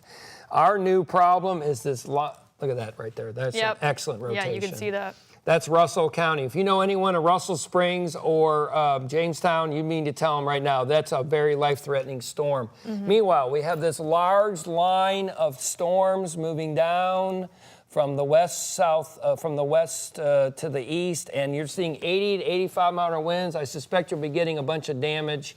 We have 12,000 power There you outages in go. Jefferson County right now. I expect that to continue to grow. Escalate. Yes, and remember, if you lose power, you can always stream us on your phone, WHAS 11 app. There you Hopefully go. you did charge that ahead of time, and you can continue to watch our coverage here, because these winds mean business. We had a report of 82 mile per hour winds gusting at SDF, and a lot of these are warned for at least 70 mile per hour winds. Yeah, so let's go back to the velocity. Yeah, we're going to go back to the velocity. This gives you an idea of how strong the winds are. Sometimes we use them for rotation, but for these kind of winds, you can show Mount Washington, you're getting hammered right now. I mean, Right. right this second. Fern Creek. I love Floyd's Fork. Who doesn't love Floyd's Fork? And they're getting his pounded right now in the southeast part of Jefferson County. and this is all quickly moving east. So What's the movement they had? They must have put, it was like 65. yeah, maybe even be I was going to say 65, 70 miles an hour. This has become a linear base now. Even though you got that severe out there in Elizabeth and south of Corden, you're done. It's over. Oh, I'm sorry. It's moving east at 75 miles per Yeah, I hour. believe These that. are very quick movers. So the Weather Service is busy. Believe me, they're busy. So if you're in Harrison County, you're clear. If you're in Floyd, you're clear. It's the areas basically almost 65 eastbound. And they're going to be, these warnings, notice how far east they've gone now. Yeah, that one was just issued, so this now stretches east to Frankfort because we were talking interstate speeds. These storms are moving 75 miles per hour with gusts 70 to 80 miles per hour. So get away from windows right now These are because big warnings. these are some big warnings, yes. Yeah, and they need to be. They can't keep up with it's going so fast. The one thing that could happen in southern Kentucky is some of these lines could become more east-west. That could be a flash flood threat down by Bowling Green. Just telling you, if you have friends in Bowling Green, you think it's over, it's not over. We have 2 tornado warnings right now. All right, the one's gone now. All right, we're down to that one main tornado warning. Yes. And there's 2 little areas of circulation. Can you point back in the velocity? Yeah, You have a let's better pull screen up than the I do. velocity again. So this is the tornado warning that we're watching. This one issued until 9:45 Central Time. So let's put on the velocity here. you. Of course. There it is. Right south of Put the Litchfield. warning back up, if Yes. you would, please. Bingo. There it Yeah. is, right there. Yep. There it is. If you're on the southeast side of Litchfield off of, I don't know, whatever that road is there. Is 88. that the Parkway? I think that's the Parkway. That's your area. And John, if you hear this and read, the area that I would be aiming for, if you ever get there, would be on the southeast side of Litchfield. Please be safe. I thank you for what you're doing for us. That's the area where a tornado would be forming right now. If you're west of there, you're just getting wind and rain. You're out of the tornado threat. If you're west of Litchfield, if you're Litchfield eastbound, that's the area right there. Strong indicate. I see them back on TV. Yeah, they're heading that direction. Thank you, guys. Please be safe. Please be safe. I had a nice lunch with Reed the other day. All right, so that storm's moving off to the east. Yeah, what are towns? You want to do a track on that? Millerstown, yeah, let's do a track. How quickly is this moving? Let's see. Give me just a moment, guys. We're going to take a look at the latest warning for this so I can just see how quickly the storm is moving. I put it moving at 60. 70. Okay, you think 70? Yeah. All right. Let's take that east. Bingo. There you go. I-65 at what time would that be? By Lone Star. 9:35 Central. Yeah, so Fragrant 924, Millerstown 930, 933 Riders Mill, Lone Star 935. That's right along the I-65 corridor, Bonneville as well. 937, 940 in High Hickory, 942 in Hammondville, and 1044 in Magnolia. That is that area of circulation that we've been watching. The tornado warning that was put into place until 1045 there. This is heading east. And as John kind of mentioned, this has been more difficult to, obviously when we have supercells, it's a lot more obvious where you're seeing that rotation. We're starting to see more of those linear complexes here. So it's a lot of wind plus some rotation along that leading edge. Yeah, we've had it all today. We've had left movers, which are hailers. We've had right movers, which are tornadoes. And now we're having what's a squall line and a tremendous wind surge. Wind. So what towns we got in there? Fisherville. Yeah, I'd mention all those. Whitfield, Crenshaw. Just look at that. Yeah, that's bad. Very bad, strong winds east of Mount Washington. Heading toward Taylorsville. It's Simpsonville. coming. If you're in Taylorsville, if you're on 155 and you hear our voice, you're about to be hit with between 60 and 80 mile an hour winds. If you're on I-64 between the county line, Simpsonville, Shelbyville, you're going to get hit a lot of wind. Yeah, so that's why obviously these severe thunderstorm warnings have been issued. And like I said before, take these as seriously as you would a tornado warning because we are seeing power outages. We are seeing tree damage. These severe thunderstorm warnings are being issued for 70 mile per hour wind gust at least. We had a report at SDF of an 82 mile per hour peak wind gust. Anything new in here? That's what I'm looking at. Nothing. That's Trees Grayson down County. Crestwood. Thank you from Oldham County. Yeah. Yeah, okay, nothing. You're going to hear, believe me, if you're in Mount Washington, you had trees down. So let's take a look while Mallory's looking at that. A long line of storms from from east to Shepherdsville, and it's moving to the east very quickly. Elizabethtown. The good news is, if you're in Evansville, it's over. This is the main show. Yeah, so if you're on the backside of this line, Du Bois, Orange. Yeah, you're right there. It's over. You're in the clear. You can begin to enjoy your weekend. So the rest of us, Look at the lightning on that part. I know. All of this lightning That's that we're where watching. that storm, that tornado one. Can you zoom back to velocity again? Let's take a look at that one. The one southeast side of Litchfield is the most imminent danger, and it's very innocuous. Where's Litchfield? I guess yeah, it's see, that there it little is. notch. It's more broad now. It's right there. The reflectivity right there. Okay. And we'll take a gander at that. It's very hard to see. Yeah, right in there. Yeah, there it is. Yep. And that will not be a long track like the one that came out of Missouri. That will go intermittently. So in a few minutes, there may be Right. one where you see another circulation. And these that's- are very hard to deal with. That's kind of what we're more used to around here. These Yes. line This is segments. normal. Yeah, the little notches that you hear us talking time and time again every time there's a severe weather event here in Kentuckiana. I think your hail threat is over, except if you're down in Russell County and eastern part of Adair. It's over. So I do want to talk about Breckinridge County. Hardensburg fire, reports of power lines down in Cloverport, a couple trees down in McDaniels and Webster area. Yeah. Yes. All right, let's take a look again. The most likelihood of an area of rotation would be about 6 miles southeast of Litchfield. I really don't have a town in there. Probably Reed off the and John Parkway. are now in Litchfield. Oh, great job. You guys rock. They know what to do. North, east, what road is that? Whatever that road is off of 224. Right in there is the best area. Be careful. That's a squall line, guys, you know.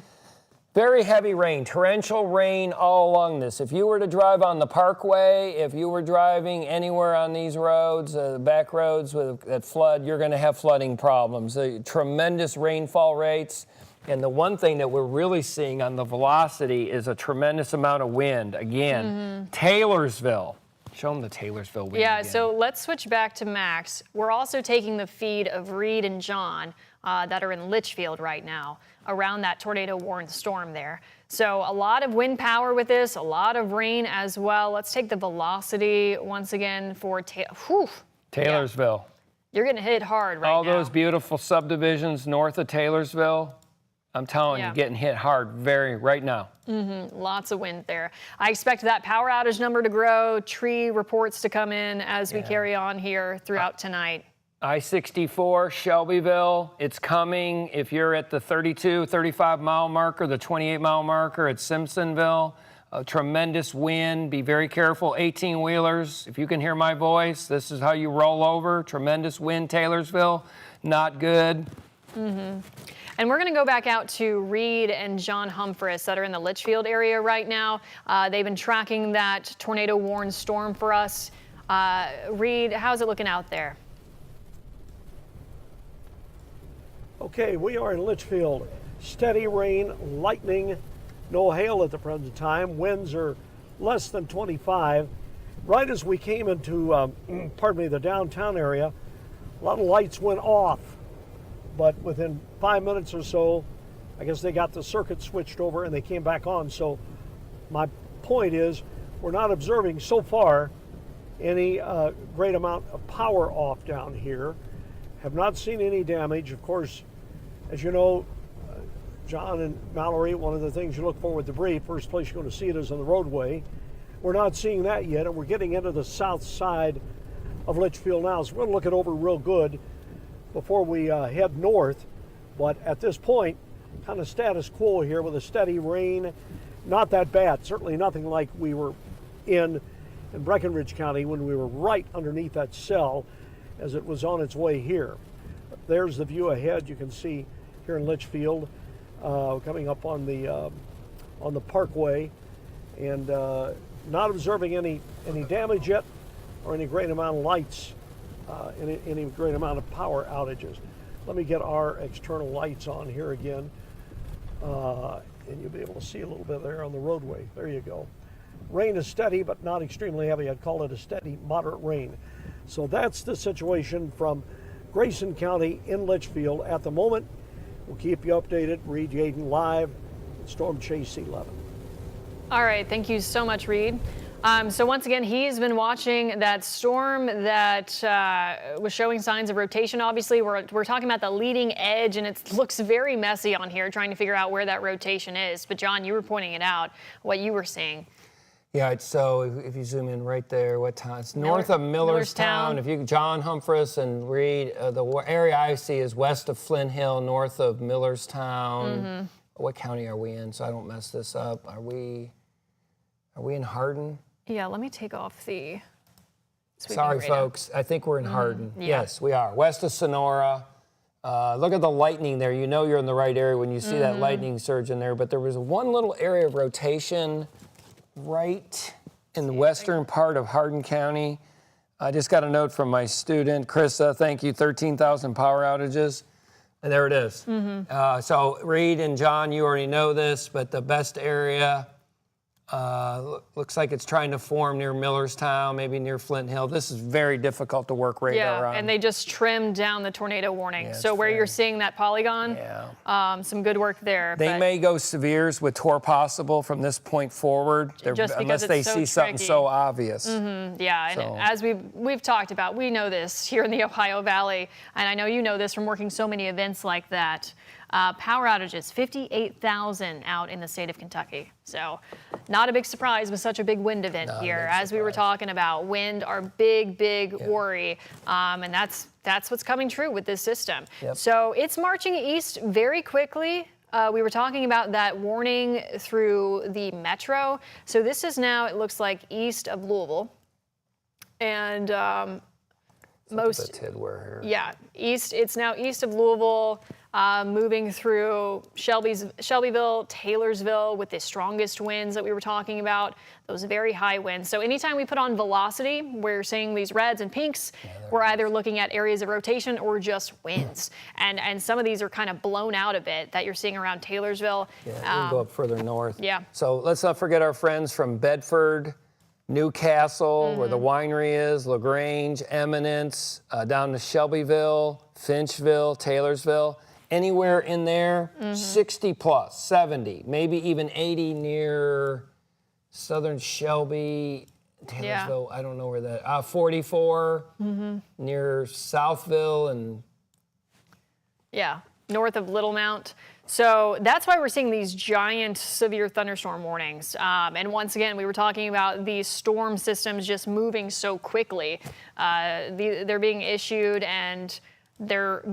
for 70 mile per hour wind gusts, and then they're also moving east at about 70 miles per hour. So very, very quick movers, and this extended warning until 11 p.m. does include Frankfort. Right, that tornado warning, I wouldn't be surprised they don't extend it further east.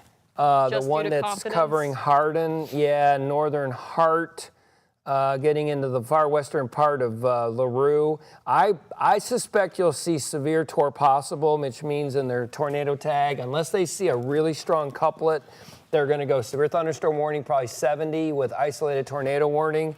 So the next tactical move they have to make is that's someone getting out of the Bonneville on 31W and I-65 south of Sonora at the 81 mile marker. I think what they'll do is probably go big severes. You already see enormous severes now. There's only three. Right, they're very large. They're huge. If you're playing Risk, they're like taking over the world here. So anyway, they're moving east. I wouldn't be surprised the next move, you'll see Washington, Marion, Taylor, Greene. Love to go to Greene County and Summersville in the drive-in theater. Metcalf down to Barron. You'll probably see some giant severes. With isolated tornado warning, maybe. I'm not sure they'll go tour after this. Yeah, let's just what time does that expire, by the way? That's 10:45. 10:40. What time? So 15 minutes. Okay. Yeah. I'm going to take off the velocity, and we're going to put on the warnings here. Good idea. Just to see the visual, because like I always say, I'm a big visual person, big picture person. I can't even talk at this point. We've been talking for a bit. Thank you all for still tuning in with us, whether you're watching via TV or our stream. Chief Meteorologist Mallory Schnell, Meteorologist John Gordon. You can see the camera behind me in Scottsburg has been shaking with some of the wind. But this is a big picture view of the current warnings that we have in place. So we hopped on TV because of that tornado warning down in Adair County. Then we were watching that circulation around Hardinsburg, Litchfield. That's continued to move east. And as John mentioned, may not be extended just because it's such a messy setup when you get those leading lines there in terms of circulation. But we still do have that active tornado warning until 10:45. And then you're just seeing some big chunks of severe thunderstorm warnings out along that leading edge. So this stretches from Newcastle all the way down to Bowling Green here, where we're seeing some reports of anywhere between 70 plus mile per hour wind gust. Once again, I keep bringing up the one at SDF where we had a wind gust of 82 miles per hour reported. Just more and more trees down. I may have already said this, power lines down in Cloverport. In Breckinridge County, trees down in McDaniels, Webster area in Breckinridge County. That's where John Humphreys and Reed Yaden were not too long ago. Trees down and power lines also in Salem. And I'm expecting more and more outages as we continue onward. So Fence damage, deck damage. Valley Station. Yeah, Valley Station. All right. All right, notice one thing that Mallory, when she just gave you the overview, there's nothing west of those washes. There will be no more warnings tonight. Yay. For Louisville westbound. All right, it's over. You're in the clear. Go to bed. You can go to bed. We're running out of counties, actually. They'll put out more severe shortly. They'll cover continue to... Washington, Marion, Taylor Green, and Adair. And once they decide what to do on the tornado warning down south, I just saw a funnel cloud report. That's down in down by Mammoth Cave. That's along the line. I'm not surprised people see funnels because there's so much wind pushing in along that line. Everything looks distorted. You saw Reed doing his report earlier. And right. Who knows what he ran through. Whew, yeah, we don't know. I'm glad you guys are safe. Yeah, debris, lots of lightning. Look how messy that is. That is extremely messy. And the models finally got it. They put it together. The congealing finally happened. This is all wind. The hail's over. Yeah. No more hail and very isolated tornadoes. This is a wind and heavy rain threat and lightning, of course. Yeah, we were talking about how we've had a little bit of everything. We've had those discrete supercells where we had long track tornadoes, very large hail. Then things got a little junky as they started to congeal, and we're finally getting that line segment that weather models were trying to pick up on here. So the timing's still pretty much on track, I would say. It's 10:36. This should be out of here by midnight, if not before then, because this is marching along very quickly here. And we are seeing that more west to east orientation down in south central Kentucky, where that heavy rainfall threat continues. Yep. I personally am thankful the hail's over. I got a new roof yesterday, and I'm glad I didn't need to get another one. This whole line is really moving east at 60. Like Mallory said, it'll be done by 11:30, 11:45, this whole thing, and it's over. I mean, you'll have some more rain across the southern tier, the bottom 2-3 tiers of counties, but that will be about it here after this. So let's look at that tornado warning again.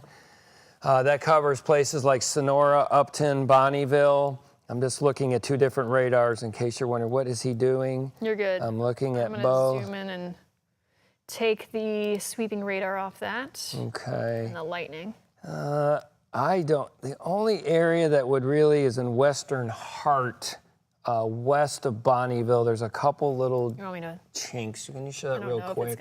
Yeah, that's the stuff they're looking at. Yeah. But I don't see anything like we saw that was southeast of Litchfield earlier that was legit. I would not be surprised they go severe. Right. They're running out of space. They've got to make a decision very soon. Yeah. I think they'll go severe, possibly isolated tornado, definitely severe.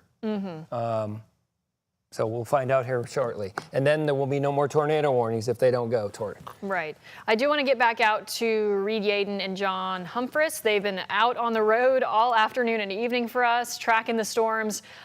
Reed, what's the latest where you are?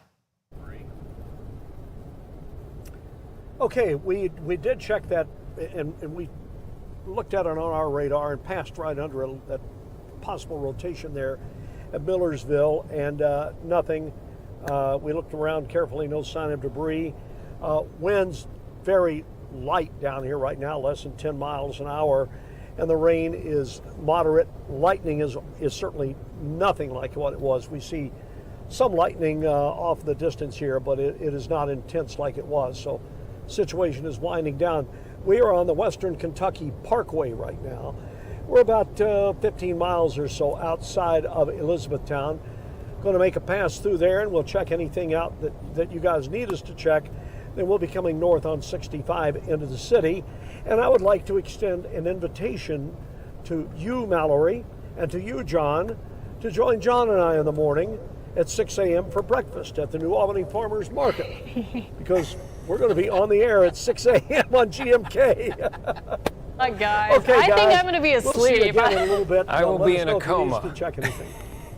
All right, thank you so much, Reed Thank and you guys. John. You guys did great today. Give them a thumbs up. Yes, thank you all so much. Yes, poor Reed. I mean, he lives for the storm chase, of course, does. but he also Reed's a rock does star. our Saturday morning newscast. So he's going to be up dark and early. He's not going to get much sleep tonight. So Thank you, so John. much, John and Reed.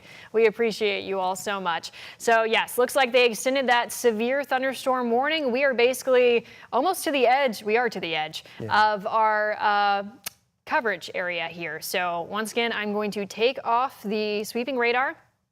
So you can see that orange polygon that was just extended all the way east, Springfield, Lebanon, Campbellsville, Greensburg, Columbia, until 11:30 p.m. Eastern. So that's when it's going to be moving out of our viewing area. This When is they go for in the wind speed. 70. Yeah, Yep, 70 mile per hour wind gusts, penny-sized hail. So as we mentioned, hail becoming less of a threat, wind becoming more of a threat. Yeah. So this one has been hard to nail down, but it has really moved into those trends that we were talking about with the cells, the hail threat, the tornado threat. We were pretty close. And this line moving through with the wind threat here. One thing that's really noticeable, if you really look at the wind speed, folks, is if you're in LaRue County, if you're in Hodgenville, you're in Buffalo, you're right here. on Lincoln Parkway, Magnolia, a lot of wind right now. New Haven, my friends in Bardstown,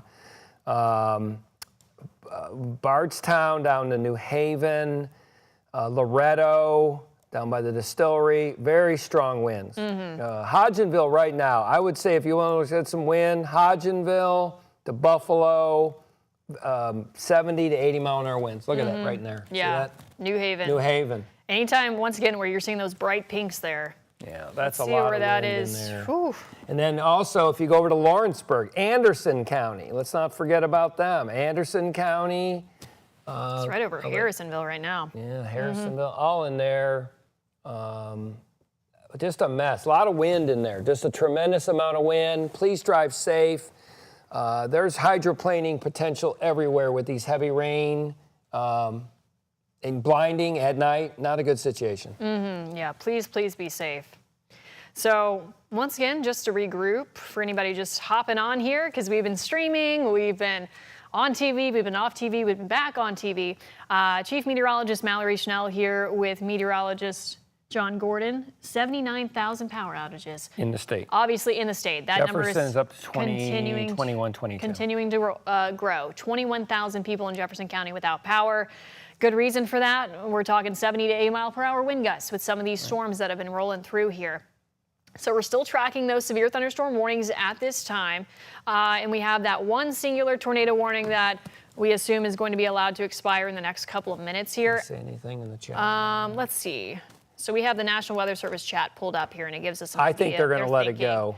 I can kind of agree with that, and you can go with 70 mile per hour wind gusts or possible I if you think need that's to. the end of it. I don't see any rotation in there anymore. And they're within 10 minutes. They can't even cancel it within the last 5 minutes. That's an annoying thing.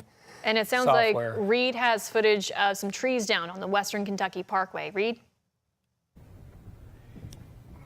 Yeah, this is on the Western Kentucky Parkway. We're eastbound near Eastview. These are the westbound lanes. You can see it over there. Some trees down. We came up on traffic that had stopped, about a half a dozen or a dozen semis. I think the drivers got out, moved the trees over. There you see, we put our internal lights on there. Took some trees down right along there. You can see it. And this is on that's on the westbound side of the Western Kentucky Parkway near Eastview. No problems here all through. Trees are off to the side, a little debris on the road, and that is about it. The rain continues. You can look out and see, though, there's no wind here at the present time. That's the latest from us here on the Western Kentucky Parkway in Storm Chase 11. All right, thank you so much, Reed and John. Once again, trees down. We've had reports of power outages, lots of wind power with this particular storm system, lots of rain, and don't forget the lightning. There's quite a bit of lightning here. In fact, you can always put on these queries. This is around E-Town, just east of E-Town. 250 strikes there. Obviously, a lot of power to tap into, a lot of fuel with these thunderstorms that we've been seeing here. But at this time, it's turning into a wind threat and a heavy rainfall threat rather than a hail and a tornado threat.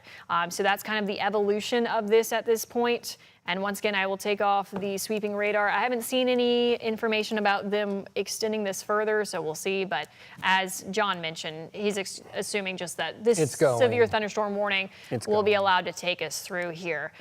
So that one off to the east, 11:30. That includes Springfield, Lebanon, Campbellsville, Greensburg, as well for that potential of 70-mile-per-hour wind gust and penny-sized hail. And I actually do want to draw a point. If you are not included in these warnings and you are off to the west, once again, you can go to bed. It's over. So I'm going to draw that circle because I've gotten feedback from viewers that they love to know when they're in the clear. You are in the clear. We had that viewer earlier asked us about Somerset. Well, they did put a tour out, that same cell, the one that started in Missouri, hours and hours ago. That's it went incredible. all the way across, hit Sykeston, it hit Paducah, it hit Bowling Green, it hit Glasgow, Edmonton. It's now, they've issued a tour. That darn thing could go to London tonight. Meanwhile, you're seeing, these are the size of risk games, big severe thunderstorm warnings that cover, we've got three giant ones that basically cover the entire area all the way over to the Lexington, east of Louisville. The one in Louisville, you're done. They could cancel that right now. Yeah. You're done. You're done in Oldham County. You're done in Henry County, Shelby County, except in the far east, you're done. Basically, you're all clear. They just haven't cleared it. They're busy, and they're short-staffed. So the storms in Hodgenville, Bardstown, Bonnieville, all producing a lot of wind, all in there. The big strong wind channels that she just showed you. Look at these wind channels again. I think that's so impressive. Yeah, no, and it it's really gone, is. by the way. It's gone. Yeah, right there. Right there. There you go. What town is that? East of New Haven. Yeah, New Haven. You got Heading trees for down in New Loretto. Haven. I know that. Loretto, down at the Distillery, Holy Cross, down 247, all there in south of Bardstown. Yep. I'm just trying to get my county. Where are we? Right there. Is that Eastern LaRue into Nelson? Yeah, Nelson. Yep. All in Nelson. Yep. Tremendous wind, 70, 75 mile-an-hour winds. Not good on a Friday night. Yeah, so if you all are wondering what we're talking about, that pink, that bright pink, and that's heading east very quickly. Yeah, lots of wind in there. So lots of wind energy with this setup tonight, which is why we're seeing those big swaths of severe thunderstorm warnings in place for 70-mile-per-hour wind gusts or so. No active tornado warnings, but I will mention this time and time again. Please take these severe thunderstorm warnings seriously, because 82-mile-per-hour wind gusts, that is serious business. And we had that at the Louisville airport earlier this evening. In addition to that, lots of heavy rainfall, not something in our particular viewing area, but I just saw my first flash flood warning of the evening. That's off to the west here, so. Yeah, I'm surprised we haven't seen more of those, actually. Notice how that line is like elongating, becoming more parallel, and that's what we talked about earlier today. If you listen to us, we talked about the threat in the bottom 2 or 3 tiers of Kentucky, and that's what's going on. And see how if you do a loop, notice how it elongates. So we're running out of counties, folks, but if you're in our eastern viewing area, we're done. We're staying with you here. Tremendous wind all along that line, all the way from Frankfort down all the way to Bowling Green. Yeah, lots of lightning too. I'm sure these are very noisy storms as they're rolling through here. Scary, driving at night. Yeah, lots of power outages as well. Yeah, not a good night on a Friday night. Someone, I can't get the video in here, but somebody said something about a big blue light. I'm assuming that was probably a transformer, if I had to guess. Yeah. But And we're gathering the Transformer blowing, maybe? yeah, the I'm power assuming. outages are really increasing. Power out in PRP. Yeah, lots of power outages. I'm sure Doug's got a better handle than we do. Oh, there's a car. Carport, maybe? Carport destroyed. That's in Valley Station. Valley Station. We got that report earlier. You have friends in Somerset, Lake Cumberland. Tell them right now they're under a tornado warning. That's that storm that went across all across our south in Dare County. That's a problem. Can we zoom in? Let's just zoom in. The main anchor points. You're wondering, where in the heck is all this stuff? It basically goes up just west of Lexington, goes east of Bardstown, down towards, Mumfordville, and then anchors, there you go. If you're along that line, you're going to get 60 to 80 mile an hour winds. So I'm going to see if the mesonet, while you do that, I'm going to see if they've got any new gusts in there. Yeah, so There's once a 59. Who's that? Who is that? That is... I'm going to go over this in white so you might be able to see that better. Is that... But once again, that leading edge, it's all pushing off to the east, 60, 70 miles per hour with 70 to 75. We've had reports of 80 plus mile per hour wind gusts. That's why we're seeing so many trees down, power outages as well. If you still have your power, you're a lucky one this evening. And then on top of that, obviously heavy rainfall and lightning. But Louisville area, you are in the clear. Litchfield, Hardinsburg, Brandenburg, English, Salem, Madison, anywhere off to the west and northwest of that line, you are in the clear for the night, so you can go to bed and rest easy. We got a much nicer weekend ahead for us, so that's some good news. We deserve it. Yes, we do. Spencer County, 59 miles an hour from the Kentucky Mesonet. 51 at the southern one in Shelby County. Hardin County, 59 miles per hour. We had 82 at the Louisville Airport. Still so impressive. Yeah, that is. Where is that? That's heading toward Loretto, I think. Loretto. Oh, God, Maker's by the Mark? distillery. Maker's Mark. Not the bourbon. No, we would be heartbroken. No, there's a lot of wind, seriously, between Springfield and Lebanon, and Loretto is the next destination as that line moves off to the east. No tornado threat right now. We have a very strong wind threat. We have a very strong heavy rain threat, and lightning is prolific. Yes. In fact, let me put back on the radar so you can see all that lightning.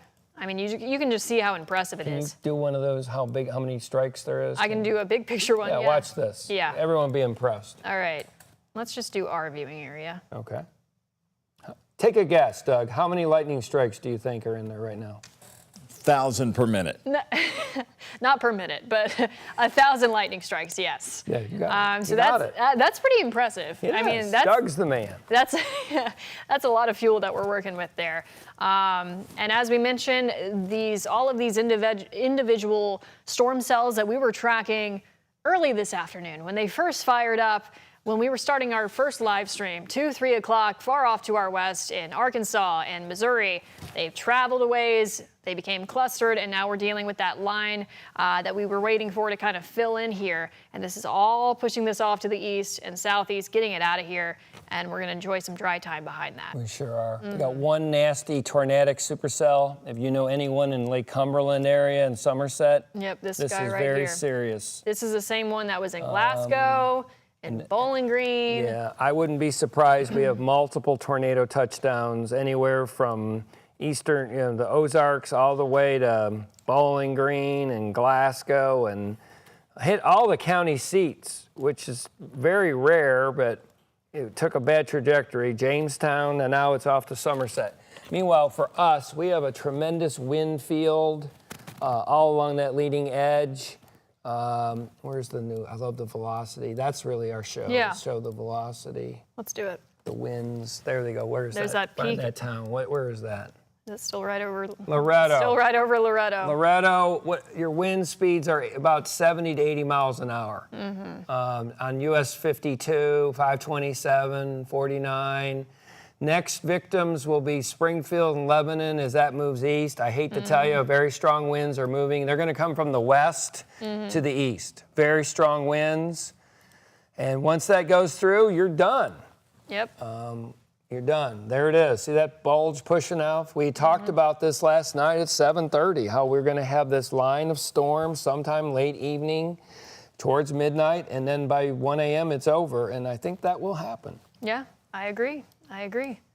So I was just about to show something. Oh, they obviously trimmed, of course, the tornado watch. Yeah. As we mentioned, this has transitioned into more of a wind threat, but it's always good to see that visual when things get chipped Clearing away. counties. Yeah, clearing those counties out as they do. There's a dedicated person who does nothing but the public products, the aviation forecasts, everything, and you get to them when you can because it's busy. Obviously, yeah, very, very busy. So usually there's a lull, and we totally understand that. Yeah. So this will continue to be chipped away as that entire system shifts eastward. But as we mentioned, this has transitioned into a wind threat, which is why pretty much all you're seeing on your screen right now is a lot of orange for us. Does look like they went tornado with something around Bowling Green.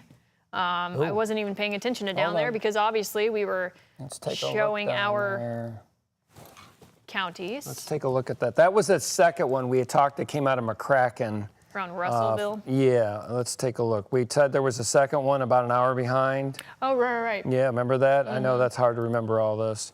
Let's take a quick look what they did.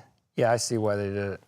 Yeah, there it is. Yeah, right around Russellville. Right around Russellville. That's the county seat of Logan County, folks. If you know anyone in Logan County, WRUS, I always listen to down there. Anyway, right in there, north side of Russellville, there's definitely some rotation. The Nashville radar will be your best friend on that. Let's go to Fort Campbell first. Fort Campbell, real quick. Let's see. A lot of lightning. That thing really escalated in the lightning compared to everything else. Yeah, there's the rotation. Right north side of Russellville, north of the Fort Campbell radar. And we'll go to Nashville real quick. And a lot of lightning. What do we got there, Mallory? Come on, baby. There's your rotation. And I'm waiting for the Nashville one to load. There we go. Yeah, that's legit. Definitely a little couplet right on the leading edge. These are really difficult. There it is. Boy, that showed up good on the last scan. Look at that. There it is. That's something you would get a tornado on. Yeah. I would say that's about 2 miles northwest of Russellville. That one right there. Yep. There it that is. little nub. There it is. That may be on the ground right now. It's usually like an EF0, EF1 tornado. I worked one back in January down in that exact county. That's a really classic squall line Ohio Valley tornado we get in Kentucky all the time, right there. So that's that warning that we're watching south of our viewing area, southwest of Bowling Green. Yep. And look at this. So you see the channel right here on the wind, and it comes back around. And that's legit. up. That's a very good tornado warning. Very proactive. North of Russellville, mainly out in the country, and that's a problem. For us, to the north. severe thunderstorm warnings. Still dealing with that wind here. So if I query these, you can see how long they're lasting for. We have one until 11:30. That's the southernmost chunk. These are basically in chunks now. And then the one off to the north should be able to expire here at the start of the hour. And then that will continue eastward into the Lexington metro as this all moves out of here. In fact, if I put on the radar, you can see that that leading edge, the north side is already out of here. It's moving toward Frankfort, Lexington, out of our viewing area. Bardstown, Springfield, Lebanon, that's all moving into your area. Campbellsville, Greensburg, Mumfordville as well. And eventually, once again, the tail end of Columbia or Adair County would be seeing that. Lots of lightning, heavy rainfall, very gusty winds. These are being warned for 70-mile-per-hour wind gusts, but as we know, we've seen gusts even higher than that being reported. Lots of power outages and trees down as well. So a lot of damage to report here on top of that heavy rainfall threat. Yeah, for the folks down in Logan County, there's definitely a strong indication of a tornado. I would say it's a couple miles north on the north side of Russellville. If you track that out, I believe that will be south of Bowling. Yes, it will be south of Bowling Green. They've already had enough pain tonight. A lot of wind with that as well. That looks like 70, 80 mile an hour winds. Auburn, places in the southern tier of Kentucky. And that thing will oscillate a little bit here and there. Those are really odd how they form on the leading edge. That's a classic Kentucky tornado right now, unfortunately. They're at night. They're in there and they don't last long. They're usually 1 or 2 miles long, and then they lift. Yeah, and they went ahead and confirmed that with the purple. I bet you the CC. Yeah, the CC. I didn't really look at the CC. Let me look at that. If they did haven't. Yeah, they did briefly. Just a quick burp there. Yep. That's legit. And we're coming up to 11 o'clock. Yep. So what we're going to do during the 11 o'clock hour is we're going to start off with Doug. We're going to kind of take our 11 o'clock newscast, take a look at obviously reports that we have across the area, some damage as well. And we will continue to wrap up with what we're seeing on radar because we still do have some severe thunderstorm warnings in place here. Obviously dealing with some strong winds across the area, frequent lightning, heavy rainfall as well. So we're going to continue to track that over the next half hour or so as it moves out of our particular viewing area. It has turned into a wind threat, as we mentioned, with wind gusts 70 to 80 miles per hour. And on top of that, a heavy rainfall threat, a lightning threat as well. But I believe we're going to kick off our 11 o'clock newscast right now, and I'm going to toss it over to Doug. Doug?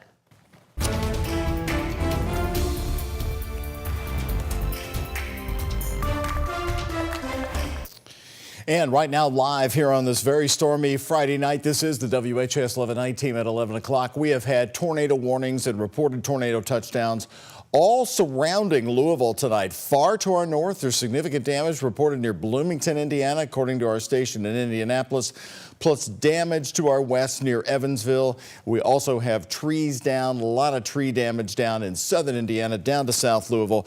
But the developing story at this hour, folks, may be the power outages. Take a look at some of the storms that moved through the south end. We're going to get that for you in just a minute. The winds were really kicking up in the south end, hit so hard at this moment. And this number is going up every time I refresh it. Jefferson County alone is almost at 30,000 outages. That's individual LG&E customers. We're not talking people, not 30,000 people. That's separate LG&E customers. LG&E has always told us and has always told me that anything over 10 is considered major to them. So now we're at 30,000. It's been many, many years since I've seen that many power outages across Jefferson County. A lot of folks going to wake up in the dark in the morning. It's going to take quite a while to get all this back on. Well, hello, everybody. Thank you very much for joining us. Our night team has been out through the community. We're going to get to their reports in just a moment. But first, meteorologist John Gordon and chief meteorologist Mallory Schnell, you've been watching their coverage all night long. And Mallory, everyone wants to know now at this hour as they're tuning in at 11, are we in the clear just yet? Good evening, Doug. It certainly has been a long afternoon and evening. We waited for those storms to arrive. We were tracking some of those singular cells far off to our west in Missouri and Arkansas. Those continue to hang together with some of our southern counties. We saw some impressive supercells down near Bowling Green, moved into Adair County as well, and now that's off to the east near Somerset. But basically, if you're on the back side of this, so if you're in Louisville, E-Town, Litchfield, Hardinsburg, Brandenburg, southern Indiana, you are in the clear. If you're along the leading edge of this, which you can see the northern side is heading toward the Lexington metro, and then the southern side is just east of Bardstown heading towards Campbellsville, basically where you're seeing all of that lightning and heavy rainfall, that is where we're still dealing with some severe thunderstorm warnings in effect for some wind gusts up to about 70 miles per hour here. So if I put on just the warnings, you can tell that there are still a few tornado warnings outside of our viewing area, down near Russellville and also off to the east around Somerset. And at this point, we're just dealing with this lingering chunk, basically, of that severe thunderstorm warning in place for the next half hour. So that will take us through 11:30 Eastern time. But the good news is, once we get that through here, you are in the clear for that severe weather threat. We're still dealing with some heavy rainfall, lightning. I know we've had a lot of power outages, trees down as well. And even though we're not really dealing with that tornado threat any longer, though we do have that singular tornado warning down near Russellville and also off to the east around Somerset, it's always nice to see those counties being chipped away from that tornado watch that we were all under. So once again, we're still tracking this line for our far southeastern counties, and then we can enjoy some quieter weather this weekend. Doug, I'll send it back to you. Mallory, thank you very much. The threat of storms canceled many events in Louisville tonight. but not the prom, believe it or not. JCPS told us they had 3 proms scheduled this evening, and they stuck with them. Butler High School, we'll tell you about that in just a moment. First, let's check in with our Reed Yaden. He is on our storm tracker. Reed, you've been really in the thick of the storms tonight. Where are you right now? Okay, we're north 65 coming up from Elizabethtown. We'll give you the outdoor camera here. Take a look at the 65 northbound lanes. We're getting light rain, no wind. Everything's kind of settling down at this point where we are. But wow, we had an evening of it, particularly in Breckenridge and Grayson County.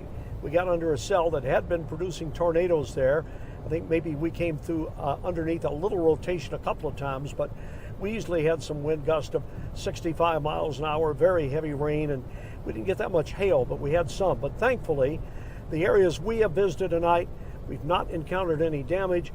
Little bit of debris along the Western Kentucky Parkway, some trees down, probably straight line wind damage, but for the most part, everything's in pretty good shape. Doug, I think you're right. The big story for tomorrow is going to be the power outages. Secondary story will be the cleanup from tree limbs and debris and the like that are down. It could have been a lot worse, and I'm glad the proms got in of all things. Needless to say, we'll bring you up to date tomorrow morning. We're on the air at 6 a.m. with Good Morning Kentuckiana, the Saturday edition. We'll all be there, get you up to date and get your weekend started for you. Okay, we'll talk to you later. Reed Yaden live with John Humphas in Storm Chase 11. Reed, thank you very much. We'll pick back up with that story. 3 proms were scheduled this evening, and JCPS went ahead and stuck with them. Butler High School juniors held their prom at the Ali Center in downtown Louisville, and they told us they were prepared to move the prom time depending on the forecast, but that it would happen tonight regardless. One student we talked with tells us it was hard maintaining her look with the storm rolling through. Hey, we got all this weather coming in. Are you worried at all? I'm a little worried because my hair is done, makeup's done, my dress is cute, I dress very nice.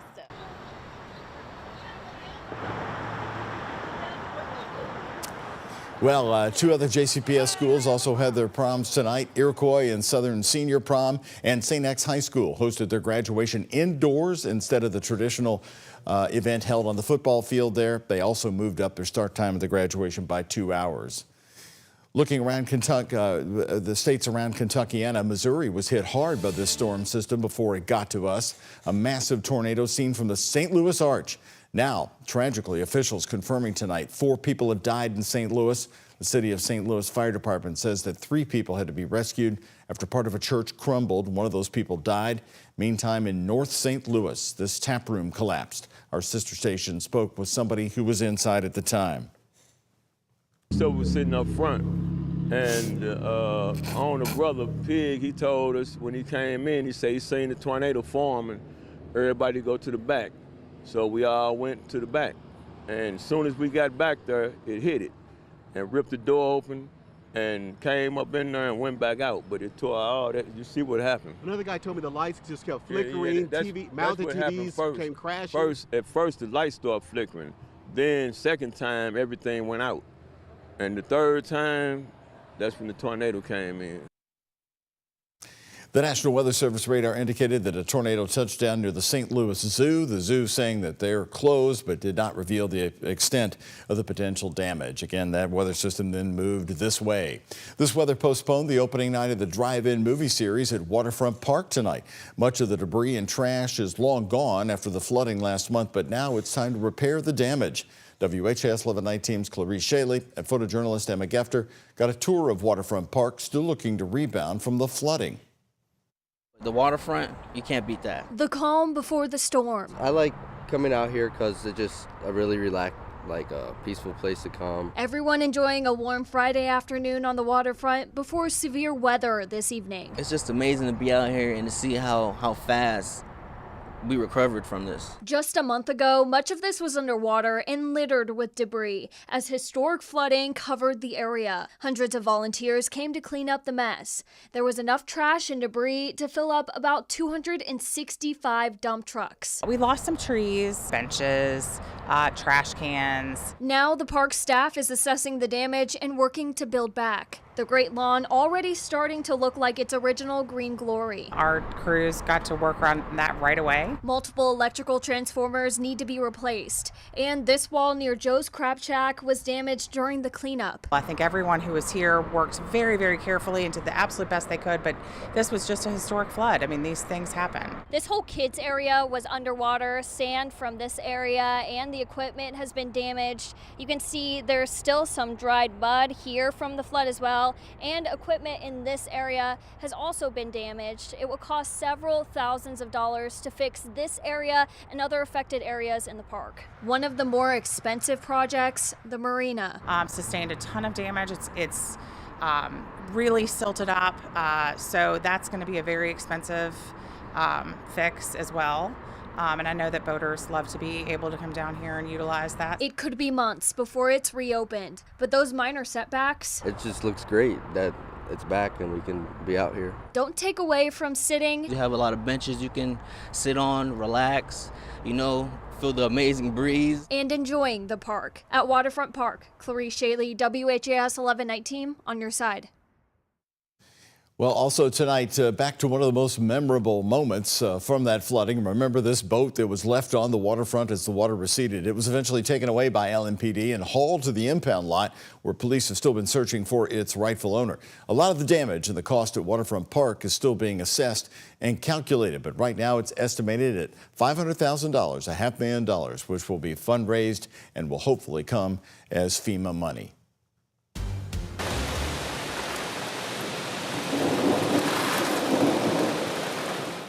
The sound of the storm as it moved through the south end tonight. This coming into us within the past hour. The scene in South Louisville, not far from Iroquois Park. Winds really kicking up with torrential driving rain. This video captured by WHAS 11's Ian Hardwitt on the scene. South end, just one of several areas with large and growing power outages at the moment.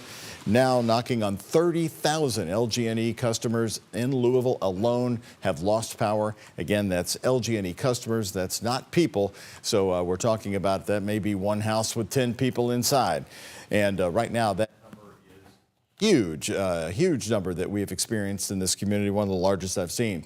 Mallory and John want to let you know of a rescue that's been underway, and a little while ago we learned about it in the Shively neighborhood. This is on Wordle Avenue. That's down off Dixie Highway, down by the Dollar General store, and Youngland Avenue in Shively right now.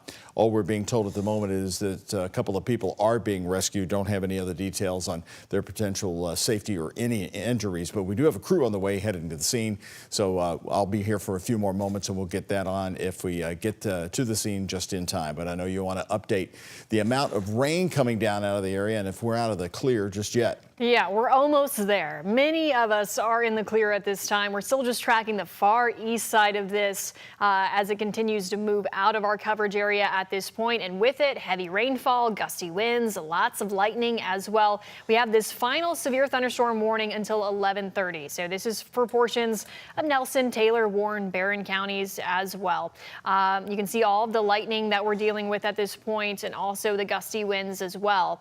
So that will be likely our final severe thunderstorm warning of the evening.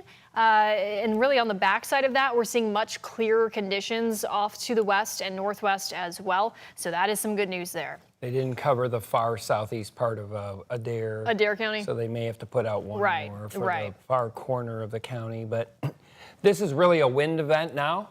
The hail's over. There is one tornado threat that's out of our viewing area along the southern tier, south of Bowling Green. Right. That will pass south of Adair County. This is real. Look at the lightning that Mallory on her mouse is looking. There is prolific lightning all along that leading edge. Just with this chunk. There's just 1,000 lightning strikes every 20 minutes or so. And that whole line is moving out of the area by 11:30, except perhaps Adair County. Yep. They're not issuing tours anymore. This is for wind. You see these wind channels. Can you go to the velocity really quick? Yeah, let's take the velocity again. And you should see some nasty green. There it is. Oof. Danville. That's heading toward Danville. Boyle County, all over there. East of Springfield's getting a little bit. Washington, we had mentioned that a little bit ago. Frankfurt, the state capital. Right. So this is all starting As we mentioned, it's March out of the Kentuckiana viewing area at this point, but that is a lot of wind. Yeah. That's the same little bout that we were watching around Loretto. That is. It is. There's trees down all over the place, power lines. You saw what happened when Reed and John rode through some of those areas. There's a lot of wind energy still in the atmosphere. But as Mallory just said, if you live anywhere basically in southern Indiana, it's over. Yep, let's show that big picture view. There is one little renegade. I think that's part of the boundary, but anywhere north of this one cell, it's over. Yep, so on that backside. Yep, all over. And Yep. the dew points have come way down. They're going to drop. You'll see more pleasant. You'll have a better hair day, everyone, tomorrow. The wind, we were in darn near 70 today on the dew points. Look at St. Louis dew point. When we came on, Oh, that's wonderful. they were 68 or 69. They're 43. And look at Kirksville. Look at Springfield along the I-44 corridor. All that dry air is coming in. That's going to head our way. You got sunshine in tomorrow, don't you? Yeah, should be a nice day. A little breezy, but dry. Can't beat that. So much better than today. A nice weekend after a rough Friday night. But I'm going to walk us through a few things. I think we're going to take us through the end of the half hour Okay, here. sounds good. While we still have those warnings in place. Looks like we're starting to get more reports into the National Weather Service as well. Some trees down, power lines down around Mount Washington. Yep. We mentioned Mount Washington. Yes, yeah, we were talking about that big velocity there. And these are your 6-hour storm reports. So you're seeing some hail reports, some wind reports. That's the big thing. I'm going to actually look at some of these and see what we've got here. I'm sure most of these were in the chat. 59 miles per hour. That was on the mesonet, yeah. Oh, okay, those are the mesonettes. Yeah, that one was at least. Yep. Cecilia. 159, I saw that one Yep. too. Let's see if there's anything that wasn't. I don't know what that one is. A lot of 59s. Yeah, a lot of 59s. 82 seems to be the winner at Ali International. Shoof. I hope they were having no planes depart or take off at that time. Yep, that's what you're seeing right there. That was at 10:06. That will get your attention. Louisville International Airport, 82 mile per hour wind gusts. So if you're wondering why we have some power outages, I'm sure you heard the wind howling earlier with these warnings. So And it's been wet, and Yes. because the trees fall down, and I hope you do not have any damage at your house where you live. That's the yeah, plan. and you can see the outage map there on our screen. It's a little too far away for me to read any numbers. So if you have any numbers for me to read off, let me know. But obviously, wind gust 70, 80 miles per hour will do that kind of damage there. Exactly. Yeah. Yeah. So the line right now, let's kind of look at the big scale. The line right now of storms basically is south of the Lexington area, goes through Danville, Boyle County, Right. Bradfordsville, Campbellsville, Taylor County, Greensburg, and Greene County. Then it anchors, and this is where I think there's a flash flood threat south of our viewing area, except maybe Adair.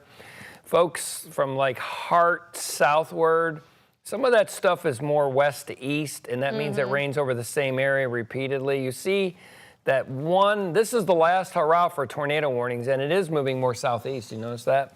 That's going to go down into Tennessee. This one that's that's trying to go down to south of Franklin Bowling County. Green. It's going to end up basically near the Tennessee-Kentucky border, south of Albany. So it's moving that way, and then it's just really a wind and heavy rain and lightning event right now. just got a report from the Taylor County EM, 60 to 70 mile per hour winds in Campbellsville. That makes sense. Yeah, that's where that leading line right here is going through. Yep, that velocity All of couplet that you lightning, just showed. Yeah. all of that heavy rain, gusty winds. So the most ferocious part of this system at this point, the leading edge of that line, and the bright pinks, bright yellows, that's moving toward Danville. Danville, Centennial Square in Danville, one of my favorite places. I'm telling you, it's Center College. The wind is coming. College students, you do not want to be out in this. Yeah. It will not be pretty. Campbellsville, and then it anchors down towards Bowling Green. Right. So that's the immediate threat. As far as our viewing area east, then we lose our coverage. Okay, yeah, over there. So Washington, Marion, Taylor County, and We're running out of counties. Adair, you're going to get some of this wind as well. Yes. But the real surge is more north of you. And just got an updated number for the power outages in Jefferson County, 24,000. Up to 24, Doug. Bullitt County, 7,800. Yeah. So producers relaying some of that information for us. And obviously, reason being these strong winds that we've been tracking here. Yep. So I do want to talk about, still have that flood watch where we're watching that heavy rainfall threat, where we're seeing a little bit more of that training down in South Central Kentucky, Southern Kentucky as well. So that will take us through the early morning hours tomorrow. And then I'll just walk you through the future cast so we can look at something that's enjoyable for tomorrow. So this entire mess pushes off to the east and southeast, and we will have a quieter night and a quieter Saturday, starting off in the 60s. Lots of sun, it looks like, with high temperatures climbing into the 70s tomorrow. So a little bit cooler, a lot lower humidity as well, and a little bit of a breeze. But as I mentioned, I think we can handle that. Temperatures right now, we're seeing some of that rain-cooled air. We're feeling some of that rain-cooled air, I should say, in the 60s. And you can tell, once again, the current dew point map showing where those dew points are dropping off to our west. St. Louis, as we mentioned, a dew point down to 43. That sounds pretty nice. All right, so in Bullitt County, Mount Washington, you heard here on HAS us hitting how hard the winds were going to be there. I just got this report of multiple power poles snapped near Bullitt East High School. Bullitt East, multiple power poles. That's not good. That supercell that went through, we mentioned earlier, the one that went flying out of Adair, went over to Russell County. We mentioned Russell Springs. They got golf balls. Golf ball hail when that thing. And Somerset had a confirmed tornado based on a storm spotter. Meade County, trees down on several roads near Andyville. 1 inch hail earlier in Russell County when it got up to golf balls. It kept escalating. I'm just going through a few of these. Taylorsville, trees down. Paynesville in Meade County, a bunch of Meade County reports.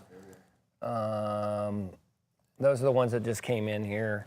All right, numbers are continuing to climb. I have our producer, she's messaging me the power outages. So Jefferson up to 27,000 people without power. Every 2 minutes we Bullitt get up to 8,000. And for your friends over in Lexington, I don't have power outages, but they just clocked a 63 mile per hour gust at LEX. And my good buddy Mike just sent me this. He estimated 60 to 65 mile an hour winds when it went through Douglas Hills, where I live.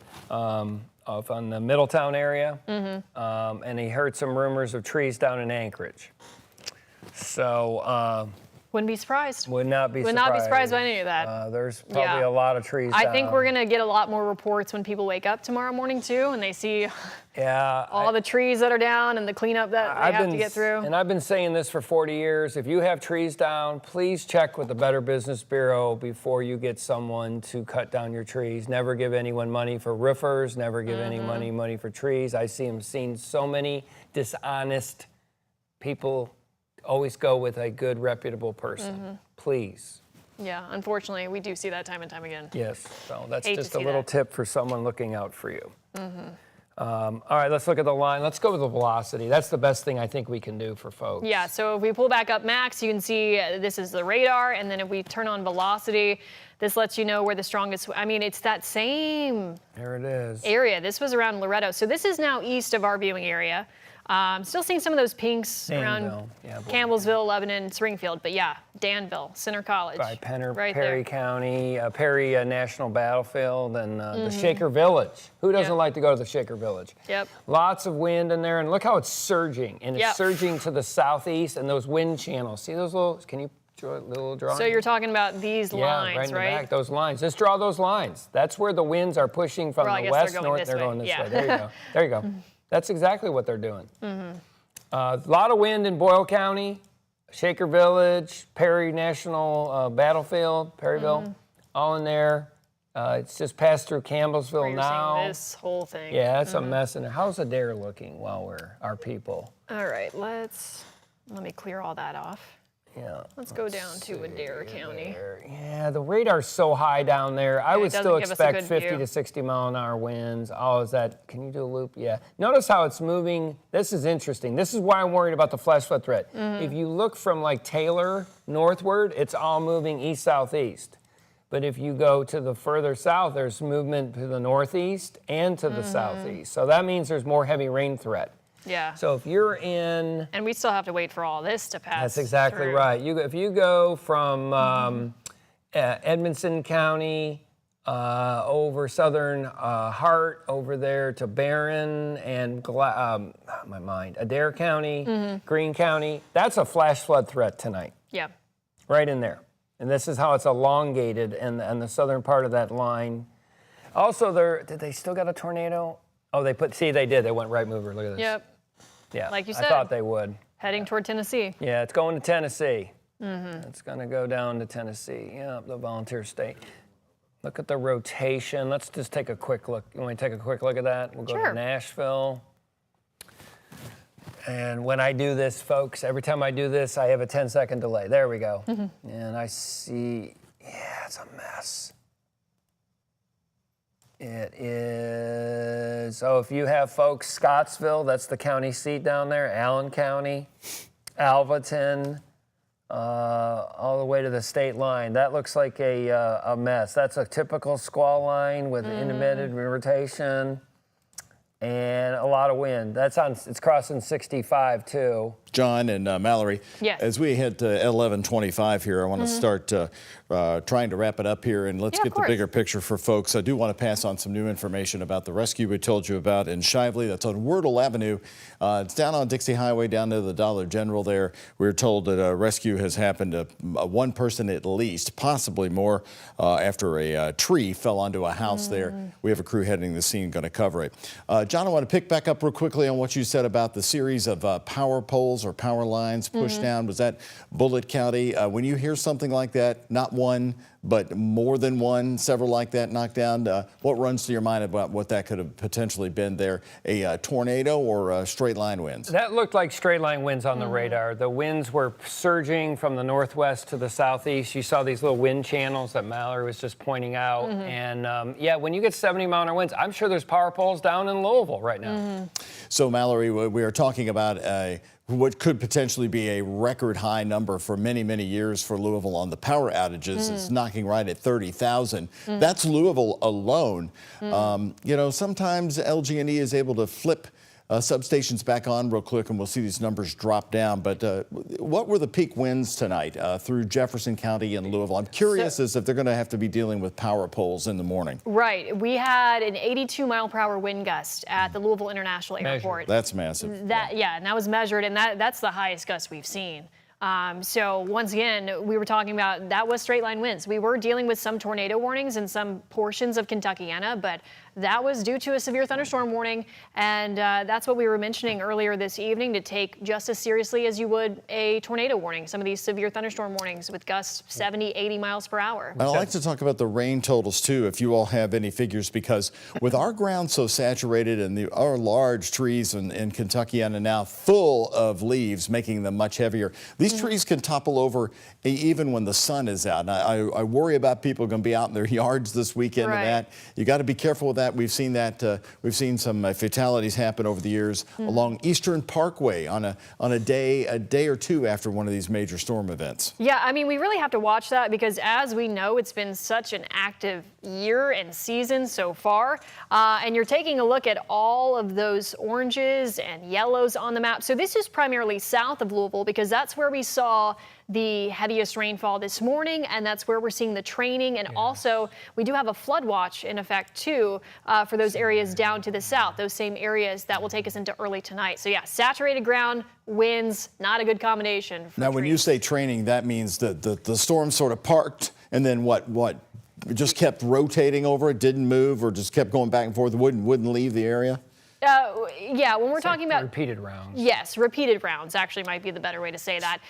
Going over the same areas, yes. So, John, what is your thinking about the number of tornado reports we might have in this area, maybe the Kentuckiana area? Because as we saw those storms approaching, Evansville was getting hammered again, and then just north of Louisville, as you all were tracking around North Vernon, north of Seymour, was that a confirmed tornado on the ground there? No, the one Not that that I don't think so. No, the one by Bloomington's the real deal. Yeah, Bloomington. I think you're going to get reports tomorrow. You'll see that one that came flying out of Paducah's area, the one down by Bowling Green. I wouldn't be surprised there's a tornado somewhere in Butler, Warren, Metcalf, over to Adair County, and they could confirm it in Somerset. I think there will be a southern Kentucky tornado, series of tornadoes.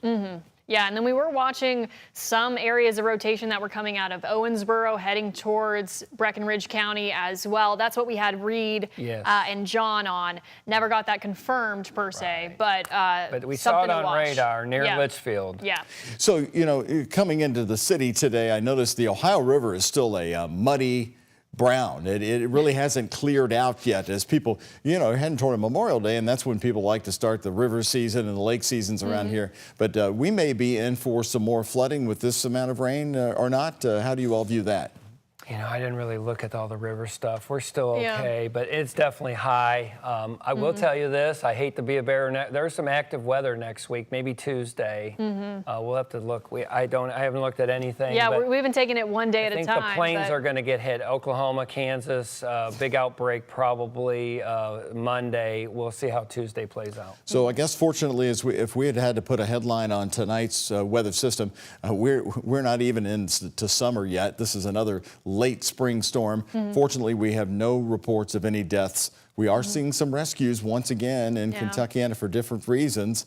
We had another torrential amount of rain. So I guess we should put it on power outages first and a lot of tree damage at the moment. Yeah, I would think so. Yeah, because this was, as we were mentioning, biggest factor that we were thinking about, biggest threat. Damaging winds. Yeah, we and put that first. That's exactly what came through. We, of course, had some tornado warnings embedded in there and a few of those singular cells, and then heavy rainfall and flooding. I agree. So we did have some reports of hail, but that wasn't really our big threat here locally. Yeah, not out of our area. Bowling Green, baseball hail, that's pretty bad. Well, I can tell you, I know what I'm going to see in the morning is that any fast food restaurant that sells coffee is in the morning is going to will have lines wrapped around it, especially with so many power outages across the area. Yeah, and Reed Yaden as well, because he has to get back in here. Yeah, Reed's going to have some coffee tomorrow. That is right. And looking at the latest update, and LG&E has been really good about updating this throughout the evening, although they're not giving any restoration periods. It is looking like Jefferson stands right now at 28,000 outages. And then you have, let's see, Oldham County is coming in here. Let me see here. Here's Hardin County at 1,700. So it's one of the other largest ones outside Jefferson County, but clearly Metro Louisville is outpacing everybody else on that. All right, it's been a long night for Mallory and John. Incredible work. We've been getting a lot of great feedback from our viewers to you both. Thank you very much for keeping Kentuckiana safe. Our pleasure. This has been the WHAS 1190 team. I'm Doug Proffitt. Thank you very much for watching us tonight. And again, any other weather updates throughout the evening, they'll be here with you.